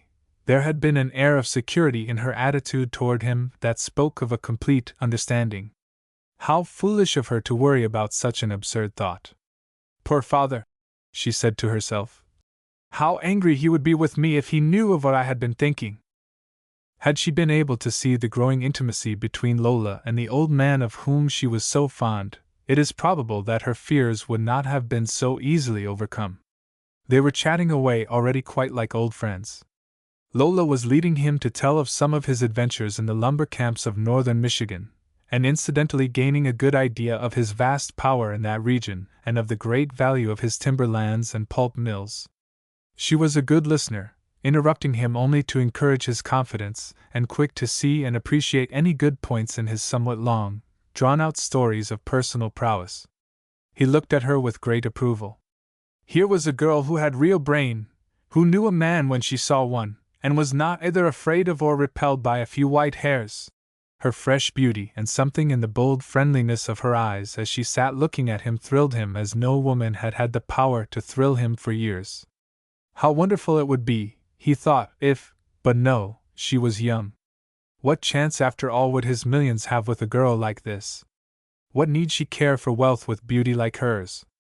Dick Fenway was probably the lucky man. Damned young loafer.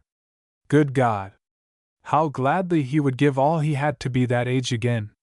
To be 30 and back in the lumber country with his axe, and his youth, and his girl. Strong desires, fought down and smothered out of respect for a dead wife and a living daughter, blazed up again, fired by a spark from this young woman's eye. There was something in her look that seemed to tell him that to her he was not old, not rich, not past all chance of woman's love or hope of romance. She was looking into his eyes as women had looked years ago, and she was finding there what they had found. She was seated very close to him, bending forward, eagerly listening to his story. Her hand resting on the arm of his chair touched his. She did not draw it away. How warm it was, how soft. What was this woman? This young girl, who in a few moments had gained the power to stir into life feelings that he thought had been forever buried with the other things that had made life so sweet? What was there in her boldness that charmed without offending him? The story he was telling ended abruptly in the middle. They sat there in the gathering darkness silently. The little warm hand that lay beside his own slowly turned and closed about his. His heart leaped, he bent toward her, but she sprang up with a low laugh, and before he could speak she was gone. Alice found him there when she came down a little later. "How well you look, father dear!" she exclaimed. "I am sure that this place is doing you good. You look almost young." "Why shouldn't I?" he answered gaily. "A man is as old as he feels, and I don't feel like an old man tonight." As they went into dinner they met Dick Fenway waiting in the hall. "I don't seem to be able to find Miss Barhelm," he announced rather impatiently. "You didn't happen to notice what became of her, did you?" "She went down the steps, I think," replied Mr. Bradley, "although it had grown so dark that I couldn't be sure of it. Come on, Alice, we are late now." They went into the dining room, leaving Dick alone. Mrs. Harlan and Bob found him there, quite out of temper, when they appeared ready dressed for dinner. "Where the devil can Lola be?" he growled angrily. "It is almost 8 o'clock. "Well, you may do as you please, my dear boy," said Mrs. Harlan firmly, "but I'm not going to wait. How about you, Bob?" "Well," replied Bob very earnestly, "I would do an awful lot for Lola, She's behaving splendidly, and she's a big credit to the party today, but she couldn't expect a fellow to take a chance of missing his dinner. You two go on in. I'll find her. Dick turned and left them, going down the steps to the shore road and glancing up and down, in the hope of seeing her. He could make out a couple down by the water, their figures looming dimly through the darkness. Lovers probably, he thought. They seemed to be walking very slowly and very near together, but he could see nothing of the solitary form for which he was looking. She was not in her room. He had made sure of that, and as far as he could see in the dim light, this one couple had the shore to themselves. He was conscious of a feeling of envy. If only Lola and he could sometimes do as these two were doing, forget everything but one another, be together like that, alone. He would be content if he was sure of her love. He, who had asked much of women, would be satisfied with so little, but Lola seemed to have no sentiment. Things would be all right, of course, after they were married, but now it was hard. They were coming toward him slowly, those two, and as he stood there waiting he watched them idly. A man and a girl, of course. No two men or two women ever walked like that. He laughed to himself as he realized the sentimentality of his mood. The man was very tall. Even in the darkness one could tell that he was young and strong. The girl was small, delicate. Something in her bearing reminded him. By God! It is Lola! He started forward and met them at the foot of the steps just as they came out of the shadow into the light thrown out by the bright illumination of the veranda. Lola! He stood facing her angrily, glancing from her to the young fellow at her side, a sunburned, wind-tanned young giant in loose flannels. Where have you been? Why, I took a little walk, Dick, she answered calmly. I met Mr. Blake, and he was good enough to offer to stroll back with me. Mr. Blake is the lifeguard who fished me out of the water this afternoon. This is Mr. Fenway, Mr. Blake. Oh, Dick returned the young man's bow rather curtly. I am glad of the chance of thanking you again, Blake. I would have looked you up, of course, in the morning. I was in my bathing suit at the time, and when I got dressed you had gone off duty. Here. He had taken out his pocketbook as he spoke, and now drew out a bill and held it out. I thank you very much, Mr. Fenway, said the young man with what seemed to Dick to be surprisingly good manners for a fellow of his position. But I can't take it. Miss Barhelm had already rewarded me most liberally. He raised his cap politely, and with a brief good night stepped out of the circle of light and was swallowed up in the darkness. What the devil are you laughing at, Lola? Demanded Dick angrily. Do you see anything especially funny? Oh, no, dear, not at all, she answered. And I think it would be a good thing if we were to go in to dinner. Once in the dining room, Lola's high spirits seemed to desert her. She seemed languid and rather moody, and in spite of Bob's really eloquent description of various dishes that he had stamped with the seal of his approval, she refused to do more than nibble at a crust of bread and drink a glass or two of champagne, of which she had grown very fond. After dinner they went out on the veranda and met Mr. Bradley and Alice, and by them were introduced to many of the guests of the hotel. Lola, who in spite of her present bad temper was looking very well, soon found herself the center of a lively group. There was no doubt at all of her success. She received the two infallible proofs: admiration from the men, envy from the women. She found herself seated next to the sweet-faced old gentleman whom she had noticed at the lunch table. He had his little granddaughter seated on his knee, and a very small and very aristocratic French poodle perched upon the arm of his chair. Of all the group, these two alone, the child and the dog, refused to devote themselves to Lola.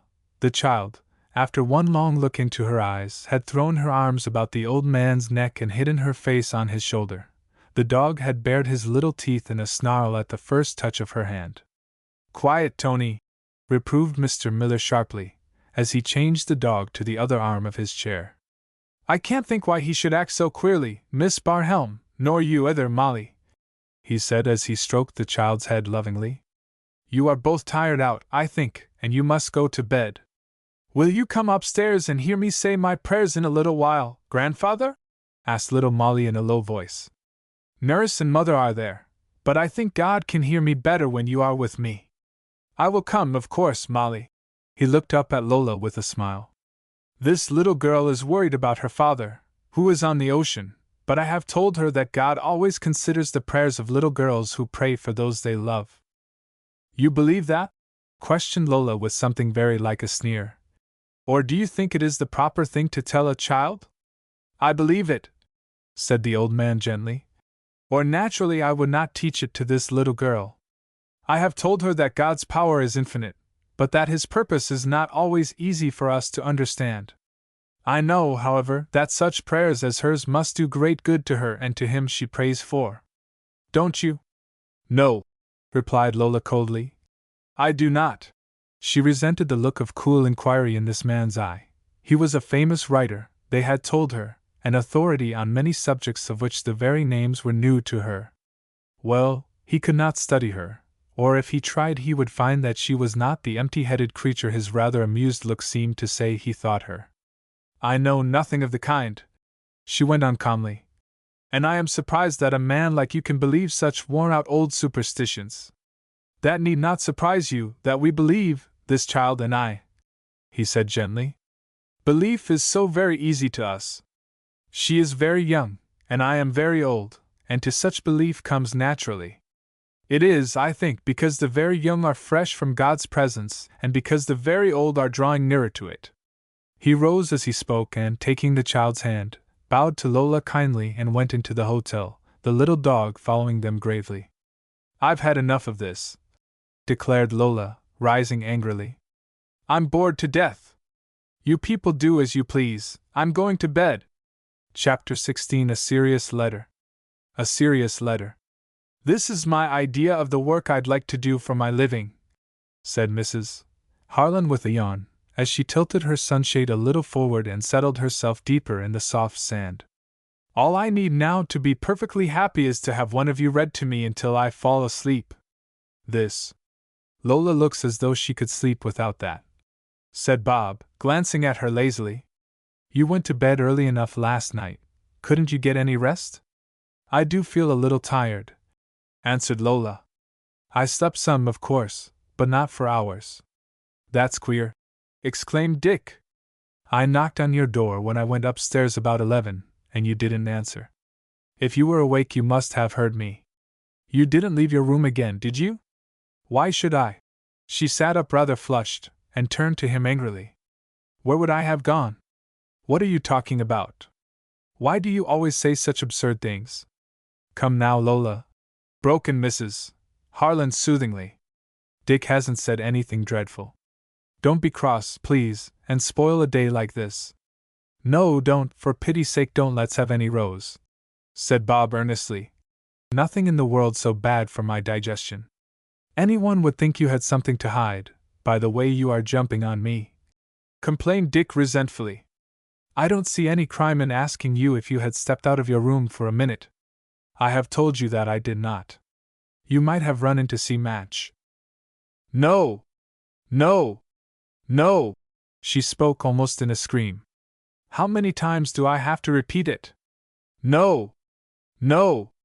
No! Come on, Madge, that's the 3-alarm signal!" exclaimed Bob, as he got to his feet heavily. "Great God, Lola!" He looked down at her, his fat, good-natured face expressing his deep disgust. "Why can't you learn to keep your disposition in the ice chest? You're all right when you are all right, but you're a wonder at kicking up a row." "I guess Bob's playing safe," agreed Mrs. Harlan, as she took his proffered hand and got to her feet. "We'll leave you two alone, as usual, to fight it out. Come on, Bob. I may not be as great a socialite as Lola is getting lately, but I'm perfectly willing to sit in the sand and let you go to sleep." Lola made no effort to stop them, and they walked on up the beach in search of peace and quiet, Mrs. Harlan angry and disgusted, Bob deeply discouraged. "There!" exclaimed Dick. "You've driven them away again! What of it?" Lola looked at him coldly. "Go with them if you want to. I don't, but Bob's getting tired of this sort of thing, and he's too good a fellow to be made uncomfortable all the time. He's a fool, a perfect fool, you know he is, Dick Fenway. The only thing in the world that would really please him would be to eat a good dinner in a deaf and dumb asylum. I'm tired to death of him and of your Mrs. Harlan, too. She's coarse, and low, and vulgar, and if you had any respect for me at all, you wouldn't force me to be with such a person. But, my dear girl, you know I can't help it.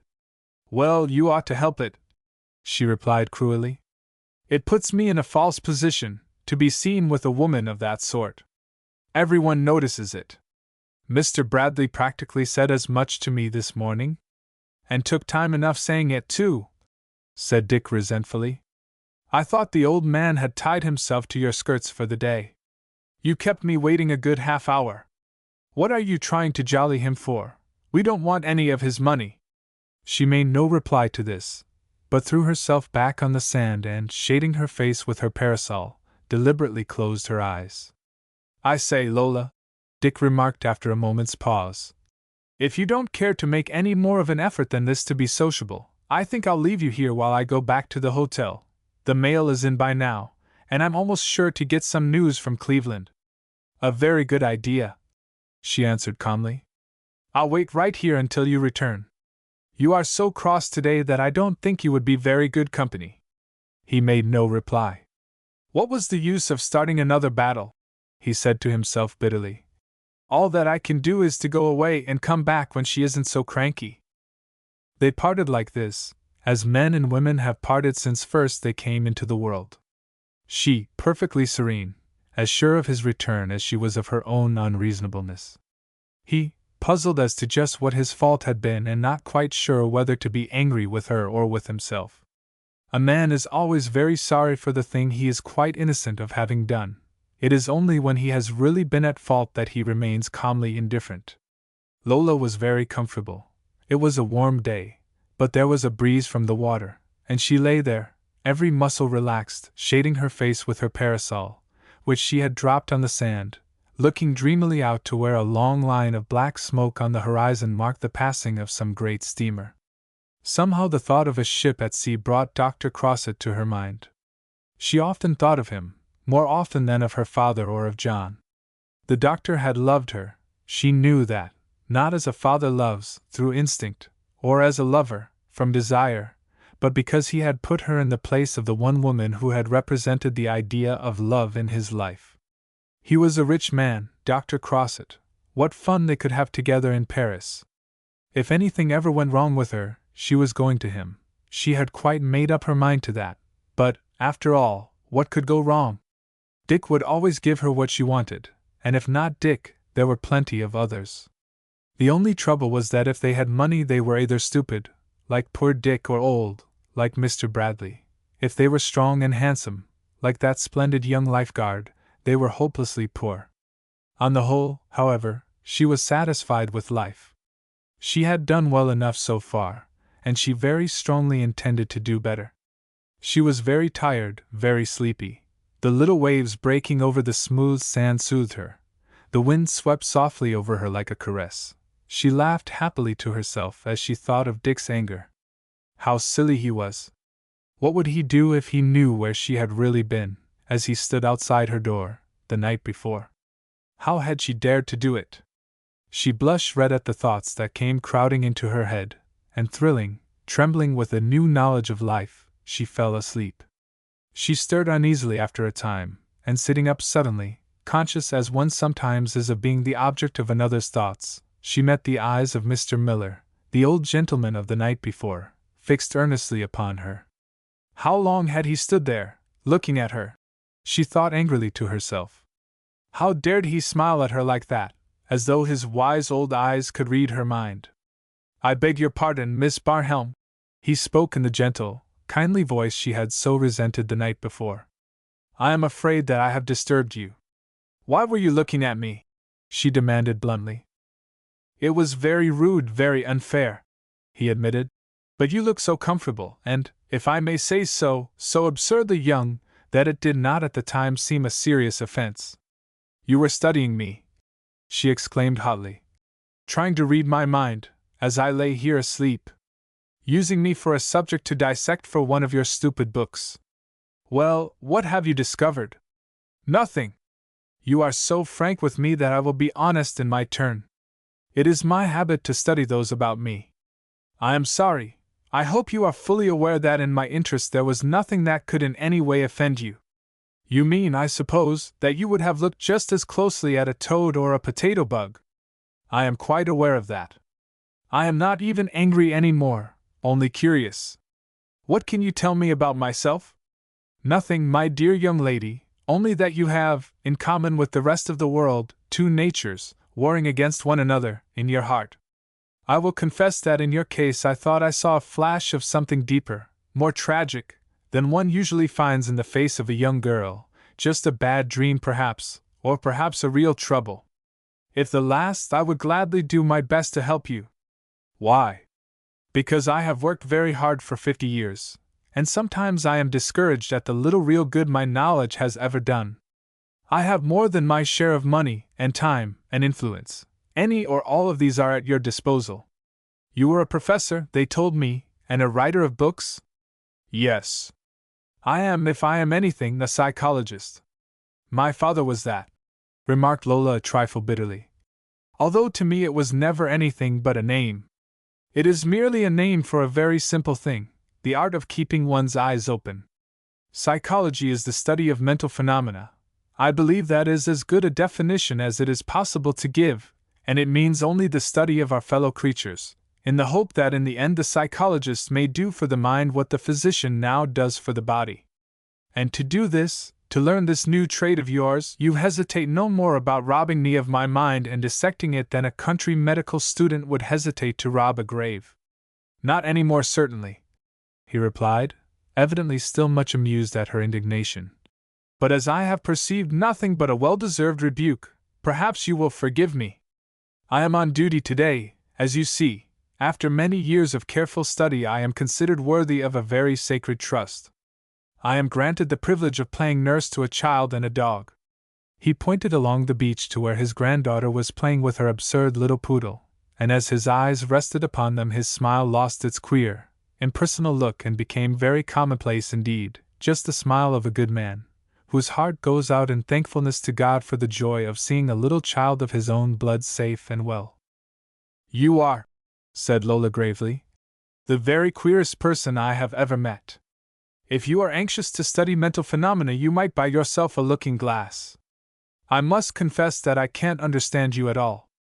Since we seem to have met upon a rather unusual attitude of frankness, he responded mildly, I am going to return the compliment. Our impressions seem to have been identical.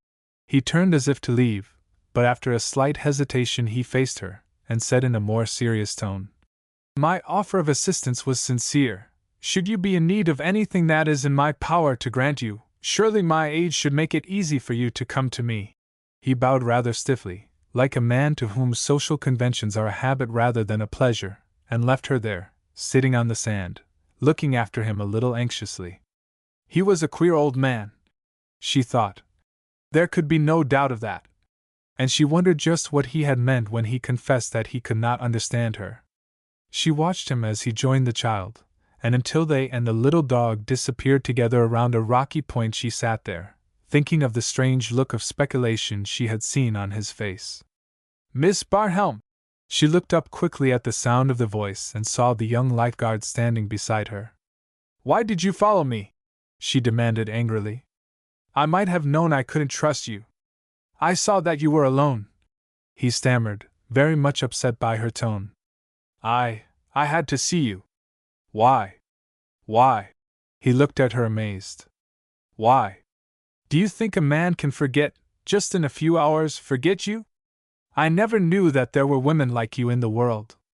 I wouldn't have dared to raise my eyes to you, but you came to me, yourself. The woman tempted me, and I did fall, she sneered. I suppose that is what you mean. I mean, Miss Barhelm, that I love you. I am not fool enough to dream that you could care enough for a man like me to let me make any difference in your life. But I can't let you go away from me like this. My poor boy. She spoke kindly, and looked at him with something very like sadness in her eyes. You are making a mistake. We met yesterday in your boat. We walked together for a moment in the evening, that is all. And last night? Was a dream. No! Just a dream, and dreams don't last. You must go now, quickly, please, because I see Mr. Fenway coming. Go and leave you to him. Yes. He did not answer, but he had not the least idea of going. She saw that in the same glance that showed her that Dick had seen them together, and had quickened his pace. She must not let these two men meet. There was danger in that. This young man must be made to go, and in less than a minute. She looked up at him, flashing one look straight into his eyes. Go now, she said, almost in a whisper. And wait for me, tonight. I will. As he spoke, he turned and walked on up the beach.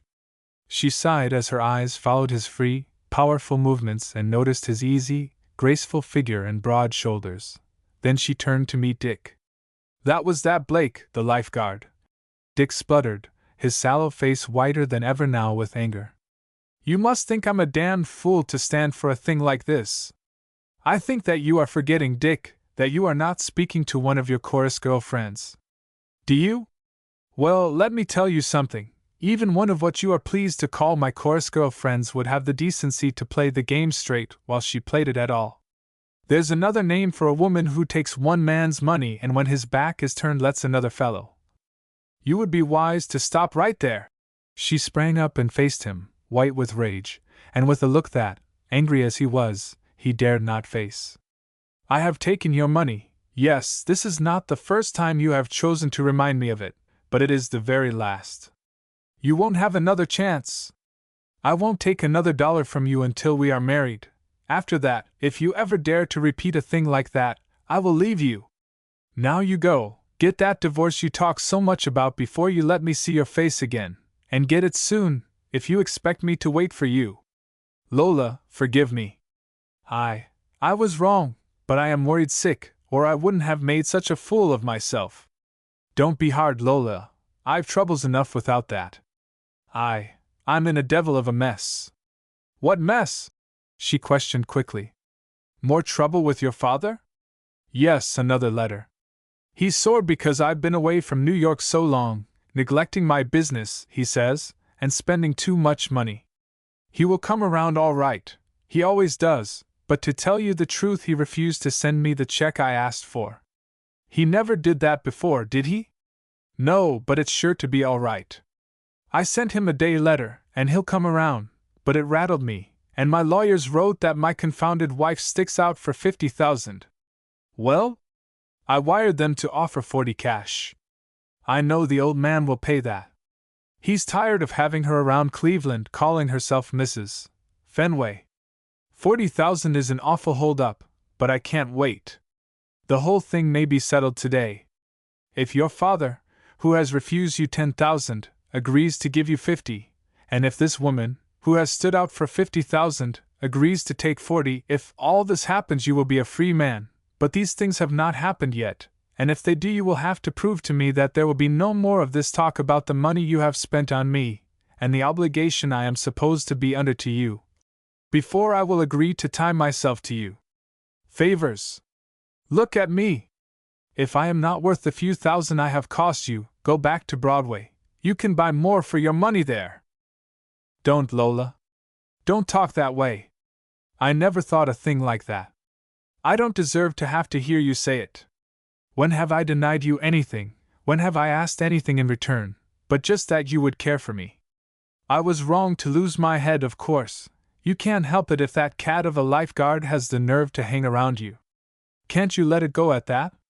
Can't you see that I am worried enough, without your turning against me? I see, she answered coldly. That Bob and Mrs.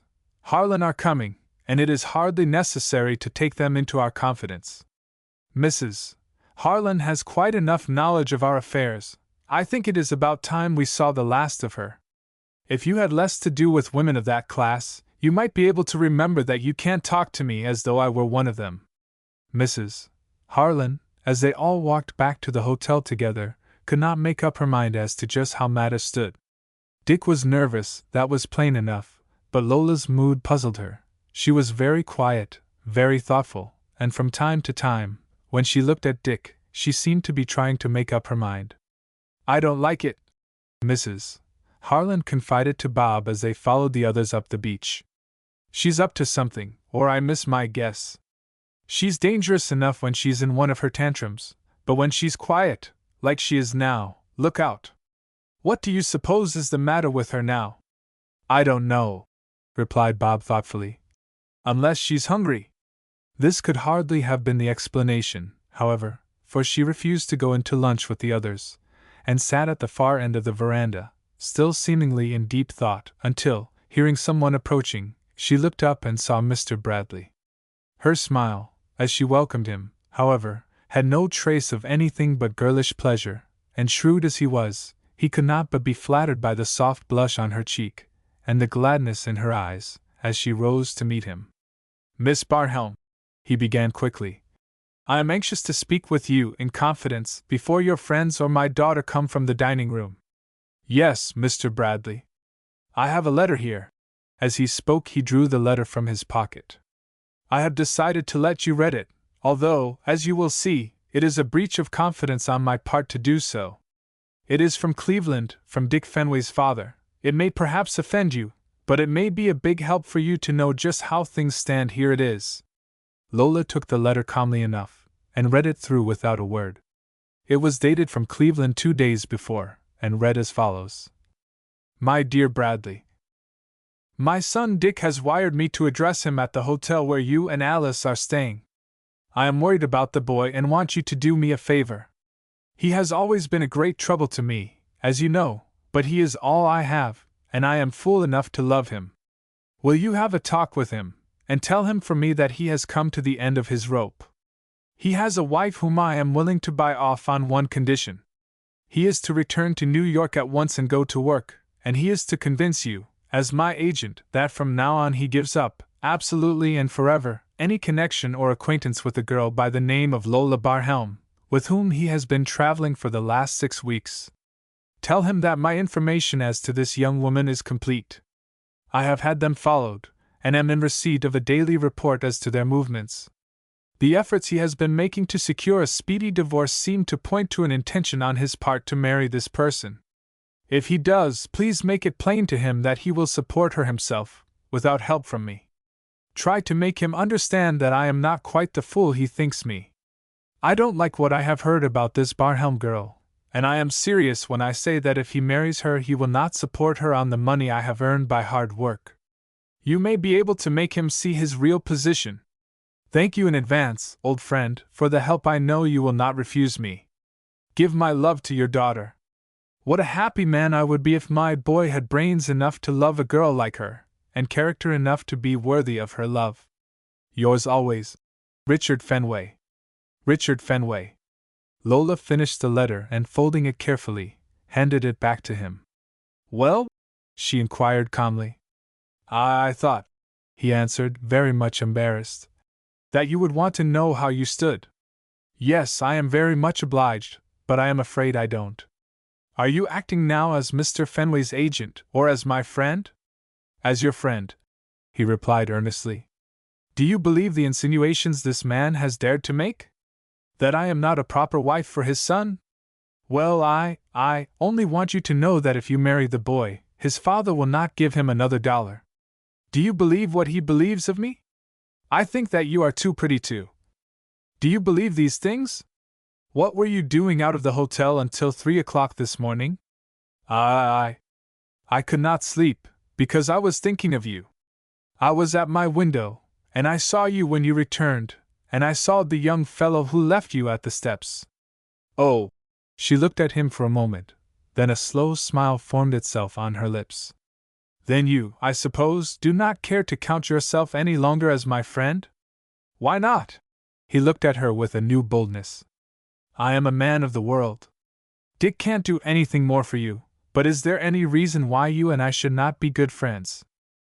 I think you are making a mistake, she answered quietly. Dick fully intends to marry me. I am not the sort of girl you seem to think. And last night? Was my own affair.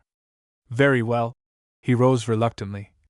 I suppose there isn't anything more to say. So you will marry Dick?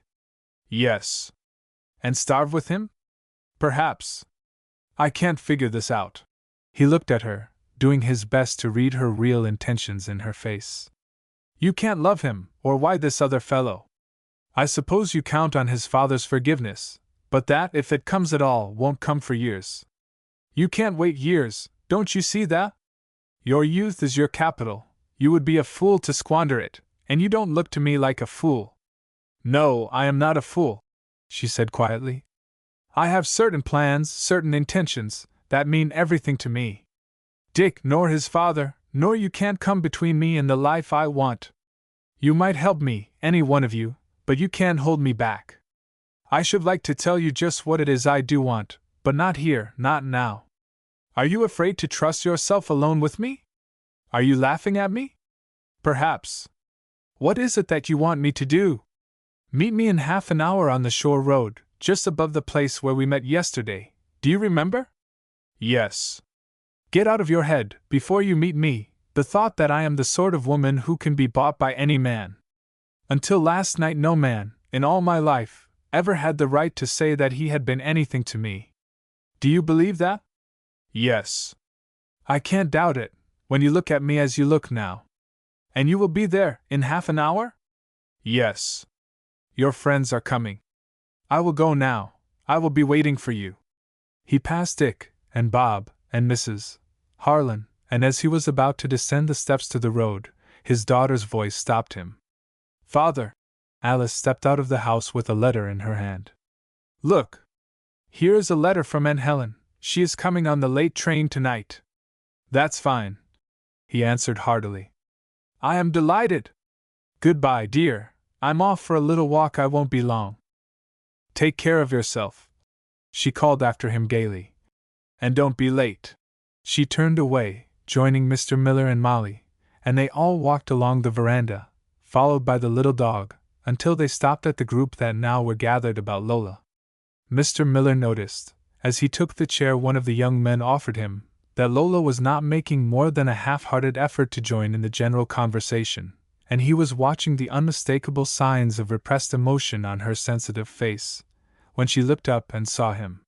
He expected to see a blaze of anger in her eyes, but for some reason she seemed anxious to avoid his scrutiny, and bent over, rather obviously to escape his glance, and patted the little dog, who was sitting sedately beside his mistress, only a foot or two away.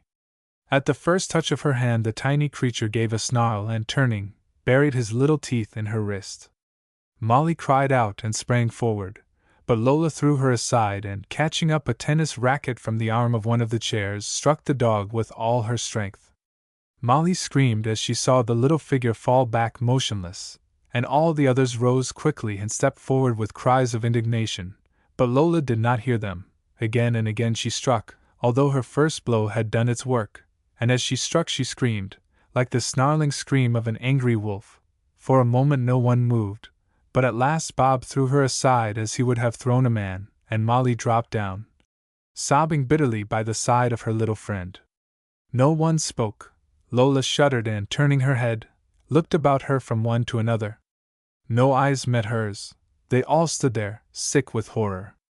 After a moment of silence, broken only by the sobbing of the child, she gave a short, contemptuous laugh and, dropping the blood-stained racket, walked down the veranda to the door. Chapter 17 Fenway's Divorce Granted. Fenway's divorce granted. One moment, Miss Barhelm! Lola turned as she was about to enter the hotel, and found herself facing Alice Bradley, who had left the little group about Molly and had followed her. 1. Well? What do you want? You brute! You beast! Alice cried out, tears of pity and anger running down her cheeks. How could you? You are not a woman, you are an animal! If I were you, Miss Bradley, I should be careful what I said. As perhaps you saw, I am not in a patient mood. Lola spoke quietly, but if Alice had not been carried away by her indignation she would hardly have dared to face the look in her eyes.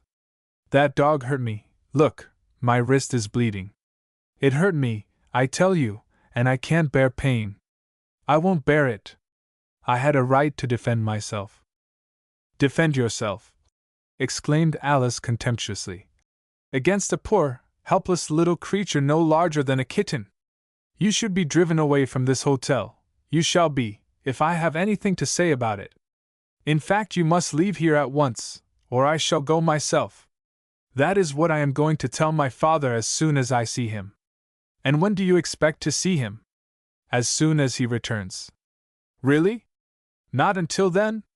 Do you know that I feel quite sorry for you, Miss Bradley? She entered the hotel and went at once to her room, and when Dick knocked at her door a few moments later she refused to open it, telling him to wait for her on the front veranda. Dick returned reluctantly to his friends, for once he agreed with them. Lola's brutality was beyond all excuse. He was a kind-hearted fellow, and the sight of the little girl's sorrow over the death of her favorite had moved him deeply. He found it hard to forgive Lola. He had made excuses for her times enough, but there had been something in the horror of this last scene difficult to forget. He found Bob and Mrs. Harlan waiting on the veranda, and he knew by the way they looked at him that they had made up their minds to some definite action. "Dick," said Mrs. Harlan, as soon as he was within hearing. "We've had enough, Bob and I. We're through. Now, Madge," he began soothingly. "No, Dick, we like you, but we've had enough. We are going to New York tonight. You can't say we haven't stood for a lot, but this thing has made me sick. The girl is crazy, or worse, and life's too short to take a chance on what she'll do next. You are going to leave me?" "Yes." "How about it, Bob?" "Well, Dick, I'm no quitter, but for me it's good night, nurse." "It's no business of mine, I suppose, Dick," Mrs. Harlan said, after a moment of awkward silence. "But we've been rather good friends for a long time. I wish you'd come with us." "And leave Lola?" "Beat her to it. She'll leave you if you don't." I love her, Madge." "I know. Well, goodbye, Dick. I'm going to pack." "Goodbye, Madge. I'll see you again before you go." Mrs. Harlan left them quickly. She knew that she was going to cry in another minute. She was quite aware that no woman of her age could afford to be seen in tears, and Bob had a particular hatred for anything of the sort. She went to her room and did her packing, then decided to go and offer to help Bob with his things. As she went down the hall she noticed that the door of Lola's room was open, and as she glanced in quickly she saw with surprise that Lola's trunks were locked and that the room was empty. She entered quickly and looked about. Lola had gone, she saw that at a glance. Her handbag was missing, her toilet articles put away. Nothing was in sight but the two locked trunks. She had bolted. A good thing, too, she thought bitterly to herself, but she knew that she must hurry and let Dick know. She found the two men where she had left them over an hour before. They were seated silently looking out at the water, and they did not even look up as she stopped beside them. "Dick," she spoke gently, resting her hand for a moment on his shoulder. "Do you know where Lola is?" "In her room. She told me to wait for her here." "She's gone, Dick." "What? Gone?" "You'd better ask them at the desk, but her trunks are locked. There's no doubt about it. She has gone." "Where could she go?" "What are you talking about?" "Hush," she said quickly. "Here is Miss Bradley. You don't want her to know." Alice Bradley stopped before them, an open letter in one hand, a bank check in the other. She was very pale and looked frightened. "Mr. Fenway, they tell me at the office that Miss Barhelm left the hotel over an hour ago. Do you know where she has gone?" "Why do you ask?" demanded Mrs. Harlan, with a sudden flash of understanding. "See." Alice held out the check and the letter. "My father has left me. This letter was brought by a messenger. He says he was called away on business, and for me to remain here with my aunt, who arrives tonight. That woman has taken him away from me. My father, who has always been so good to me, taken him away from me. Do you hear? Telegram for you, Mr. Fenway." A bellboy came up to Dick, holding out a telegram. "Just came, sir." "It's all right." Dick sprang up and, seeing the envelope, tore it open. "She wouldn't leave me without a word." "I knew she wouldn't." "She has gone, yes, but she's wired me where to join her." He opened the message and read it at a glance, then without a word, but with a look on his face that brought the tears to soft-hearted Mrs. Harlan's eyes, he handed her the message and turned and left them. She read it aloud. It was from his lawyer in Cleveland, and read, "Divorce arranged. Congratulations. Chapter 18. Once More in New York. Once more in New York. Dr. Crossett was finding it a difficult matter to keep from falling to sleep. The dinner had been stupid, even for a formal affair of this sort, where one scarcely expects to be entertained. He had worked hard all day at the hospital, and after making a brief speech introducing the guest of honor of the evening, he sat with his chair pushed back from the disordered dinner table and resigned himself to his fate. A man could hardly be talked to death in 2 hours, he thought, and after all there was hope. Perhaps the half-hour of informal conversation that always followed the speech-making might be less deadly than usual. What a fool he was to give his time to these riots of platitude, he swore softly to himself as he looked through the haze of tobacco smoke at the faces of many of the foremost medical and psychological authorities of France, and, as he always did upon occasions of this kind, laid elaborate plans for immediately resigning from the society. He had in fact almost finished a mental draft of his letter of resignation, when the sound of 100 voices blending into a confused babble of conversation warned him that the formal speech-making was over. Dr. Crossett. Thank God for that, he exclaimed in English, turning to his right-hand neighbor, an American psychologist named Miller, whom he had met for the first time that evening. You were not especially entertained? Questioned that gentleman, with a smile. And yet we have listened to several rather deep and weighty opinions. Weighty, I grant you, replied the doctor. Heavy possibly would have been a better word. Why is it that a man, who in himself is both wise and entertaining, always becomes both a pedant and a bore when he makes an after-dinner speech? The effort to dominate too many, and too varied an assortment of minds, no doubt, a species of self-hypnotism, but Professor Kearney's remarks on the distinction between insanity and moral depravity were interesting. I have just arrived from America, and it is possible that the ideas he advanced, although fresh to me, may be an old story to you. We have worked much together, Kearney and I, replied the doctor. He knows the subject well enough, although we do not agree in all things. He, for instance, classes many cases as insanity, which to me are plainly a lack of moral, not of mental, strength. He denies the existence of an absolutely unmoral person whose mind is sound and whose power of reasoning is normal. To him such a case does not exist. I wonder what he would have thought of a case I had an opportunity of observing a few weeks ago, remarked Mr. Miller. There he could find no trace of insanity, no lack of logic, or of reason, but an absolute absence of any moral sense. I think I have never seen a more perfect example of the thing he denies.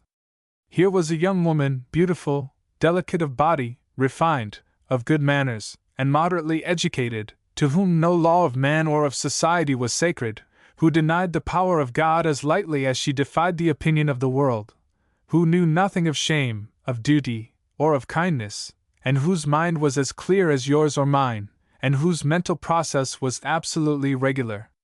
Tell me of her, said Dr. Crossett eagerly.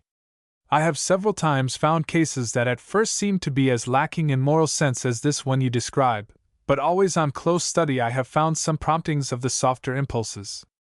I, for instance, have seen a thief who robbed the poor box of a church share his booty to feed a hungry child whom he met casually upon the street. I have seen a burly brute, who a few hours before had murdered his wife, weep over the sufferings of an injured dog. Here there was not an absolute lack of the thing we perhaps might call soul, although that examples of total and absolute depravity exist among the sane is a favorite theory of mine. Tell me of this woman. She was a woman, although she looked to be little more than a child, began Mr. Miller. It was at Narragansett Pier, a summer resort not far from New York. I had noticed her from the first, my attention being attracted by the curious fact that, in spite of her gracious and happy manner, both my grandchild and her little dog seemed to be overcome by a queer aversion from the moment when they first came near to her. Ah! You believe then? Only that instinct warned them that this woman was not a friend. I myself, in spite of my age, felt a marked attraction, as all men did. The appeal of sex in this woman was overpowering, although I looked in vain for the evidences of a passionate nature. Physically she was normal, a slight valvular trouble of the heart I fancy, from what I heard, but nothing more. She had left a good home to travel about with a rather dissipated party, all of whom were of much coarser fiber than herself. I later had a long conversation with the young man, who had spent in a few weeks a small fortune upon her. He loved her in his way. She traded upon his love, but I am convinced that she never rewarded it. I happened to come upon her one day as she lay asleep on the sand. Her face was like a mirror, reflecting the thoughts that were running through her mind. At first I saw a fierce sexual passion that frightened me, then as that passed another nature seemed to claim her, and her look became so pure, so innocent, that I found myself instinctively raising my hat and standing bareheaded in the sun. Wave after wave of feeling passed over her sensitive features, good following bad, purity following lust. The innocence of a child following the look seen only on the face of one to whom all innocence is a thing to laugh at. Doctor, I saw on that girl's face what one might almost call a struggle between good impulses, inherited perhaps from a pure mother, nurtured no doubt in an honest home, and the evil of a nature in which, when she was conscious, there was no spark of decency or honor left. It was like looking on at the struggles of a divided soul, and slowly seeing the defeat of the good, the triumph of the evil. This is indeed a terrible case, exclaimed Dr. Crossett. What was the end? What the real end will be one can only guess, replied Mr. Miller. The end, so far as this episode of her life is concerned, began by a brutal killing of my little granddaughter's dog, quite the most dreadful scene I ever witnessed, and ended by her leaving the hotel in the company of a man, who for her sake forgot the daughter whom he loved with a most unusual affection, and blinded by the power of this creature's animal sex appeal, made himself a laughing-stock to his acquaintances and a sorrow to his friends. The father disgraced in his old age, the dupe of this girl who was but little older than the daughter he left ashamed and heartbroken. Two men, one a young lifeguard, the other the fellow with whom she left her home, each of them she left with good cause to remember her, and left with a poorer opinion of the world and a bitterness against all women that will in the end help on the evil she created in their hearts. To my little grandchild she brought her first knowledge of the wickedness of the world. To all whom she met she brought a sorrow. Upon all whom she left a trace of her own unworthiness. This is horrible, Mr. Miller, exclaimed Dr. Crossett. Who was this woman? Her name, replied Mr. Miller, was Lola Barhelm. Doctor! He sprang to his feet as he saw the look on Dr. Crossett's face. Doctor! All right, sir, I beg your pardon. Dr. Crossett slowly poured himself a glass of brandy from the small decanter on the table, and raised it to his lips with a hand that trembled visibly. I am not quite myself tonight, sir, he continued. I am going to ask you to excuse me. Gentlemen. He rose, a little unsteadily, and stood looking about him at the smiling faces that turned to him. Gentlemen, he repeated, I find that I must leave you. Will you pardon my lack of formality and allow me to say good night? He left the room, refusing the many anxious offers of company, for he was a rarely popular man, and there was something in the grey pallor of his face that told them that he was suffering, and jumping into a cab he gave the address of his apartment. During his long drive across Paris, for he lived at the further end of the Boulevard St. Germain, he sat motionless, struck dumb with the horror of the thing he had heard. Lola! Lola! Her mother! He could see them both until the tears blinded his eyes. That she should come to this. Lola, to her child, the child that might have been his. Great God! As he unlocked the door of his private hall, his man came out to meet him. A letter, doctor, marked important. Very well, Louis, you need not wait. He went slowly into his study, and was about to drop the letter carelessly on the table as the New York postmark caught his eye. He looked again. The envelope was addressed in what looked like a child's unformed handwriting. He opened it. My dear doctor, he read, if you love the doctor like I think you love him, come, he needs you. He is sick, and he looks like he wanted to die. There ain't nobody else. Please come. Excuse spelling and things and come, we need you. Maria. Maria. He caught the next steamer from Liverpool. Chapter 19. Willpower. Willpower. The old man sat in the same shabby chair, in the same little 8th Avenue apartment where he had lived 10 months before. He was dreaming again, although his eyes were open, and his dreams were not the old dreams of happy confidence. He looked to be a broken man as he sat there, his mind and body both inert, in a half-trance, half-doze. On the table beside him still stood his electric apparatus, and on the mantel the little Dutch clock still ticked away soberly. Men are born and die. Hearts are made glad and hearts are broken, fame comes and disgrace, but time goes on, unfaltering. 10,000 years ago men fought for their brief moment of life, just as they fight today, just as they must 10,000 years from now. The joys that mean so much to us, the griefs that seem to fill the universe with sorrow blend in that endless procession of tomorrows into one little grain of the world's experience. Through the open window the harsh music of a street piano penetrated discordantly, and Maria, who was quietly working about the dining room, looked up. "Bother the old thing! They always make him nervous!" She crossed the room and closed the window, moving so as not to disturb the old man. The music came fainter now, and the time changed abruptly to a waltz. The swing of it got into her head, and because she was young, and full of life and joy, she forgot for a moment the silent, grief-stricken figure so near to her, and she waltzed back to the dining room, humming to herself. It was a fine thing to be alive, she thought, and to be of real use to this lonely man. He had done much for her, but now she felt that she was paying some of her debt to him of gratitude. Without her, what would become of him? He was as helpless as a child, and without a child's real desire to live. She busily arranged some slices of bread and butter on a plate, and placing it on a tray with a pot of freshly made tea, she put it down on the dining room table, and stepping into the front room, stood by the doctor's chair. "Your tea is ready, doctor." "Oh!" He looked up at her, then made an effort, and aroused himself to answer. "Thank you, Maria, but I do not care for any lunch today." "You didn't eat nothing for your breakfast." "Oh, yes, I did, Maria." He smiled at her very gently. "I am much stronger, and in better health than you will believe. I am not living an active life just now. I do not require the same amount of food as a young thing like you." "You are sick, doctor." She spoke anxiously. "You can't live like you have been living for the last 6 months, doing nothing and eating less. You'll be on your back the first thing I know, then how will I take care of you? You are a good girl, Maria, but I am quite equal to my work. I only wish that I had more to do. You can't get patients sitting here, dreamin' over that darn thing." She pointed angrily at the electrical machine on the table. "You could have all the patients you could take care of if you'd only try to get 'em. There ain't a better doctor in the world. You are a very loyal little thing, Maria." "No, I ain't. I've done something I hadn't no right to do. I'm going to tell yer because I'm ashamed, but I'm mighty glad I did it just the same." "What have you done?" He spoke quickly, seeing by her manner that she had something of more than usual importance on her mind. "I wrote a letter," she answered defiantly. "Most 3 weeks ago, the very first letter I ever wrote in my life." "To your sweetheart?" "No, I ain't countin' him. I've been writin' to him a long time.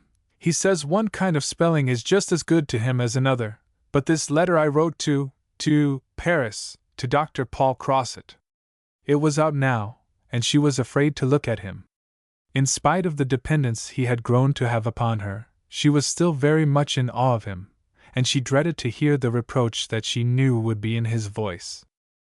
"Maria!" It was there, he was angry. She knew that he would be, but she also knew that it had been her duty to do what she had done. "You, Maria, you would not tell him?" "I told him everything," she burst out. "I told him you was just killin' yourself, sittin' here and thinkin' and breakin' your heart. All day and all night.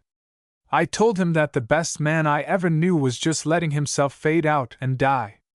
And I told him that if he was the friend I thought he was, he'd come here and do something.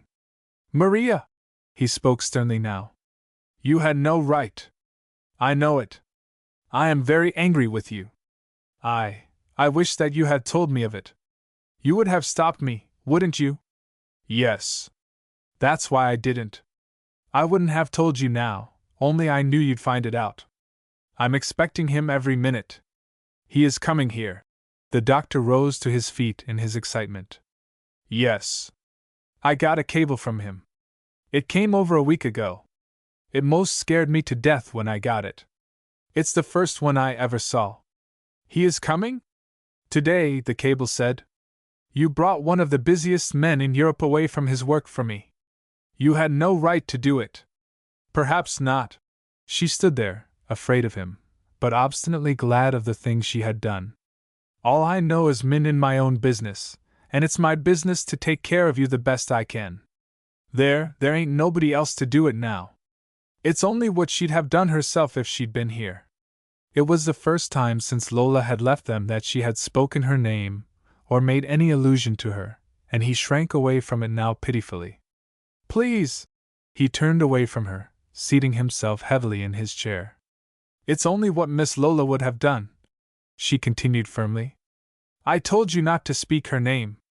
I know that you did, the very day after she left home. You told me to think of her as if she was dead, but she ain't dead. She's out there in the world somewhere, and some days she's coming back. No! No! Yes, she is, and when she comes she'll find everything ready for her. She'll find her room just like it always was, and she'll find me just like I always was, loving her. I can't forget what she used to be to me. I don't care what she's done. She had tried 100 times in the last months to say this or something like this, but she had never been able to gather enough courage, and now, no matter what came of it, she was going to speak. He tried to stop her, but the great love she had in her heart was stronger than her fear of him, and she went on. Sometimes, Doctor, I think, because all day long, every day, I've been thinking, and sometimes it seems to me that just those last few weeks, before she went away, that she wasn't well some way, that somehow she couldn't help doing what she did. Maybe there was something that you and me don't understand, that was too strong for her to fight. Can't you look at it like that?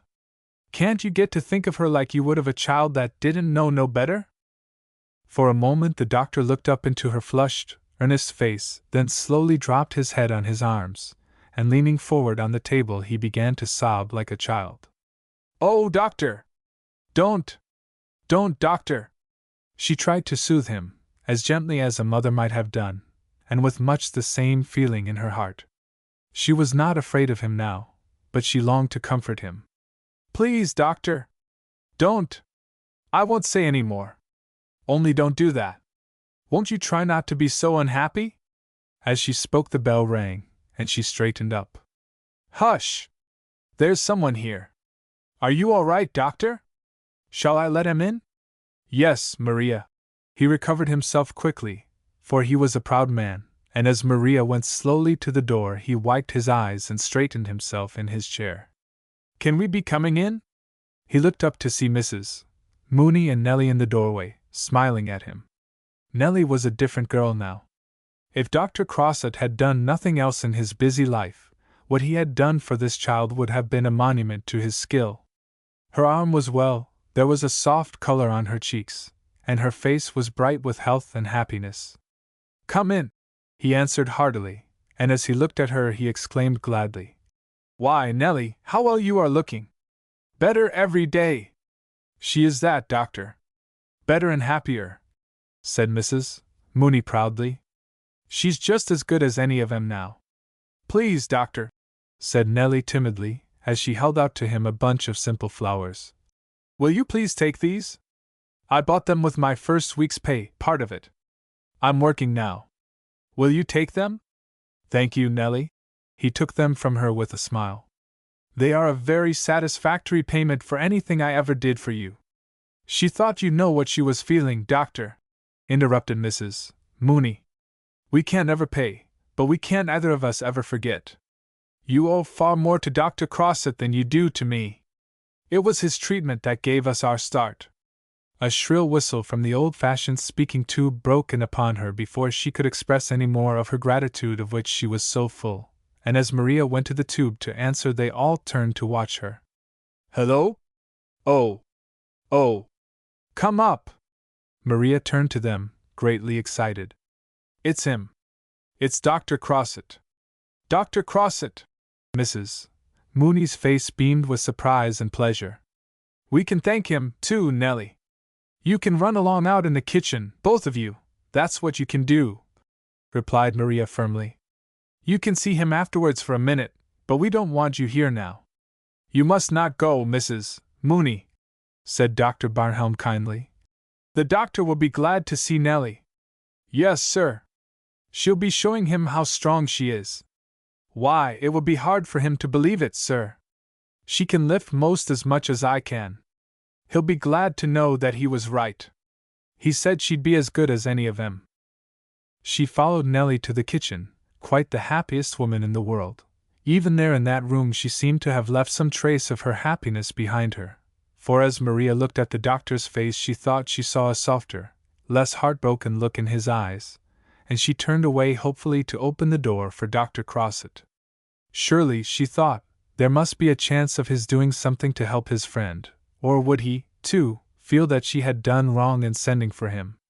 That thought made her pause, afraid, but the thought went out of her mind at the first sight of his smiling, kindly face. Well, Maria? He took her hand warmly, but there was an anxious question in his tone. Here he is, doctor. She showed him into the room where Dr. Barnhelm was standing waiting to greet him. Martin! The two men clasped hands warmly. Dr. Barnhelm was greatly affected, but knowing how gladly his friend had made any sacrifice that had been necessary to hurry to him, he tried to say as little as possible. It is all wrong, Paul. You should not have left your work. La! I needed a change. The sea air has made me young again. Now you? I am well. So? You do not look it. He turned gravely to Maria. You have done well. He needed me. Yes, sir. She was content. She knew now how great a liberty she had taken, but he had told her that she had done well, and she was happy. She smiled at him through her tears as she turned to go, but his voice stopped her. Maria! Yes, doctor. There was a sweetheart, eh? Why, yes, sir. Still the faithful sailor? Mr. Barnes, sir. This is for a wedding gift. She took a small package from him, and opening it, stood open-mouthed before a pretty little necklace of French beads. Oh, doctor! Oh! I never saw nothing so grand. You are a good girl, Maria, and this Mr. Barnes is a lucky man. Thank you, sir. And she went quietly out of the room, leaving the two men together. Now, Martin! He turned to Dr. Barnhelm gravely. Let us have it out. He seated himself beside him and looked him squarely in the face. You do not try to live? Eh? At least I have not tried to die. Where is she? I do not know. When I left you, you had not tried to know. Have you seen her? No. Have you made any effort to see her? No. Have you heard of her? Yes. Have you written? Once. And that once? What did you say? I wrote her, answered Dr. Barnhelm slowly, that I was coming back here to live, and that if she ever needed a roof to shelter her, that she could come. And in that letter, Dr. Crossett went on relentlessly. Did you say, you are my daughter, I love you? No. Do you want her to come back? No. Martin, think of what that means. What else have I done for 6 months but think? Very well. Dr. Crossett gave up in despair. We will say no more about it. You are a sick man, mind and body. That is all that we must think of now. Do you practice? Yes, not much, just enough to live. And that? Dr. Crossett pointed to the machine on the table. What have you done with that? Nothing. And yet you told me once that it was the thing you prayed for. I was a fool. Dr. Barnhelm spoke with a bitterness that until long afterwards his friend could not understand. I thought myself something of a philosopher, and yet I did not know that there is no curse so bitter as the curse of a granted prayer. It is always so, a young man prays for fame, and when it comes he finds that it is an empty word. Another prays for money, and when his prayer is granted he finds that his happiness is gone. The woman prays for love, it comes, and she finds the bitterness of it. The mother prays for the life of her child, and the child grows up and breaks her heart. This will not do, Martin. Paul Crossett rose and put his hands kindly but firmly on the other's shoulder. You are worn out, you are not yourself. Tell me, do you sleep? Not when I can help it, answered Dr. Barnhelm, with a shudder. You will sleep now, and while you sleep I am going to sit beside you. Come! I will take you to your room. No, I will listen to no refusal. I have crossed the ocean just for this, to take care of you. The least that you can do is to obey my orders. Come! But there is no need for. Come! Chapter 20 Mr. Barnes returns. Mr. Barnes returns. Will you have another cup, Mrs. Mooney? Will. No, thank you. I will not, though better tea I never tasted. Well, if you are that set on it, I suppose I might as well. Maria poured out Mrs. Mooney's third cup, and leaving the teapot near at hand, left her to sit and sing the praises of the two doctors to Nellie, who from a lifelong experience had developed into a really wonderful listener. On her way down the hall Maria had to pass the open door of the doctor's bedroom, and as she glanced in she saw that he was sleeping peacefully, and that Dr. Crossett still sat quietly beside the bed, looking down earnestly into the pale, tired face of his old friend. He's trying to find out what's the matter, she thought gratefully. And he'll do it, too, if anybody can. Course it's natural that he's awful unhappy about Miss Lola, but it looks to me like that ain't all. Somehow he seems to me more like he was afraid of something.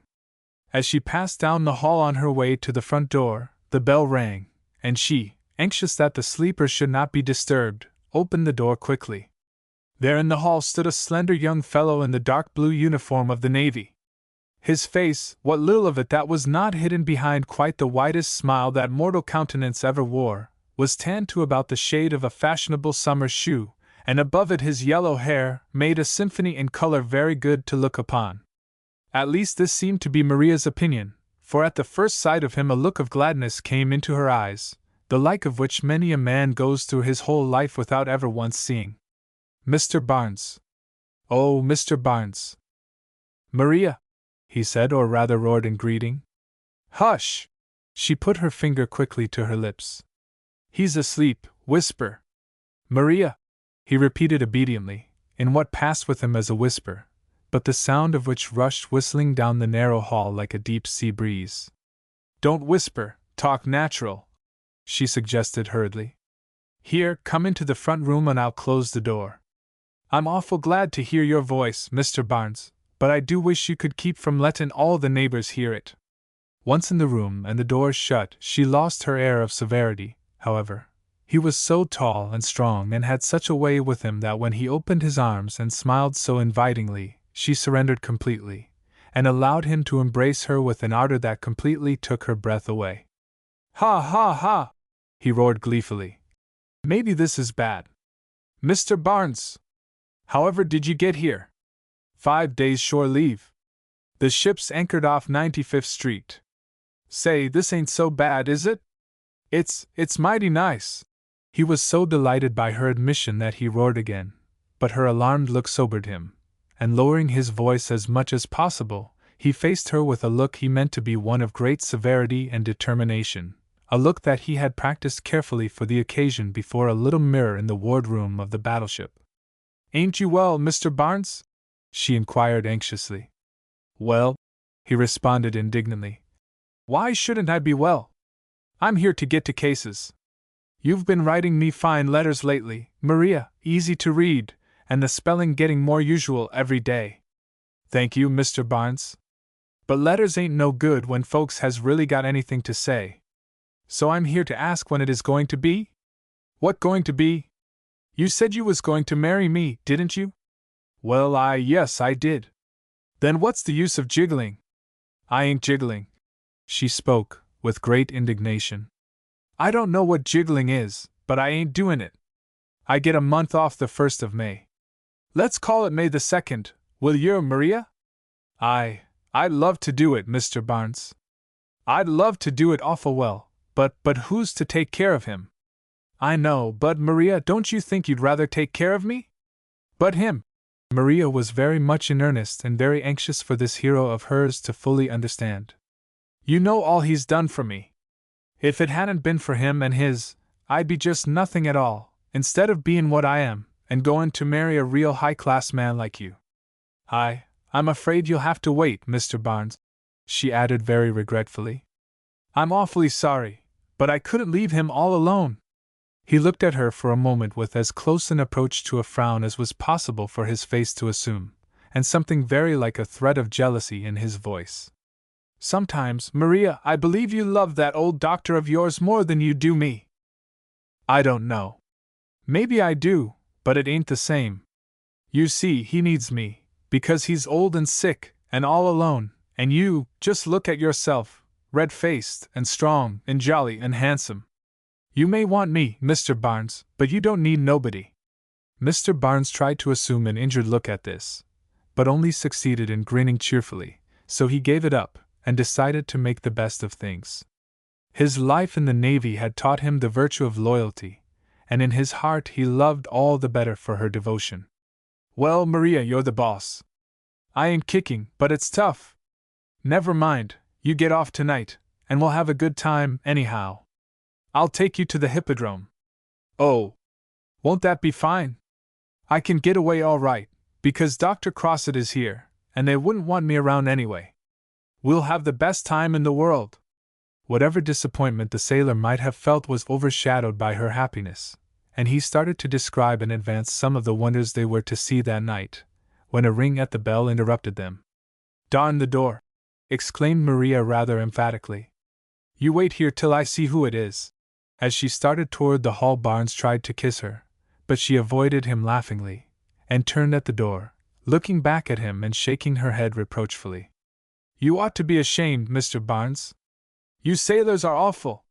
She left the room, Barnes looking after her, very much flattered. Like other bashful men, the idea that he was looked upon as a dangerous ladies' man was enough to make him completely happy. Had he been called a brave fellow, he would have taken it quite as a matter of course. At the door, Maria found John Doris, and as she admitted him, he stopped to ask anxiously, How is he today? Since John's return from his unsuccessful journey, he had done his best to keep in touch with the doctor, although he had the feeling that his presence was not always quite welcome, or at least that the sight of him did more to remind the doctor of Lola and to disturb him than it did to bring him any comfort. He's going to be better, Maria answered. Dr. Crossett is here. Good. John was greatly relieved. He knew that to no one in the world would Dr. Barnhelm be so willing to turn for help as to this old friend, and he felt that with all his skill, and with his great love, Dr. Crossett might be able to see a way to ease the old man's mind and persuade him to give up his growing habit of moody solitude. This is a friend of mine, sir, Mr. Barnes, said Maria bashfully, as they entered the front room and saw Barnes standing there. No, not the Mr. Barnes, cried John, greatly pleased. Yes. I am glad to know you, Mr. Barnes. Very glad. John shook hands with him heartily, noting with approval his frank, open countenance and his honest, homely manner. I have heard a lot about you, and I like all that I have heard. Thank you, sir. We are all of us very fond of Maria, continued John. I wonder if you realize what a lucky fellow you are. There are not many girls like Maria. Thank you, sir, responded Mr. Barnes heartily. One of them is enough for me. Dr. Crossett, followed by Nellie and Mrs. Mooney, whom he had found patiently waiting in the kitchen, came into the room, the doctor holding Nellie by the hand and looking at her with pride. John! He cried out in surprise and joy, and took his hand as he listened to John's warm greeting. I am so glad to see you, my boy, and look at little Nellie here. Her arm is well. I have never seen a cure more complete. His eyes fell upon Barnes, who was shuffling from one foot to another in an agony of embarrassment. Ah! The doctor knew him at once. Maria! A sailor! Not the famous Mr. Barnes? Yes, sir, answered Maria proudly. I am glad to see you. The doctor took his hand as cordially as he would that of an old friend. You know, Mr. Barnes, I had my doubts about there really being any such person. I feared you were a Mrs. Harris. No, sir, Barnes is my right name. Maria had been made very happy by the doctor's and John's kindness to her lover, but she had no idea of allowing him to bore them, and she knew that these two would have many things to say to one another. "Now, Mr. Barnes, you go along with Nellie and Mrs. Mooney. They are friends of mine. You can come back here for me about 7:30. I'll be here," he answered. Good day, gentlemen. Good day, doctor." "Go on, Nellie." Mrs. Mooney took her two charges to the door, then turned for a final look at Dr. Crossett. "You see, doctor." She nodded proudly toward Nellie. "You had it right. Just as good as any of 'em. Excuse me, doctor." Maria followed them to the door. "He shouldn't have come here at all, but you know what men are." When the door closed, and John found himself alone with Dr. Crossett, he turned to him inquiringly. "Well, doctor, what do you think? Of him?" "Yes." "Sit down, my boy. I must talk with you." After they were seated, the doctor went on gravely. "He is in a bad state. I do not understand. I came here expecting to find grief. I find instead fear, horror. I have felt that from the first," responded John. "I have tried to be of help to him, but when I am here he seems to be more nervous than in my absence. He never mentions her name, never asks for her." "Tell me of her, John." "She went away with that man, Dick Fenway," John began. "He took her first to Atlantic City with a party of his friends. I followed them, you know that. What I would have done if I had found them I don't know, killed him perhaps, but I am not sure. Later there was a scandal about them at Narragansett Pier, and she left him." "Left him?" "For another man, a man old enough to be her father and rich enough to grant every wish of her heart. Oh, it's a hellish thing to talk about, doctor. I met this Dick Fenway about that time, and upon my word I was almost sorry for the little beast. He loved her in his way, God knows how much of the fault was his, I can't pretend to say. The whole miserable business sickens me, but every detail, every word of scandal, every report of her growing extravagance and moral degradation stays in my mind." "I know." The doctor put his hand gently on John's arm, and after a moment John continued. "Wherever she goes the papers are full of her exploits. She has been through scandal after scandal, and has come out more daring, more reckless than before. A month ago I saw her. She was crossing Broadway in a great touring car. She saw me and—" John's voice broke. "And she laughed." "You love her, John?" "Yes. I am ashamed to say so, but I do. My boy, I loved her mother like that long after my love was hopeless. I knew her well. How this evil ever fell upon a child of hers I cannot understand." They were silent a moment, John thinking of Lola, Dr. Crossett of the mother, who, thank God, was not here to feel the shame of this. Her death had been a hard blow to him, harder even than the marriage that had taken her away from him forever. But today he was glad that she was dead. John began again, his sorrow finding the only relief it had known in the sympathy of this good friend. "If I had ever seen a trace of it in her I could bear it better, but she was so good, so pure, that she used to frighten me. I never saw a look in her face that you would not see on the face of a happy, innocent child until—" "Well?" John hesitated. In his mind there was a thought that he dared not put into words. Even to himself he had not dared to express it, but this man was wise. If there could be any truth in the wild idea that had forced itself into his brain, here was a man who would know. "She was always the same, doctor, always, until that night, the first time I saw her after she was hurt. The change began then, from that hour." "Oh!" He looked up, startled by a moan of terror, of horror, and saw that Maria had entered the room with the tea tray in her hands.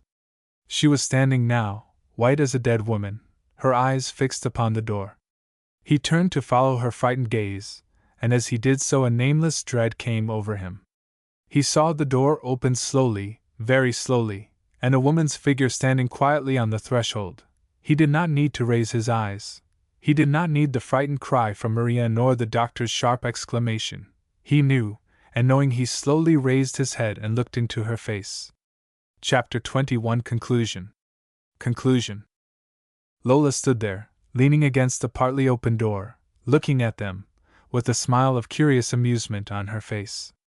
Maria, after one long look, sank to her knees and hid her face in her arms.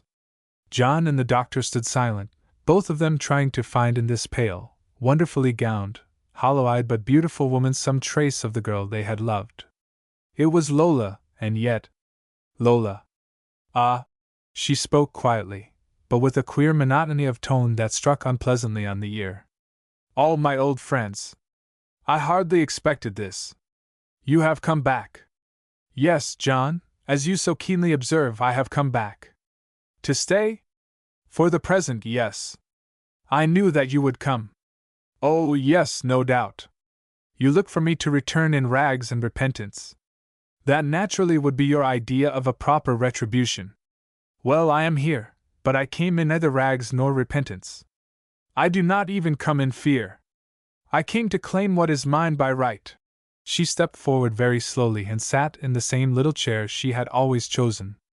John noticed how languid were all her movements. The doctor saw more, and knew now the reason of her return. He would have spoken, but he heard her father's step in the hall, and for one of the few times in his life he lost his head. He tried to call out, to warn him, in some way to prepare him for the shock, but he could not. He seemed for a moment to have lost the power of speech, of movement, and before he could recover himself Dr. Barnhelm came into the room. I could not sleep, Paul, he began. I tried, but… Then he saw her. She sat in the chair looking at him with no trace of softening on her face, no shame, just a half-smile of amusement. Maria rose from her knees and stepped toward him, her arms held out as if to offer him protection. The two men stepped forward, watching his face for the sign of love and forgiveness they both hoped to see there. It did not come. He paused for just a moment, then spoke very quietly, with extreme politeness. I had not expected you, quite yet. No? She seemed quite as calm, quite as formal as he was himself. You are to remain with us? He asked the question as one might ask it of a perfect stranger. Yes. Your room is ready, I believe. Maria. Yes, sir. Maria stepped to his side. You will see to everything, Maria. Yes, sir. Martin. Dr. Crossett could contain himself no longer. Is this the way you meet, you two? Why not? Lola looked up at him coldly. We understand one another quite well, I think. I think so, replied her father. But I must be sure. I must speak with you alone. Come, John. Come, Maria. Dr. Crossett went with them to the door, but the sight of those two, father and daughter, coldly facing one another, was more than he could bear, and he returned to Dr. Barnhelm and, putting both hands on his shoulders, spoke to him with all his tenderness, all his love for them, and for the dead mother to whom this sight would have been so terrible, in his voice. Martin, if our old friendship means anything to you, I beg you to remember that she has come back to us, not for blame or reproaches, but for comfort, for love. I must speak to her alone. Dr. Barnhelm's voice was so firm, his manner so full of an iron resolution, that Dr. Crossett could say no more. He turned to Lola with a pitiful attempt at his old lightness of manner, and without again looking back he left the room, only pausing to shut the door behind him. She did not speak, but sat there, never for a moment taking her eyes from his face and waiting. At last he began. Why are you here? I am here because they tell me that I am going to die. He had not expected this, and for a moment it broke through the stern repose of his manner. What? So they say, she answered calmly. The best of them. There is something here. She put her hand to her side. Your heart. Did you think, she said, her whole face lighting up with a flash of merriment, that it was my soul? She laughed then, quite with her old hearty laugh, at his cry of horror and at his look of mortal agony as he shrank away from her, his arms thrown up, as if to ward off some deadly peril. They told me, she continued, that it was not a question of months or of years, but of hours, and so I came to you. Why? Because you are the one man in all the world who can help me. You can keep me from death, or if I die you can do the thing you did before.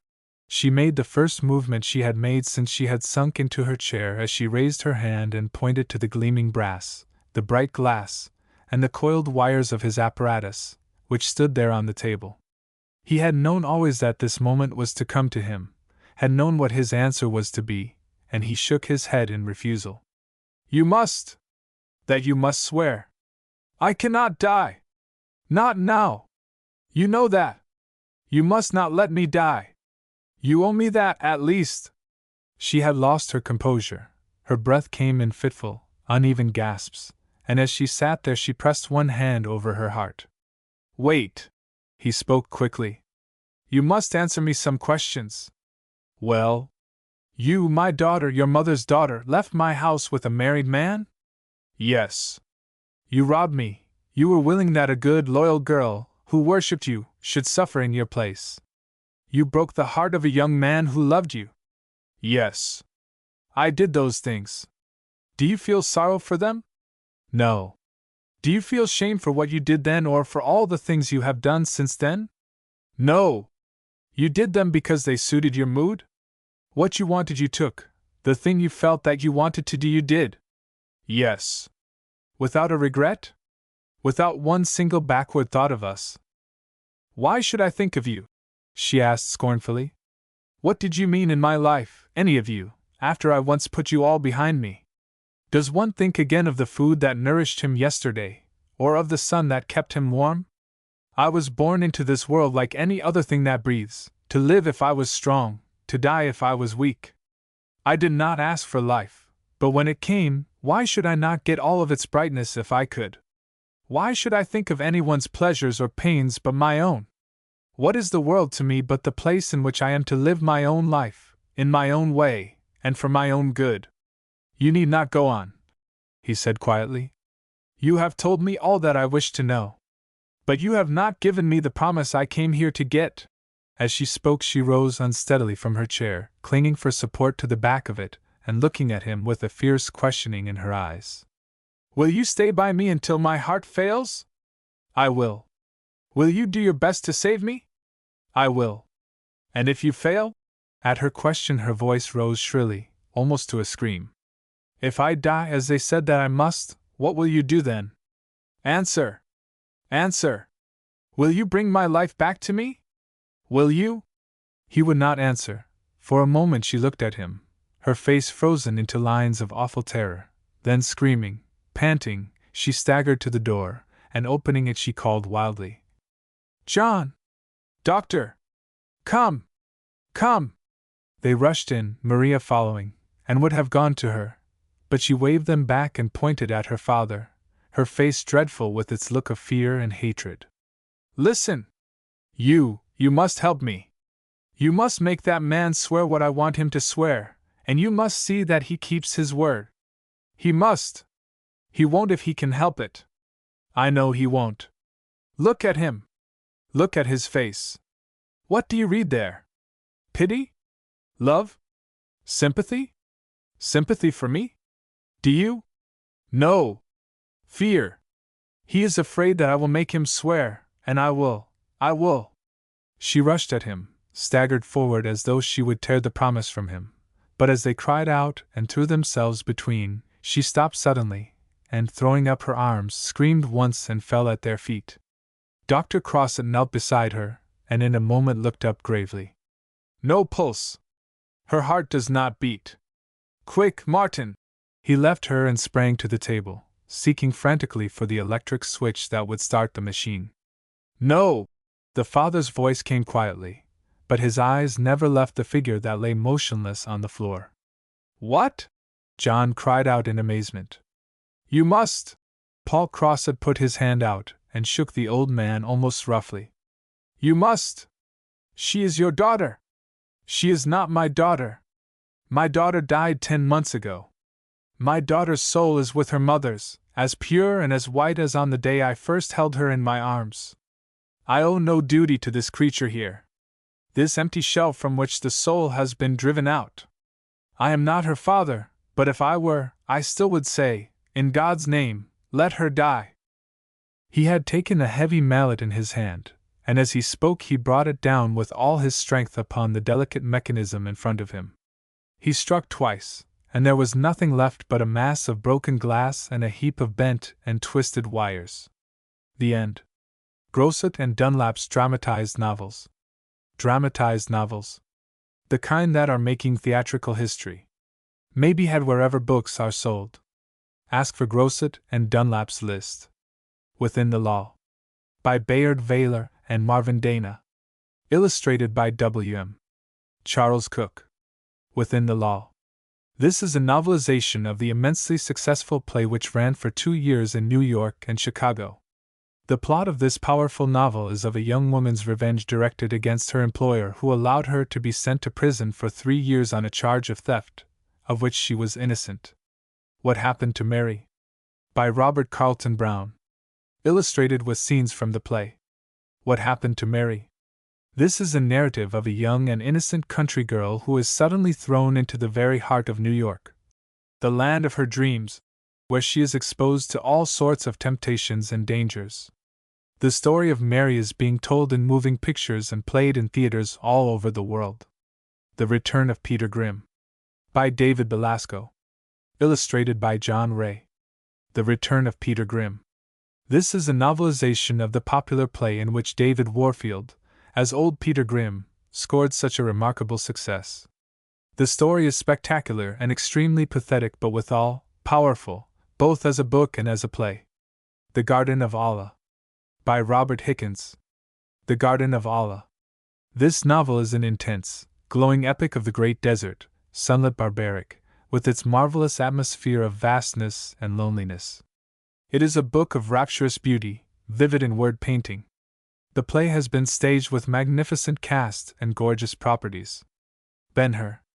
A Tale of the Christ. By General Lew Wallace. Ben-Hur. The whole world has placed this famous religious historical romance on a height of preeminence which no other novel of its time has reached. The clashing of rivalry and the deepest human passions, the perfect reproduction of brilliant Roman life, and the tense, fierce atmosphere of the arena have kept their deep fascination. A tremendous dramatic success. Bought and Paid For. By George Broadhurst and Arthur Hornblow. Illustrated with scenes from the play. Bought and Paid For. A stupendous arraignment of modern marriage which has created an interest on the stage that is almost unparalleled. The scenes are laid in New York, and deal with conditions among both the rich and poor. The interest of the story turns on the day-by-day developments which show the young wife the price she has paid. Ask for complete free list of G and D. Popular copyrighted fiction. Grosset and Dunlap, 526 West 26th Street, New York. Grosset and Dunlap's dramatized novels. Dramatized novels. Original, sincere and courageous, often amusing, the kind that are making theatrical history. Madam X. By Alexander Bisson and J. W. McConaughey. Illustrated with scenes from the play. A beautiful Parisienne became an outcast because her husband would not forgive an error of her youth. Her love for her son is the great final influence in her career. A tremendous dramatic success. The Garden of Allah. By Robert Hickens. An unconventional English woman and an inscrutable stranger meet and love in an oasis of the Sahara. Staged this season with magnificent cast and gorgeous properties. The Prince of India. By Lew Wallace. A glowing romance of the Byzantine Empire, presenting with extraordinary power the siege of Constantinople, and lighting its tragedy with the warm underglow of an Oriental romance. As a play it is a great dramatic spectacle. Tess of the Storm Country. By Grace Miller White. A-List. By Howard Chandler Christie. A girl from the dregs of society loves a young Cornell University student, and it works startling changes in her life and the lives of those about her. The dramatic version is one of the sensations of the season. Young Wallingford. By George Randolph Chester. A-List. By F. R. Gruger and Henry Raleigh. A series of clever swindles conducted by a cheerful young man, each of which is just on the safe side of a state's prison offense. As Get Rich Quick Wallingford. It is probably the most amusing expose of money manipulation ever seen on the stage. The Intrusion of Jimmy. By P. G. Wodehouse. Illustrations by Will Grief. Social and club life in London and New York, an amateur burglary adventure, and a love story. Dramatized under the title of A Gentleman of Leisure. It furnishes hours of laughter to the playgoers. Grosset and Dunlap, 526 West 26th Street, New York. Stories of Western life. May be had wherever books are sold. Ask for Grosset and Dunlap's list. Riders of the Purple Sage by Zane Grey. Illustrated by Douglas Dewar. Riders of the Purple Sage. In this picturesque romance of Utah of some 40 years ago, we are permitted to see the unscrupulous methods employed by the invisible hand of the Mormon Church to break the will of those refusing to conform to its rule. Friar Tuck, by Robert Alexander Wason. Illustrated by Stanley L. Wood. Friar Tuck. Happy Hawkins tells us, in his humorous way, how Friar Tuck lived among the cowboys, how he adjusted their quarrels and love affairs, and how he fought with them and for them when occasion required. The Sky Pilot, by Ralph Connor. Illustrated by Louis Riad. The Sky Pilot. There is no novel, dealing with the rough existence of cowboys, so charming in the telling, abounding as it does with the freshest and the truest pathos. The Emigrant Trail, by Geraldine Bonner.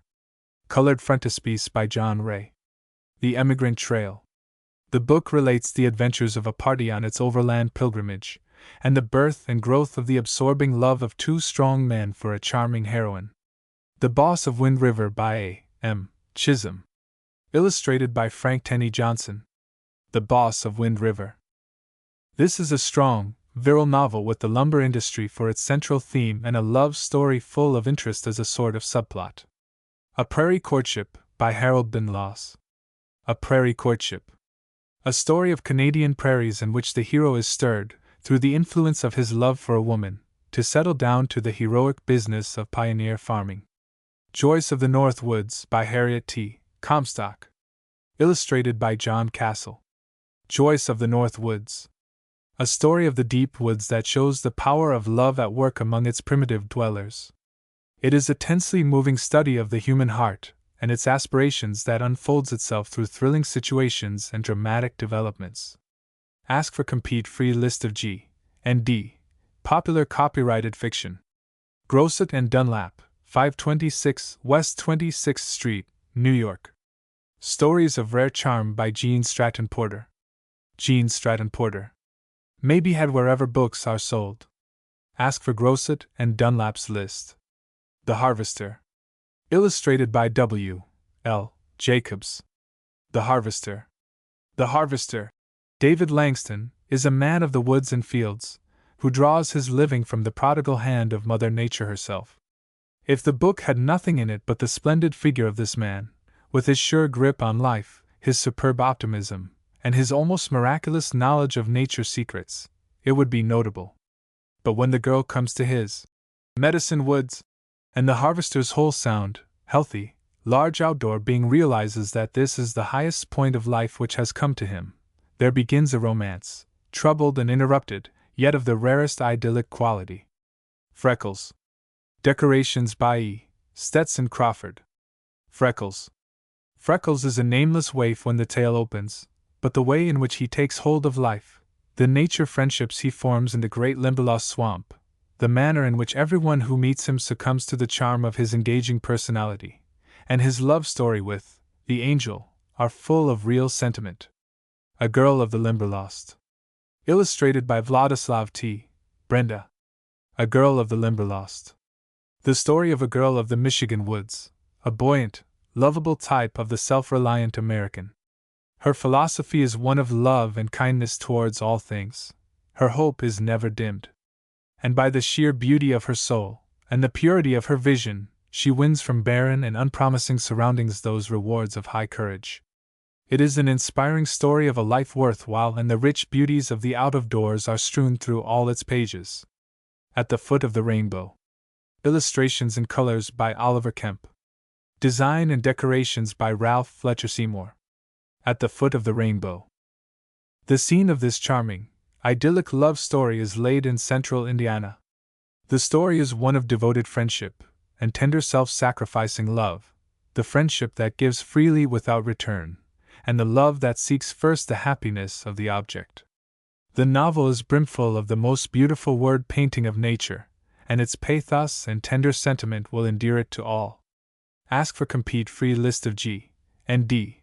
Popular copyrighted fiction. Grosset and Dunlap, 526 West 26th Street, New York. Myrtle reads novels. May be had wherever books are sold. Ask for Grosset and Dunlap's list.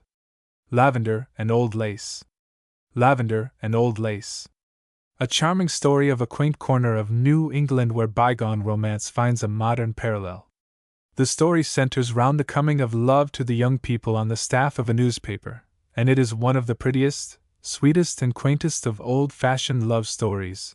*****, a rare book, exquisite in spirit and conception, full of delicate fancy, of tenderness, of delightful humor and spontaneity. A spinner in the sun. A spinner in the sun. Miss Myrtle Reed may always be depended upon to write a story in which poetry, charm, tenderness, and humor are combined into a clever and entertaining book. Her characters are delightful, and she always displays a quaint humor of expression and a quiet feeling of pathos which give a touch of active realism to all her writings. In A Spinner in the Sun, she tells an old-fashioned love story of a veiled lady who lives in solitude and whose features her neighbors have never seen. There is a mystery at the heart of the book that throws over it the glamour of romance. The Master's Violin. The Master's Violin. A love story in a musical atmosphere. A picturesque, old German virtuoso is the reverent possessor of a genuine Cremona. He consents to take for his pupil a handsome youth who proves to have an aptitude for technique, but not the soul of an artist. The youth has led the happy, careless life of a modern, well-to-do young American, and he cannot, with his meager past, express the love, the passion, and the tragedies of life and all its happy phases as can the master who has lived life in all its fullness. But a girl comes into his life, a beautiful bit of human driftwood that his aunt had taken into her heart and home, and through his passionate love for her, he learns the lessons that life has to give, and his soul awakes. Founded on a fact that all artists realize. Ask for complete free list of G and D. Popular copyrighted fiction. Grosset and Dunlap, 526 West 26th Street, New York. John Fox, Jr.'s Stories of the Kentucky Mountains. John Fox, Jr.'s may be had wherever books are sold. Ask for Grosset and Dunlap's list. The Trail of the Lonesome Pine. Illustrated by F. C. Yohn. The Trail of the Lonesome Pine. The Lonesome Pine, from which the story takes its name, was a tall tree that stood in solitary splendor on a mountain top. The fame of the pine lured a young engineer through Kentucky to catch the trail, and when he finally climbed to its shelter he found not only the pine but the footprints of a girl. And the girl proved to be lovely, piquant, and the trail of these girlish footprints led the young engineer a madder chase than The Trail of the Lonesome Pine. The Little Shepherd of Kingdom Come. Illustrated by F. C. Yohn. The Little Shepherd of Kingdom Come. This is a story of Kentucky, in a settlement known as Kingdom Come.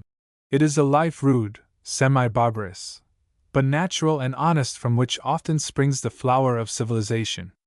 Chad, the little shepherd, did not know who he was nor whence he came. He had just wandered from door to door since early childhood, seeking shelter with kindly mountaineers who gladly fathered and mothered this waif about whom there was such a mystery.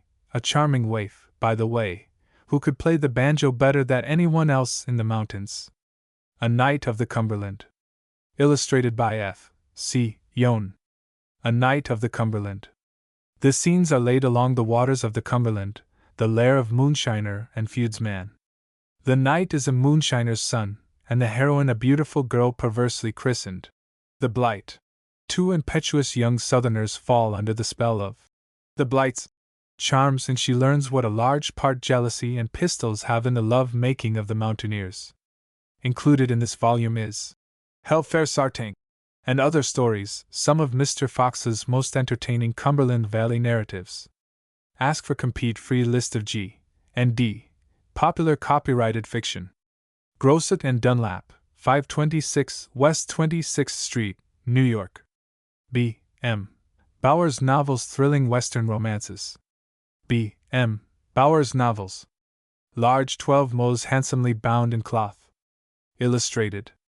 Chip of the Flying U. Chip of the Flying U.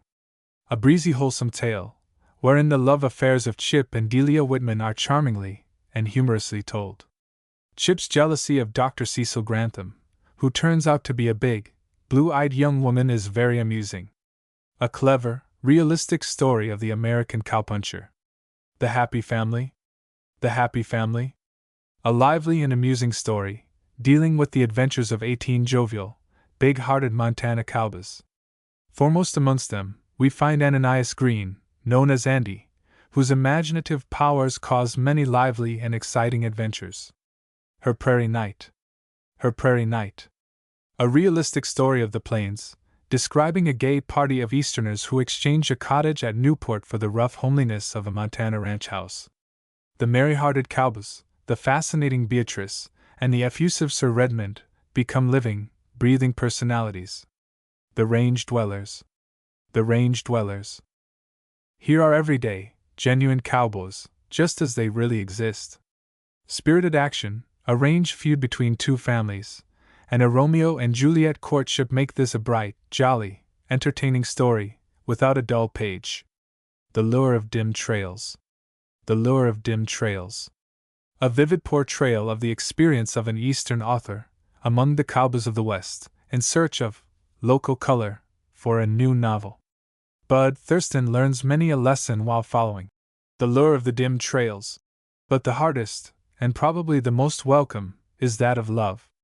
The Lonesome Trail. The Lonesome Trail. Weary, Davidson leaves the ranch for Portland, where conventional city life palls on him. A little branch of sagebrush, pungent with the atmosphere of the prairie, and the recollection of a pair of large brown eyes soon compel his return. A wholesome love story. The Long Shadow. The Long Shadow.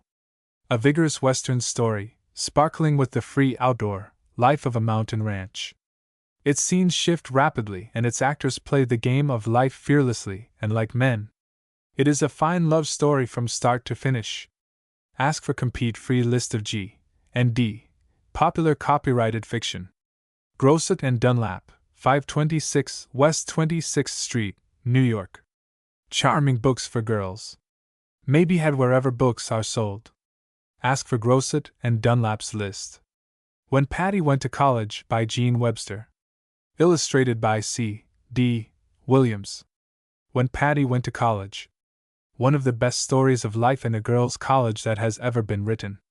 It is bright, whimsical, and entertaining, lifelike, laughable, and thoroughly human. Just Patty by Jean Webster. Illustrated by C. M. Relier. Just Patty.